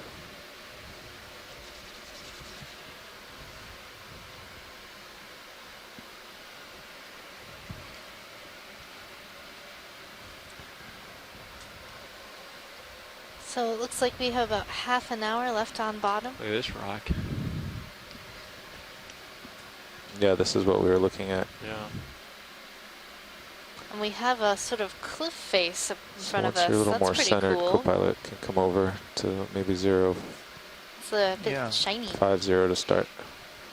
Get my delta back here. Is that starboard upper out? Like, is it facing backwards, the light?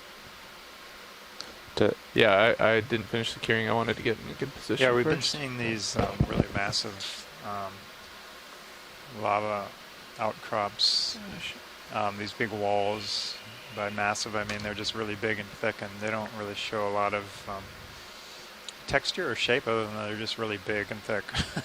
So they could be exposed intrusive complexes that are erupted on just the forget surface, about the and swing then arms for we've now. had Let's mass get you guys wasting events oriented. and land slid So away and kind of, if you come up and carve if them Sirius out comes from up and turns so we're seeing, maybe like, 20 the degrees to interior port, of the volcano. you guys should be facing the slope. That's probably Copy what's that. going on, or it could be they're just really, really thick lava flows. But we're typically seeing more like pillow lava flows in these areas. So. Okay, headed up with you again. So between lava flows that erupt on the surface and lava flows that are under the surface, are there any differences that we'd see between those two types of flows? Well, the volcanic material that doesn't erupt on the surface is usually referred to as magma, and then when it erupts on the surface, it's referred to as lava. That's okay. I think generally the chemistry from the same volcano is going to be the same. There would be differences in crystal growth, crystal giant structure. boulder to grapple with in front of you here. Yeah. You got Would your one mini type Zeus of looking basalt up. be stronger than the other? Well, yeah, as far as physically stronger, we facing up saw slope? that yesterday with some block of this really What blocky was the heading? material. Now this is interesting. We're seeing about like a 0.035 right now. Lava Are you over happy a with your more sonar? massive Yeah, I think it's pretty centered. inside. Great. Not I'm quite center sure what's up on going you on as there. I This is continue kinda up here. interesting. Copy that. You got a big something It's like in a your upper right mantling corner there. of this. It's like a flew. Is that a like a brittle later lava flow flowed over an earlier in place You're a little boulder early. or something. I'm not really sure. It's kind of hard to tell from this close-in view. Oh, okay. Both of I us don't are know still if, going to be here, so whenever you want to take Thomas it, has any feel thoughts free. on what I've we're had seeing some here good in time. detail. The more you start analyzing it, I don't know. Some of this is Getting some heave here. Go ahead. starting to hint at emission textures, but that's nice. Video, do you want to do a zoom of this? See a lot more from It's up to science. Okay. sometimes what can happen is you get a I'm lava not hearing flow anything. that kind of Well, we comes can look out, at it at least. and then Yep. it cools on the surface. Do you like and then it lasers? gets On or filled off? in from Off. underneath, so Off, it'll coming off. inflate up, and so you get kind of the small scale flow. I'm gonna feature float at on the up top, with it, and then a more video. massive characteristic inside. Yeah, it's a little confusing because we're seeing like both this massive outcrop walls, and then we're also seeing obviously superficial flows and pillows and things. So it's a little weird. And it is a little hard to just do the geology from kind of a close-in view. So I'm just going to keep on going. that's why a lot of times I actually like looking at the Sirius camera when it's well lit. Just kind of getting the broader picture. Yes, copy that. Watch leads. You're full wide.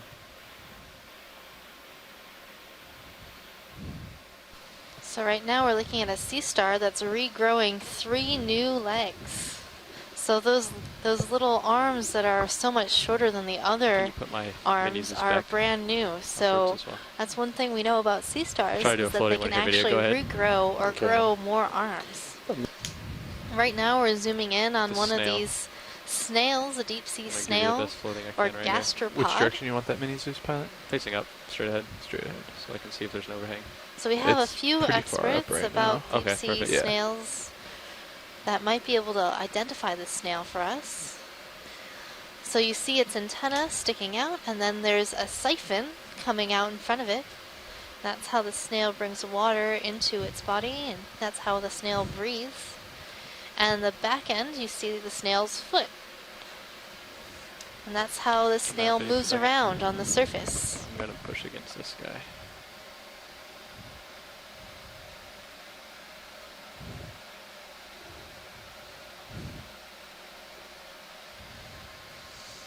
That was a great view. Did we get what we needed from that? Yes, thank Oh, you, okay. pilot. Perfect. You're full wide. So we can often identify snails based on their shell. So we're looking at the number of whorls, or the spiraling nature of the shell, and what that shape is, and what shape is the opening of the shell. There are some other characters in the soft parts of the body that might be useful as well. But I'm no gastropod taxonomist. And there is a black coral, just almost the center of the screen, and I guess it's a Chrysogorgic.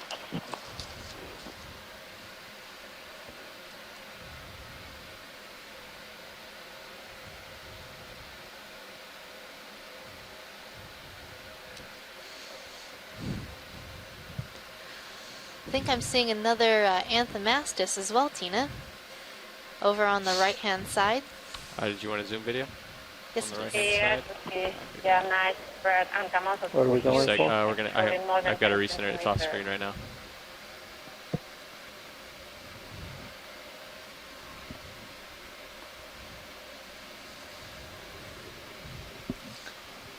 So this is a type of soft coral, often referred to as a mushroom coral. This right here? Yes, that's the one. Go ahead, video.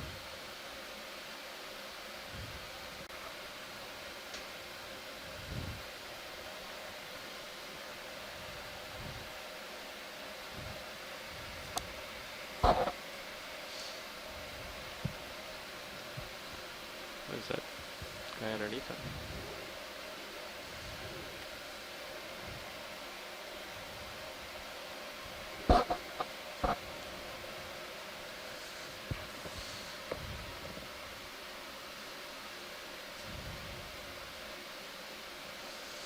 And there was two of them here. We have this larger one, and then there's one that's just one polyp right below it.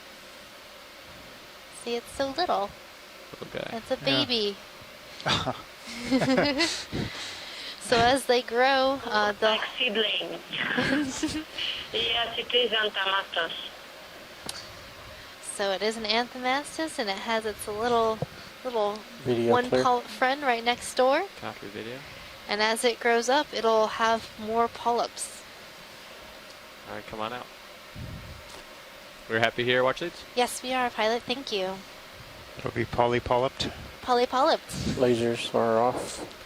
Let's go ahead and bring it back on. Copilot. Lasers on. That's kind of fun Thank to you. say. Polypolyp.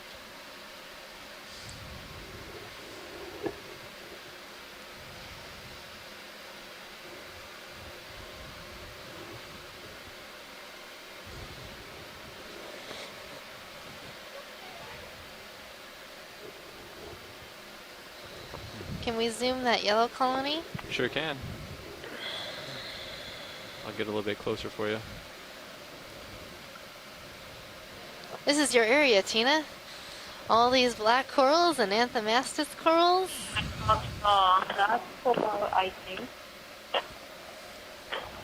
Just Got a little more tether right now, pilot, but it might run out soon. We're gonna come in on zoom on this yellow colony first.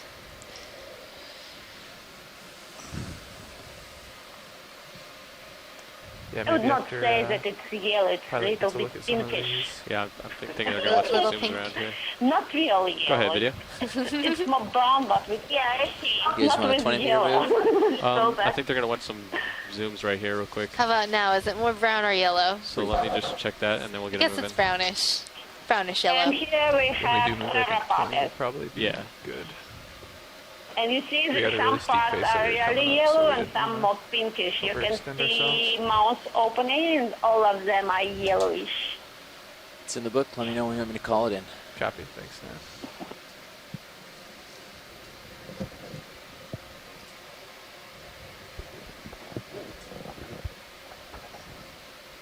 And I believe the direction will be 030. I'm not sure what our previous move was.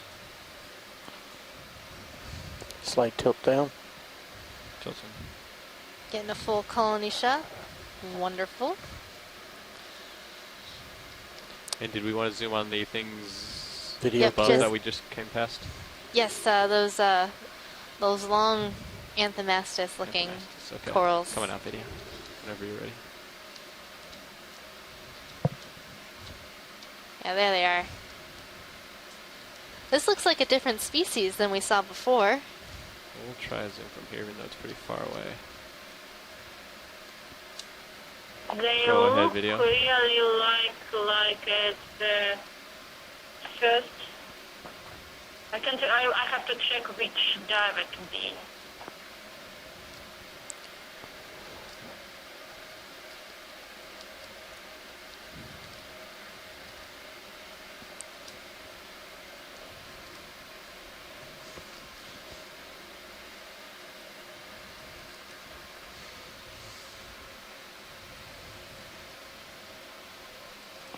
We collected the Antamastus several dives ago.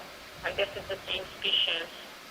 It does look a lot like the ones that we collected in that field of Anthomastus. We got 4 different individuals because they just happened to be all over this one rock. It looks like that middle colony is sort of budding off into a new colony. This is really unusual. It would be nice to have better shots. I never have seen something like this before.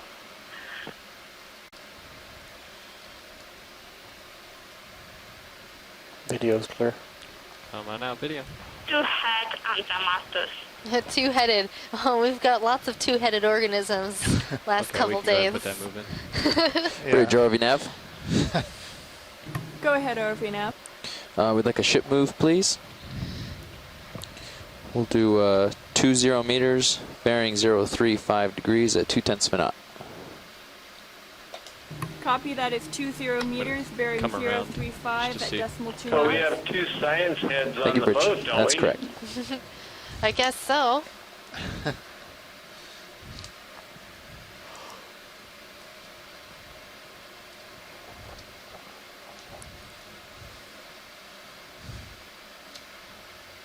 It's one for each of us, John. Oh, wow. You can have mine. Okay. ROV nav. Oh, have we seen any of these Norella-looking colonies yet today? Ship's underway, guys. Let's zoom on to this white colony. I think that might be a new zoom for us today. Copy that. Let's go ahead in video. I'm going to try to float in towards it.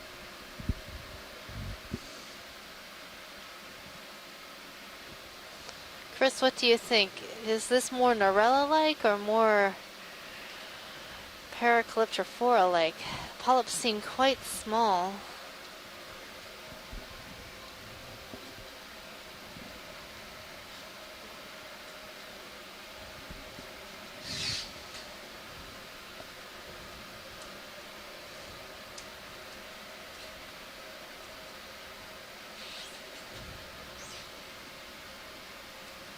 So what we're looking at is the body scales along the polyps. We want to see if there are 3 main body scales, and that would make this in the genus Norella. I think I might be seeing more than 3. Well, there's at least 3. Yeah. So I think I would tentatively call this Norella species.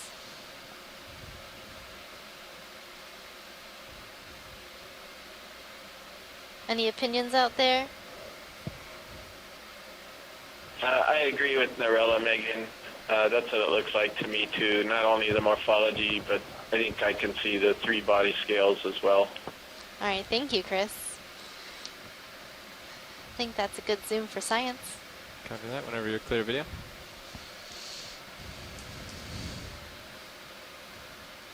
That was at 3-0, the last move. Yeah, the one tricky part about identifying live crinoids like this is a lot of the taxonomic description where they talk about the polyps facing down or facing up is based on looking at dead specimens where they curl up when they die, either downward or upward. But on a live specimen like this, the polyps don't necessarily face down or up. They can be just straight out, and that's the normal living condition when they have the polyps out. So it gets a little tricky to identify which genus on that basis.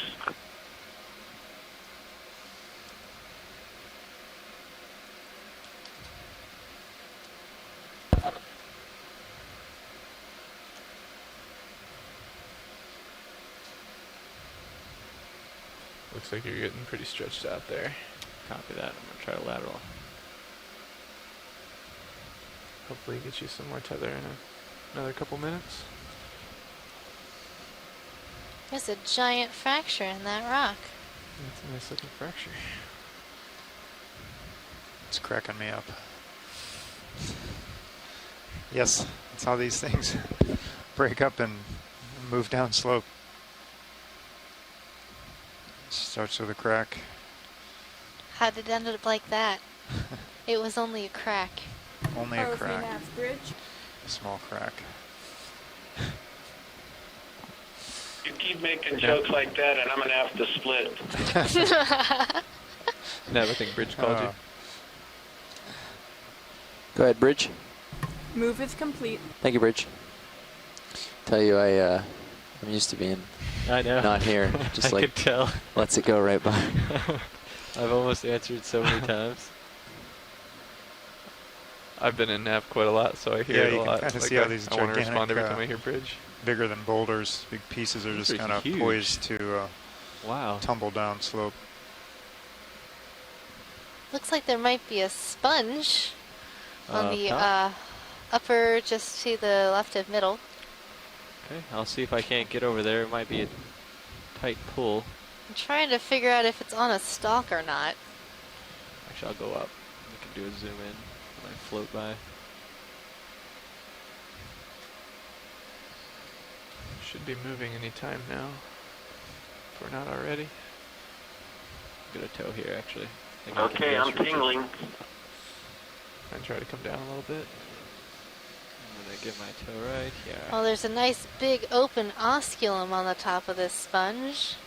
It's quite round.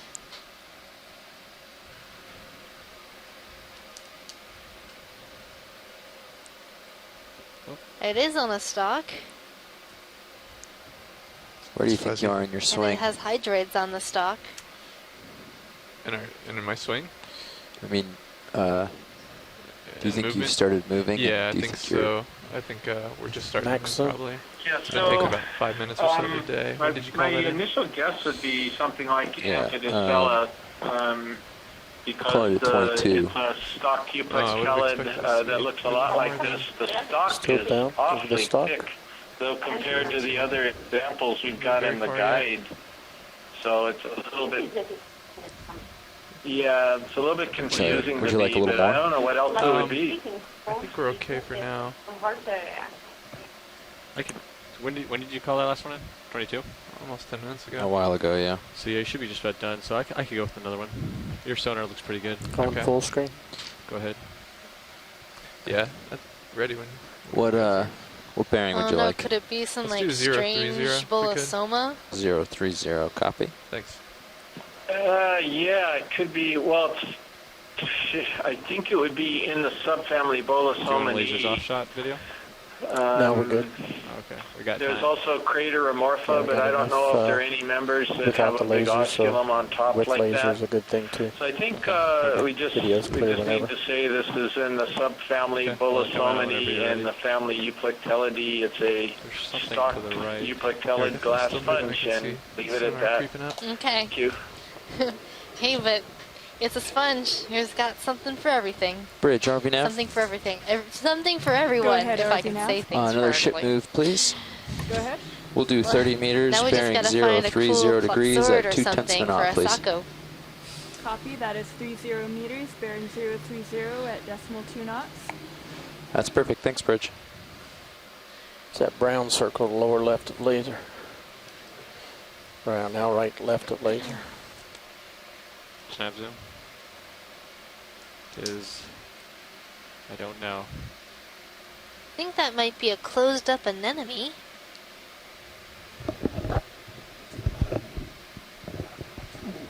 It sort of plastered itself close to the rock. ROV nav bridge, move initiated. Thank you, Bridge.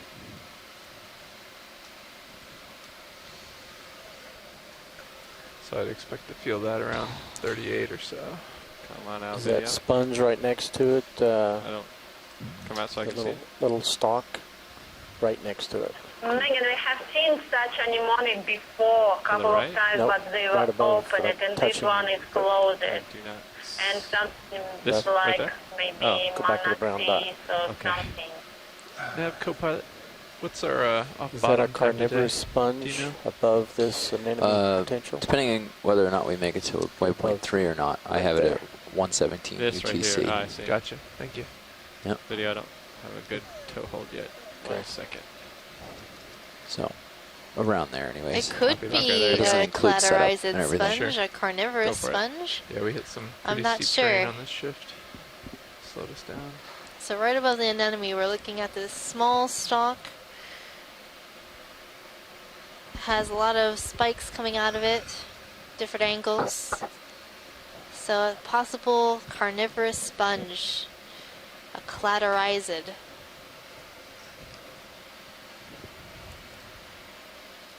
Yeah, it could be. I would agree with you and Roland. It's a little hard to see because it's got something on it.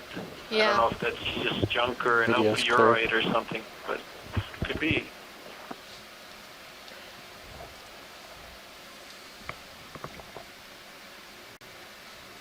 Did we want to go for a closer view, watch sheets, or? I think we're okay with this. Okay. It's covered with stuff, out, so yeah. it's going to be hard to see either way. Yeah.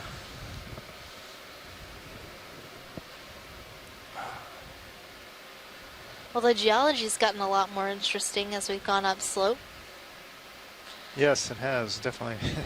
More prominent, more relief, more weird shapes, and a little bit confusing at times.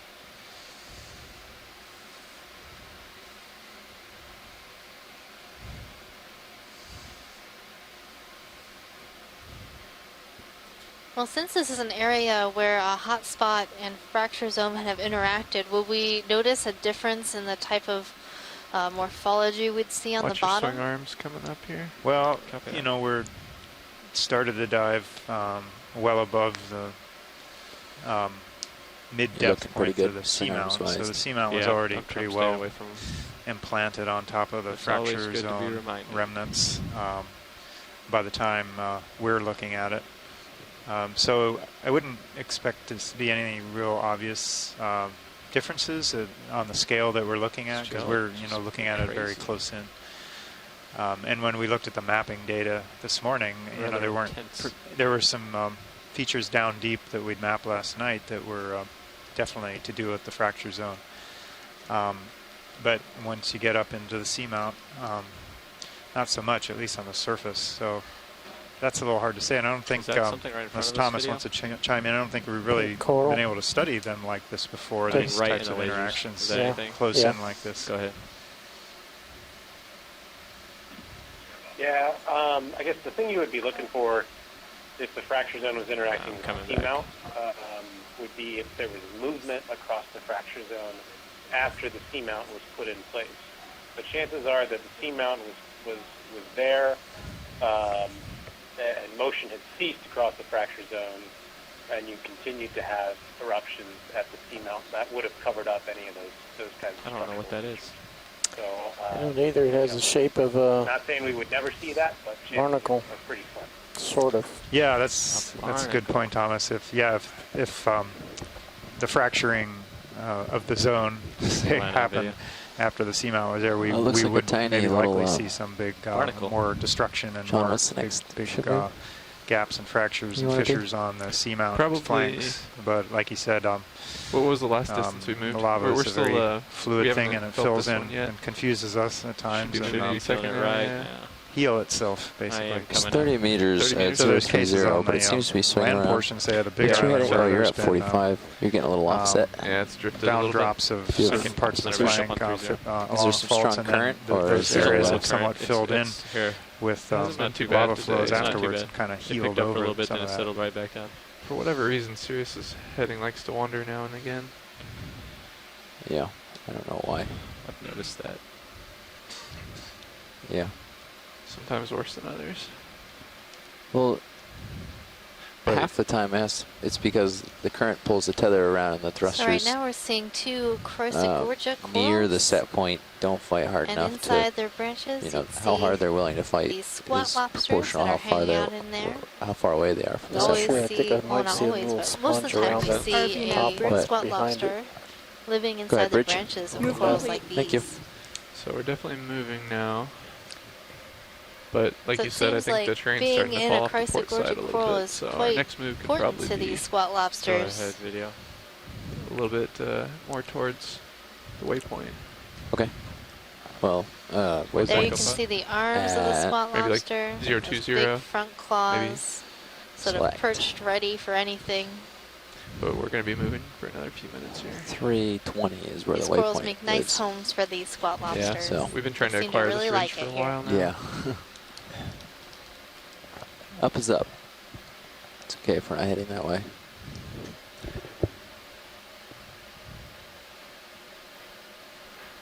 Yeah, my guess will be 020. 020. So you can see Copy the that. chelepeds. Those are those claws Scribble and it the down. arms. Can Could really even see all go the a little bit more port if we wanted to. the little sensory Little hairs. hairs on the claws. They stick out farther than I would have thought. Help him feel his way around in the dark. Mm-hmm.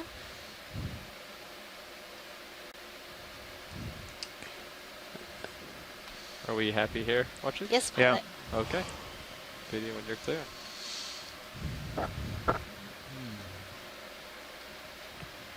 The interesting sponge around to the left behind it. Around. Oh, okay. Let's see if I can get a shot on it. I think it's a sponge. It's a really interesting geology around here. Go ahead, snap some video. I'll try to hold. I think this is a small Polyopogon sponge, type of glass sponge that has a lopophytus attachment. So those are those little hairs or spicules coming out of the bottom of the sponge attaching to the rock. Clear. Come on out. Nice spot there, video. Yeah, completely agree, Megan. Nice spot there. Oh, there's a fish up here too. A fish? Yeah, let's see. He's a long Haven't one. seen fish for a while, have we? Not for a little while Get back yet. here, fish. Big fish. Oh, it's a big fish. Oh, Go wow. ahead. That's Go to his head. They want to get the Oh, okay. tip of its head. Go ahead. Ooh, set him up for be measured. Making you work for it this time. Yeah, so Video. this is another one of the That's the way I cutthroat like it. eels like we saw yesterday. Lasers are clear. Looks like the dorsal Okay, fin lasers off, origin please. is very far back on the Lasers body. off. Thick-bodied eel, Drifting away. large, like the one that we saw. Let it go down I the think body. It's probably the same Okay. species, Synaphobranchus brevidorsalis, the short fin Then I'll get a cutthroat full eel. frame after. Get the body The one that scanned. we had Co-pilot, if you feel yesterday comfortable, let me measured know. out Copy that. at You're in good shape right now. 127 centimeters, which was larger than a size recorded in the literature that I could find with a quick It's got some search. weird Let's go full I screen. think this is branches the on it. same thing. Those circle Sure ones. does. As is often the Fighting. case, we see a lot of scarring on the Let's do body, lasers one which more is, time on full very screen if we curious. can. Lasers coming on. Thank you, co-pilot. Moving Doing it very up. They're slowly. painted. This is Perfect. the top predator in this ecosystem, sort of Okay, like the video. lion or tiger in Lasers this is clear. ecosystem. All right. Come on out. It's a cutthroat eel, Synaphobranchus brevidorsalis. Bruce, this one seems pretty large too, but maybe not as large as the one we saw yesterday. Was that a good video? Yep. Okay. I'm going to get back to the rock wall. I see the other. I was trying to get everything in the small amount of time we had. Yeah. I see the other Megan is on the chat. Thank you. Maybe I think she measured the one yesterday with her software. Maybe she can should be getting close to do the end that of our too and let movement. us know. Let me know when you feel comfortable, pilot. We can probably get another move underway. Sonar looking pretty good. Do you need to adjust? Possibly to, it's either 020 or possibly even 015 might work. That may be our finale fish.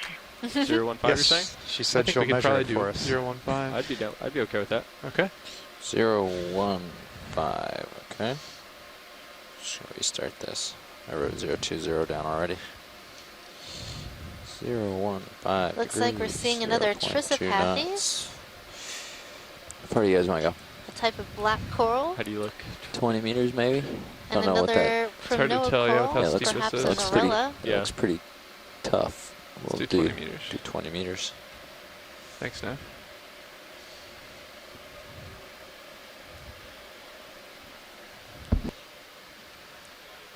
Bridge, ROV nav. Go ahead, ROV nav. Another ship move, please. Go ahead. We'll do 20 meters, bearing 015 degrees at 2/10 of a knot. Copy, that is 20 meters, bearing 015 at decimal 2 knots. I confirm. Thanks, Bridge. Starfish on a coral blowing in the wind. Starfish. Sort of riding getting whipped around on that bottle brush coral. Mr. Starfish's wild coral ride. ROV nav bridge, move initiated.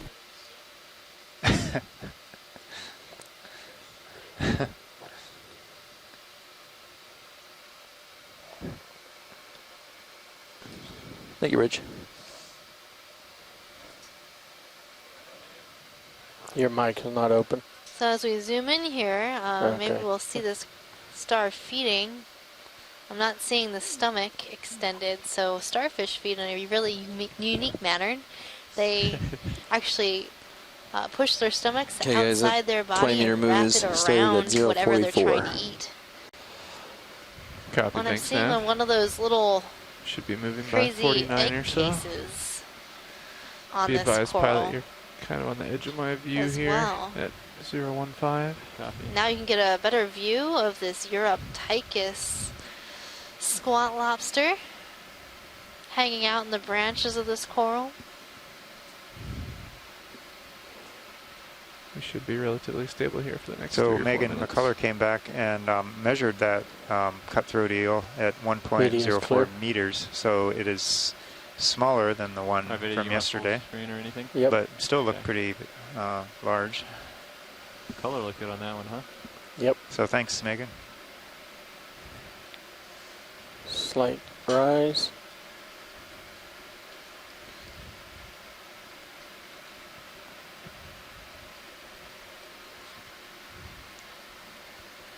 And video's clear. Okay, come on out, video.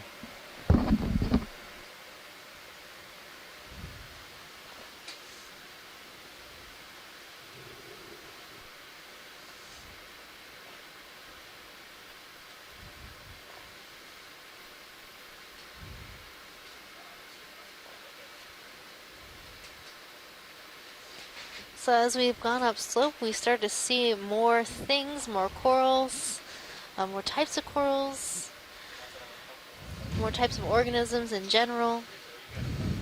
But we wouldn't characterize this community as a high-density community. Chris, is what we've been seeing today typical for this depth? Something interesting top left, maybe just a funny way That's a good question, Megan, because we haven't done that many dives right in this, what we would consider to be a transition depth bristle hairs for are a lot high longer. communities and whatever they high-density call it. communities and non-high-density communities. So we're really feature not last? sure. We have been right around 25, a little over 2,500 to start. Looking at it now, we're 2,300. So we started right in the transition and moved into the good depth, and we're not seeing a whole lot of animals moving in. So I'm not really sure what the reason is, but I'm going to stop talking, seeing describe this beautiful crinoid. So I think this is the crinoid that we collected earlier on, this yellow hyocrinidae.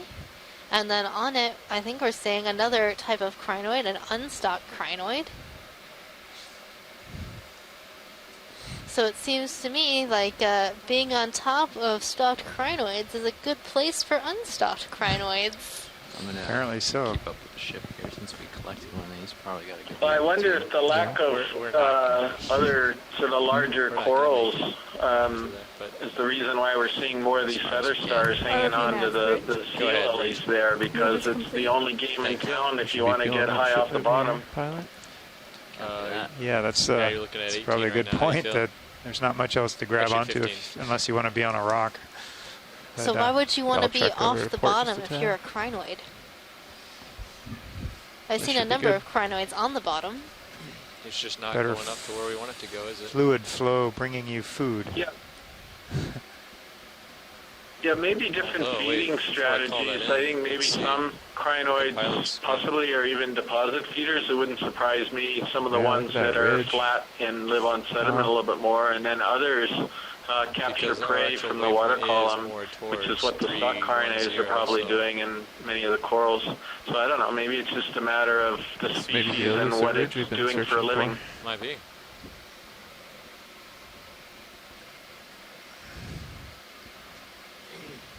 Check out this ridge. Look, we can see on one side and the other side. That's a ridge.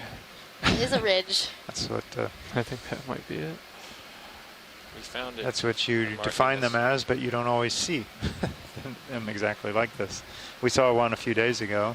Lined up at, it was pretty much like this. Look off to the left and right at the same, just the same view. You can see both sides. There's a number of hikes in Hawaii that are like this. You're just walking this very narrow ridge line. Either side is a sheer drop off. To the valleys below. You got to be careful. Figure out where to move you. Sure thing. Okay. I have a feeling at the end of this move we may be parked right over the top of the edge. That'll be nice. Might be just past it, so that might be perfect. Your navigator must have done a really good job. He must have. Distances. You know that nav.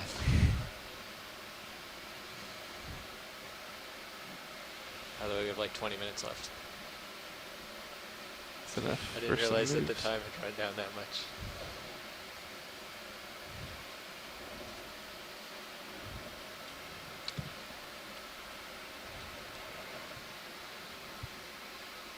Yeah, this is lining up really Perhaps nice. it sort of calved off here on this left side. Wow. Yeah, exactly. That's what it looks like. It also looks like there might be better flow on this side look too. Straight down. There's hardly anything on that side, but there's speaking corals too soon. here. It's good flying by the previous The left pilot side coming up seems that to cliff have more face. coral and than the right side. It was all thanks to co-pilot. So it looks like we have I guess we'll keep him. Pretty good sized drop there. What was that Is this a manganese crust popping up here? Is that a sheet flow? No, or? I think it's a thin flow, lava flow, and you can see this lava covering this is very thin, 340, very smooth, and okay, very 20 or 30? featureless. It's like a sheet flow. So whatever the it's pretty pilot's comfortable with. 30's fine. Yeah. Let's do 30. Bridge, RV nav.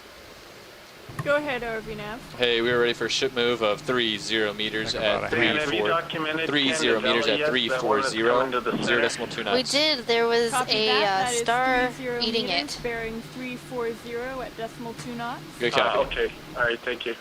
Oh, and one of your Bolosomini stock sponges off to the right. Our tether's in a good position too. Drifting off to my port. Keep an eye on that.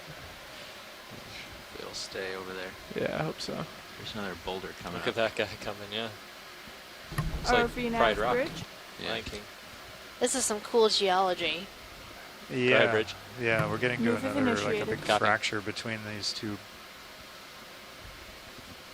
outcrops. Look at that guy. See if this crack goes very far, or if it's just a little. Yeah, it's not much of a crack. It's more of a. Unfortunately, the biology isn't all it's cracked up to be. Oh. Well, we've got some Chrysogorgic corals, and it looks like a Paragorgia, this bright red colony, is coming into view. A couple of those right here.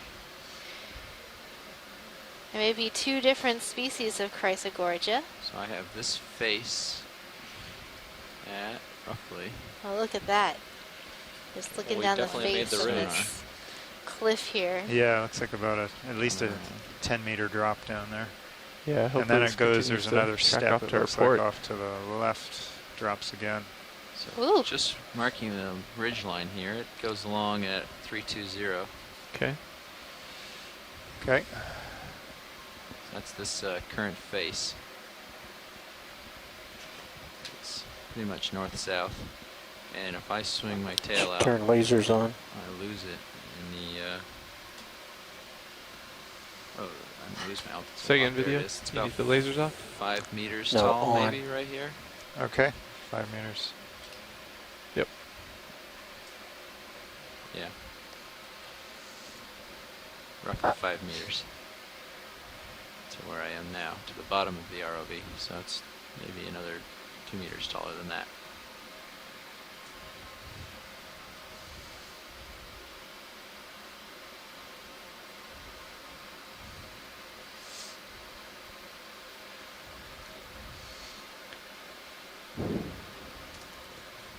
Probably Well, it's just pretty have a little neat. bit of tether left there. Thanks.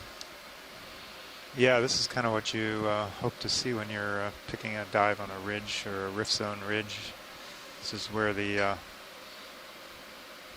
we think these are the part of the Looks like plumbing some, system of the Sponges maybe volcano, over the how top it of your distributes its next ridge there.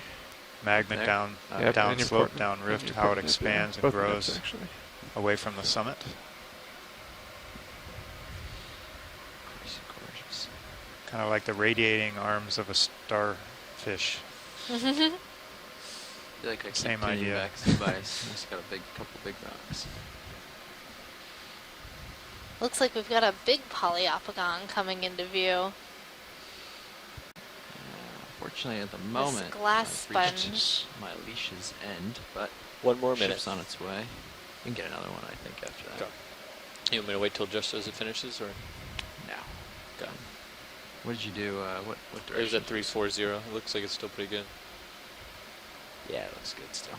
Okay, now at 30? Yep. Bridge, RV Nav. Go ahead, RV Nav. Hey, we'd like to tag on at the end of this move another 30 at 340, 0.2. Copy that. Adding 30 meters, same bearing. We're gonna go get that sponge in a little bit, but now we're gonna linger around here a second, let the ship catch up. Should be starting to move. We have a move underway, so Cirrus is actively getting closer, and we tacked on an additional move. But I've been enjoying this ridge too much and zooming along too quickly, so I'll let the ship catch up. Well, it's a pretty cool feature. Yeah, pilots, what do you think the slope is on the RV slope in the nav distance, not the vertical one here? That Go ahead, looks like, I mean, There we're are looking at it right now. 36 Maybe, decimal 2 meters left in the you know, move. 20 degrees or Copy something. that, thank 10 you. degrees, 20 degrees, something like that. Maybe 30, but not very steep. Okay, it seems steeper to me for some reason from this angle. Okay, well. Yeah. Okay. Yeah, it's hard to tell. So what did they say, John?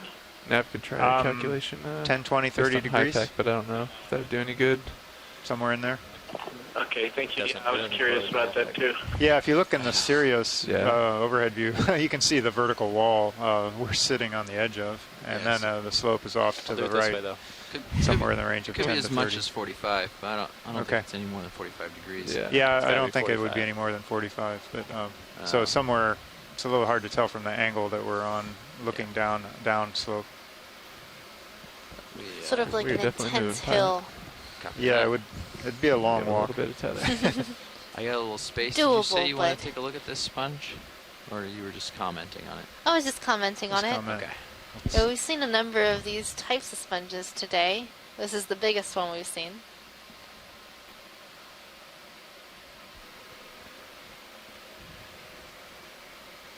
A few stock sponges in the background.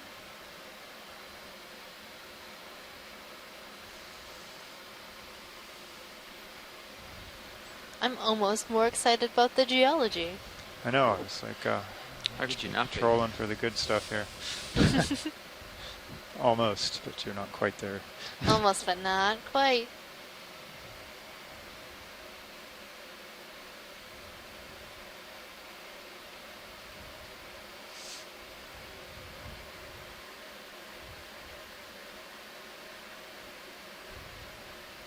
Might be a little tight on the tether still.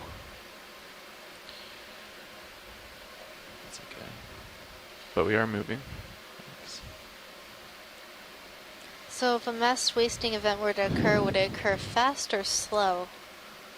Well, you can have both kinds. You can have slumping events, which are Suspect all that white stuff on the right to that rock. Slower, creeping barnacles, over time. those little dots. And those those are more of a controlled failure, where you have big blocky pieces or a larger part of the slope kind of rotate or slide along the normal faults. I don't know about calling it a 180 meter move at 6/10. And then you can have we hit that catastrophic cliff face, that was unexpected. flows like debris avalanches, rock falls that happen suddenly and without warning, kind of like an avalanche on land, snow avalanche or a rock avalanche.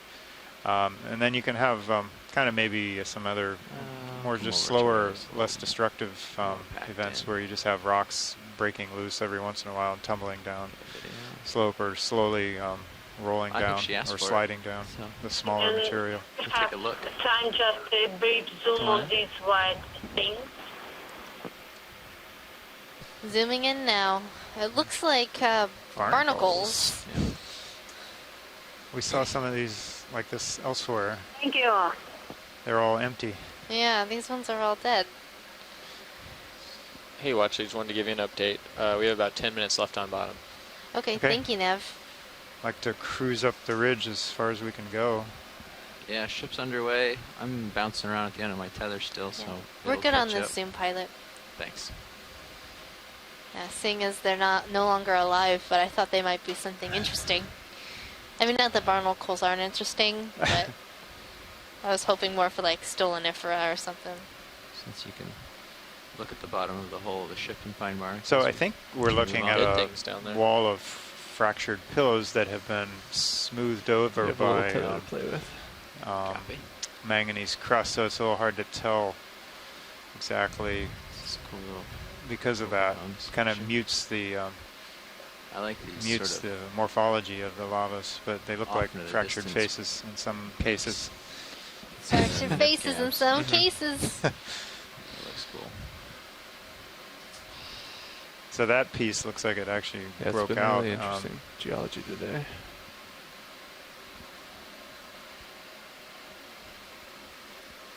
And look at those beautiful coral.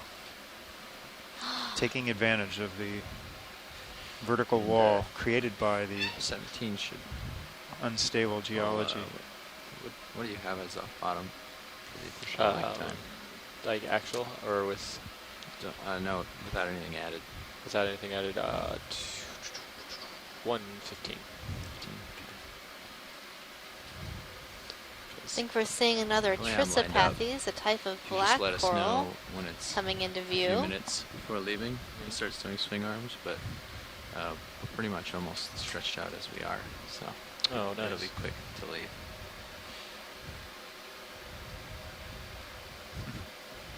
He just has to turn around, huh? Yeah. Okay. I think the next move will probably be more to port there. Yeah. 340. What do you think, co-pilot? Yeah, like that. That's what I was thinking. I was about to ask if you wanted me to turn to port a little bit. Yep. And we're about to lose the ridge face for a little bit. Sirius is. ROV now. Okay, so for those of you on shore, we Move is complete. were informed we have about 10 minutes left, or maybe a little bit less. Yeah, if you want to track the ridge, we could do the 320 or in the dive. Yeah. 320. I think 320 is good. Yeah, let's do that, Nav. Copy that. You want a 30 meter? That works. At least. I mean. Or more? Yeah. I'll just keep it moving. Yeah, just keep them coming. Copy that. Thorian. Bridge, RV nav. Pink star. There's a nice I view would of like the to ridge put another line ship on move in. video. Sorry. 30 meters at 320, 0.2 knots. E2 tracking Snap right in along here, the see nice if there's something we want to see when we get there. At Or if it's just more barnacles. 320.2 knots. Good copy. Probably more barnacles, yeah. Yep. Okay, thanks. Looks like there might be a sea cucumber in the distance. He's almost at the top. Almost. But there's still more to go. Slowly making his way up there. ROV nav bridge, move initiated. Copy. Thank you. I don't think he's going to find much when he gets up there. Nah. Not much sediment cover on the top for him to eat at. You know, the food is always more plentiful on the other side of the ridge. Something This like guy's that. crawling. What's this? Is this? Oh, this is a sea He made it spider, I think maybe. all the way A up giant sea spider. Yeah, Crab. come on in. It's really impressive. What's he doing up here? Spider. Whoa! I did not expect that. I didn't expect that Where's he either. coming from? These Where are some you of my favorite going? deep sea animals. So weird and There's cool. nothing for you here. What is So he sea doing? spiders Home. actually feed on anemones. Gonna go. So you can see hang this gliding off the top. proboscis protruding from the front of the animal. And that sea spider will inject that proboscis into an anemone and sort of feed on the insides. Thereby ruining his day. Feed on the inside. So this is a relatively large sea spider, so it is likely in the Just trying to family come around to get towards his head and everything before we land. Colosinidae. Cool shot of it, maybe. Those little, are those eyes, the yellow dots? Yes, pilot, those are its eyes. Okay. I'm not sure what they can see with those types of eyes. Those? What, those? Yep, those. It probably just senses light, and they don't look that developed. Yeah, I'm So just gonna they're land. probably just organs that can sense changes in light, perhaps bioluminescence.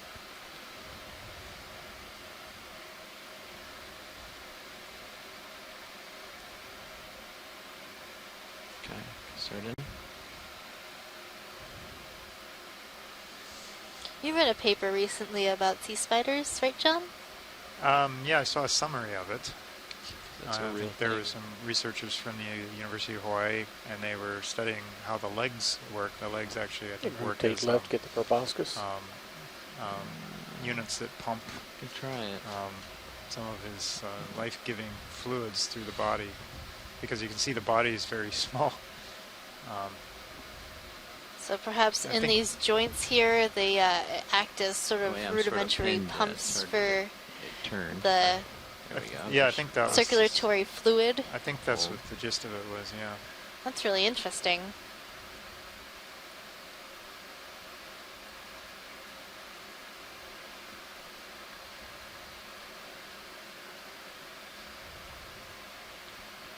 I should go look that up to review, because we've get a seen a number medium of shot. these sea spiders on various dives. I wonder what this one's doing all the way up here. Okay, we can I move haven't on, seen pilots. any anemones in quite a while. Let's get No. the full shot. Maybe he's just made that realization about now. Oh my goodness.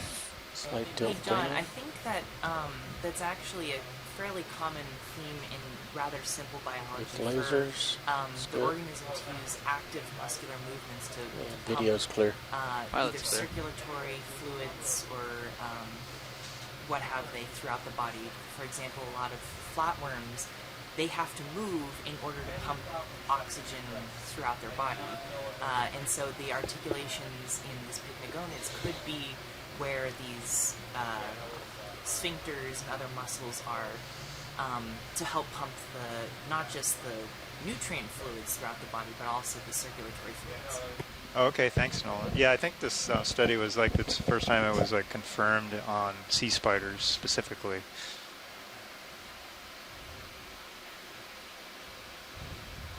Well, that's a neat coral that we're just passing by. I'm kind of having to. I feel the same way though in these long dives. Sitting in a chair, I have to get up and move my body. I have to stand up for a while and move around. Otherwise, I'm gonna wither away. Do some jumping rope. Yeah, that probably wouldn't go ship over is too about well. to come to a halt here. Do we want to stack on another one or wait a second? Wireless headset.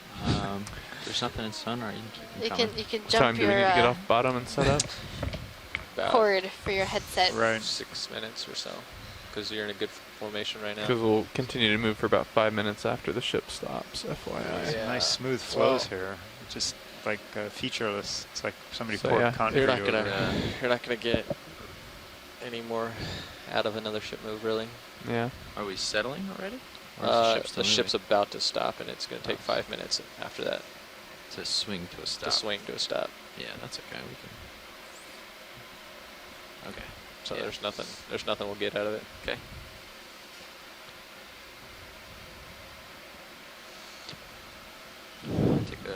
ROV nav bridge. Big barnacle. Go ahead, Bridge. Move is complete. Copy. So right now we're zooming on a gooseneck barnacle. I believe we were calling this Alcacianum.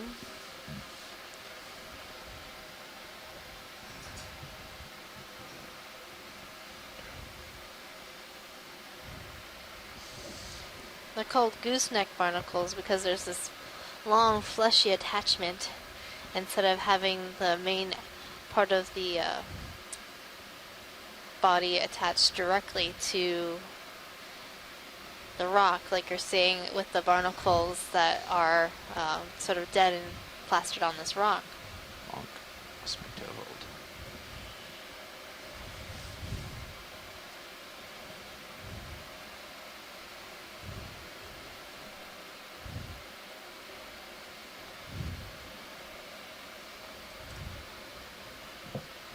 It's a good thing we don't have to count barnacles, isn't it, Megan? Oh, it sure is. Oh my goodness. I'd just be like, 1 million barnacles done.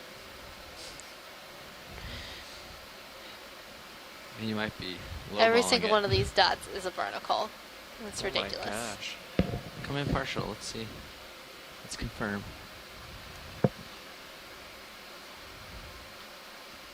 Oh, and here's that botryoidal surface. Is that barnacles? Yes. Or sand? It's dirt. So this is a bumpy surface typical of this manganese crust or polymetallic crust. It forms in this way. So it's sediment, and then it's on the face down here.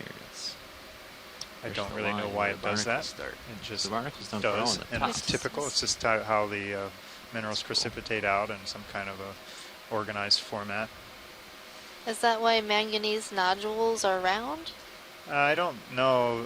No, I don't think so. No, those actually form around some kind of piece of something. Could be a piece of rock or a piece of shell or maybe a clump of hardened sediment, and they just they precipitate around it and concentrically. So in the same way here, this precipitates out on some kind of organized surface, some kind of hard surface. And I guess it just mimics the shape that it, that it might be a few things up on the ridge itself. Kind of like a mold and a cast idea. And over time, it gets thicker and mutes the surface, the original surface. So everything looks kind of kind of somewhat muted. So that all the edges are kind of smoothed out by this crust, and that grows at something like millimeters per million years. And these features have been here for many tens of millions of years. So in this case, these seamounts are probably in the 80 million year range where we are now. So in context with the Hawaiian Islands, how much older are these? Like, how old are the Hawaiian Islands? So the main Hawaiian Islands range from about 1 million years to 5 million years old. And so these are, like I said, 65 to 95 million years old. What is that? In some cases, depending which island you're choosing, but that's gotta be a fish. 20 times to many more times older than the Hawaiian Islands. Coming into your port. Yeah, Seeing a lot of dead sponge stalks all around on this area. There must have been some really large Aspidoscopelia sponges around here at some point, Chris. Right. This is where the sponges come to die. I guess so. We've got a fish. Yeah, I think that's another. Oh, okay. Pull off the dead sponges to look at the fish. Okay, fine. Yeah. Hey, we're pulling off the ridge. Actually, that's about time to set up anyway, guys. Implying that fish is more interesting than a dead sponge. Well, at least the fish is alive. Partially. And this is going to do it for our dive today, watch leads. All right.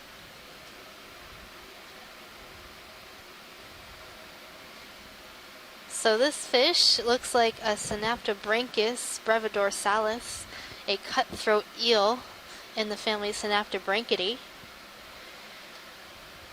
So we saw this fish earlier. making that Come in a little more on the identification head if based you want. on its sort of longer head, and the dorsal fin is originating pretty far back on its back. And if we were able to see the underside of this eel, you'd see a hole. Those are its gill slicks. It looks like someone had cut a hole or slit a hole in the neck of this eel. Sure Hence you the can. name He's cutthroat really- eel. Oh no.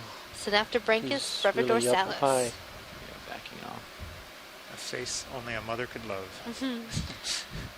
I want him to open his mouth at us. They do that sometimes. They get territorial, maybe. Yeah.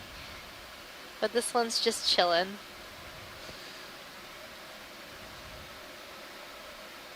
He's real close. Yeah. Go He likes away. you. I think he likes you. Lasers are now clear. Killing lasers.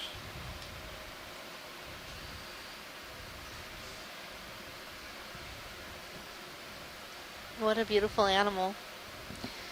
Are we able to roll the lasers onto kind him of- at this Yeah, point? you can turn the lasers on. Get a Lasers back measurement. on.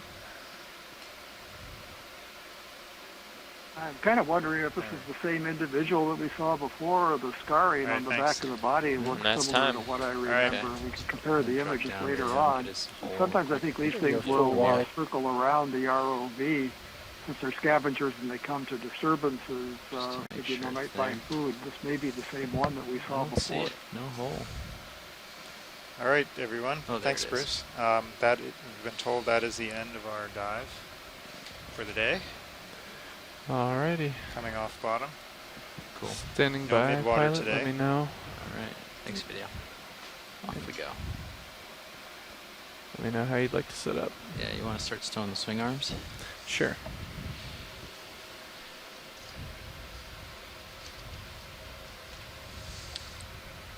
So we saw at least 4 pages worth of cool stuff today, according to my notebook. I'm going to push to my How big port. do you write? You want to follow me towards... Well, Copy every that. new Yeah. occurrence gets at Southwest. least Is one that good? Is one that good? line. So I have a lot of pages in my little Up a little notebook. bit. Copy your that. notebook's really tiny. Yeah. There we go. That's good. Leave it there for now. Trying to decide what my favorite thing The, was. uppers I mean, I need to be in really the up enjoyed position seeing to that stow, cool is that ridge correct? right there at the end. Copy that. This Awesome. ridge. Awesome geology. Awesome geology. Wins the day. So not a high density coral community little more. today like Copy we that. saw the last couple days, but you know, still pretty neat. Lots of Thanks. cool and different and new stuff. We collected 2 different stocked crinoids that may be new. We collected a sponge that might be new. Outboard. And we examined the geology of this unique seamount that's on a hotspot and fracture zone. Could you tell us more about that, John or Tom? What are we hoping to learn from this? Well, we have to see what the geochemistry tells us. Honestly, we want to compare it to the seamounts that are not on the fracture zone and see if the lavas are coming up through the fracture zone. And from then, we could probably extrapolate if swing arms lavas stowed. are likely Cool. to exploit old fracture Well, I'm going zones to keep pushing out, to get and you to can the swing to surface. your... We know they exploit young ones, but these lavas may Starboard? come in much Starboard. later. Copy So that. we want to know how strong or weak that fracture zone is now that it's aged. So, Megan, we'll have to get back to you on that. Okay. On some of that, yeah. We're going to learn new things. So that's why we're exploring, right? Yeah, but we did see, more, I think, what you call evidence of mass wasting and a big landsliding off of this rift zone. Ridge, RV nav. Than we have in the past on the Go past ahead, RV. dives. We are It off might bottom. be just because we Off chose bottom a eye, good thank place you. for the dive and got lucky with the location of the end of it, but, never know. You never know. We just don't do enough dives on each feature to really characterize them. Alright, so I've got a heading of the idea of the program about is to do some 115. exploration, Yeah, you find can some take your auto heading interesting out. things, Copy that. And I'm ready then to other start coming up. folks or ourselves can propose Copy. So let's go additional by that. work using other resources. I'm gonna ramp to come down back hydraulics. and study the really cool things in detail. and maybe not some of the other things that maybe wouldn't be as productive. Skip those and focus on the stuff that looks really ramping up. Yeah, this is a baseline study to see what's here, and what we can, and explore as many different avenues as we can. So we've been looking at the water column, we're looking at different benthic environments. We'll also be doing some work in the bottom fish depths at the end of our cruise and expedition. And then also looking at some archaeology sites as well. So just all over the place with what we're going to do during this expedition, trying to see as much as we can. Okay. And that leads us to tomorrow's dive at Mozart Seamount. It's going to be our deepest dive of this expedition at around 4,000 meters. So the communities we'll see down there biologically should be different than what we have been seeing in the last few dives. It's probably going to be a little more sparsely populated than some of the last dives that we've done, and probably more like what we saw today in terms of density. But it's going to be very interesting. Hopefully we'll be able to see some new species, something really interesting in that in terms of that. What's interesting about the geology at Mozart? I think we're hoping that that's a kind of a comparison with today's. Couple big fish. Today's got to the dive, top of the ridge, and see if that one's. What do you mean the top? The ridge finally came out of nowhere. It was nice. It's very apparent. Nice. And it was, I don't know. Just check out the basal geology and see if it's any different. Were there corals up there? Further upslope. Some, but it wasn't like a. Sounds exciting. So join us tomorrow. We did, yes. Oh, look, fish. It was a sea hanging out with you. hanging out by itself. I think that might be an ophidiid fish. A couple cutthroat eels. Yeah, I saw all I some got. nice fish images. Well, that's good. There's still some cool So stuff. if we'd pushed on a little faster, we might have seen more along the ridge. Another Bassozetus. While we were going along on 3 or 4 occasions, we saw something like that in the Sirius view, the upper camera sled. There wasn't that much and the Bassozetus do hover up in the water. Yeah, at one point I think. Anywhere from a meter or two to. Forget where we just went off and saw a giant boulder in sonar and went like 45 degrees. Changed direction to go look at it. Thanks, There's a lot of stuff on it. Nice. And speaking of water column, we still have some wonderful water column work going on this week. Oh, wow. So join us on Friday. Friday is our water column day, I believe. Wowsy, wowsy, woo, woo. Woohoo. Okay. All right. Bridge, RV nav. All right, that's it for us. So join us tomorrow. Hey, since we are off bottom, we are ready to come ahead at Bye, 0.5 knots over ground. So if you want to just put in. Okay, we'll put in a position move. Okay. Bearing 120. Thank you. .5 knots. That sounds perfect down here.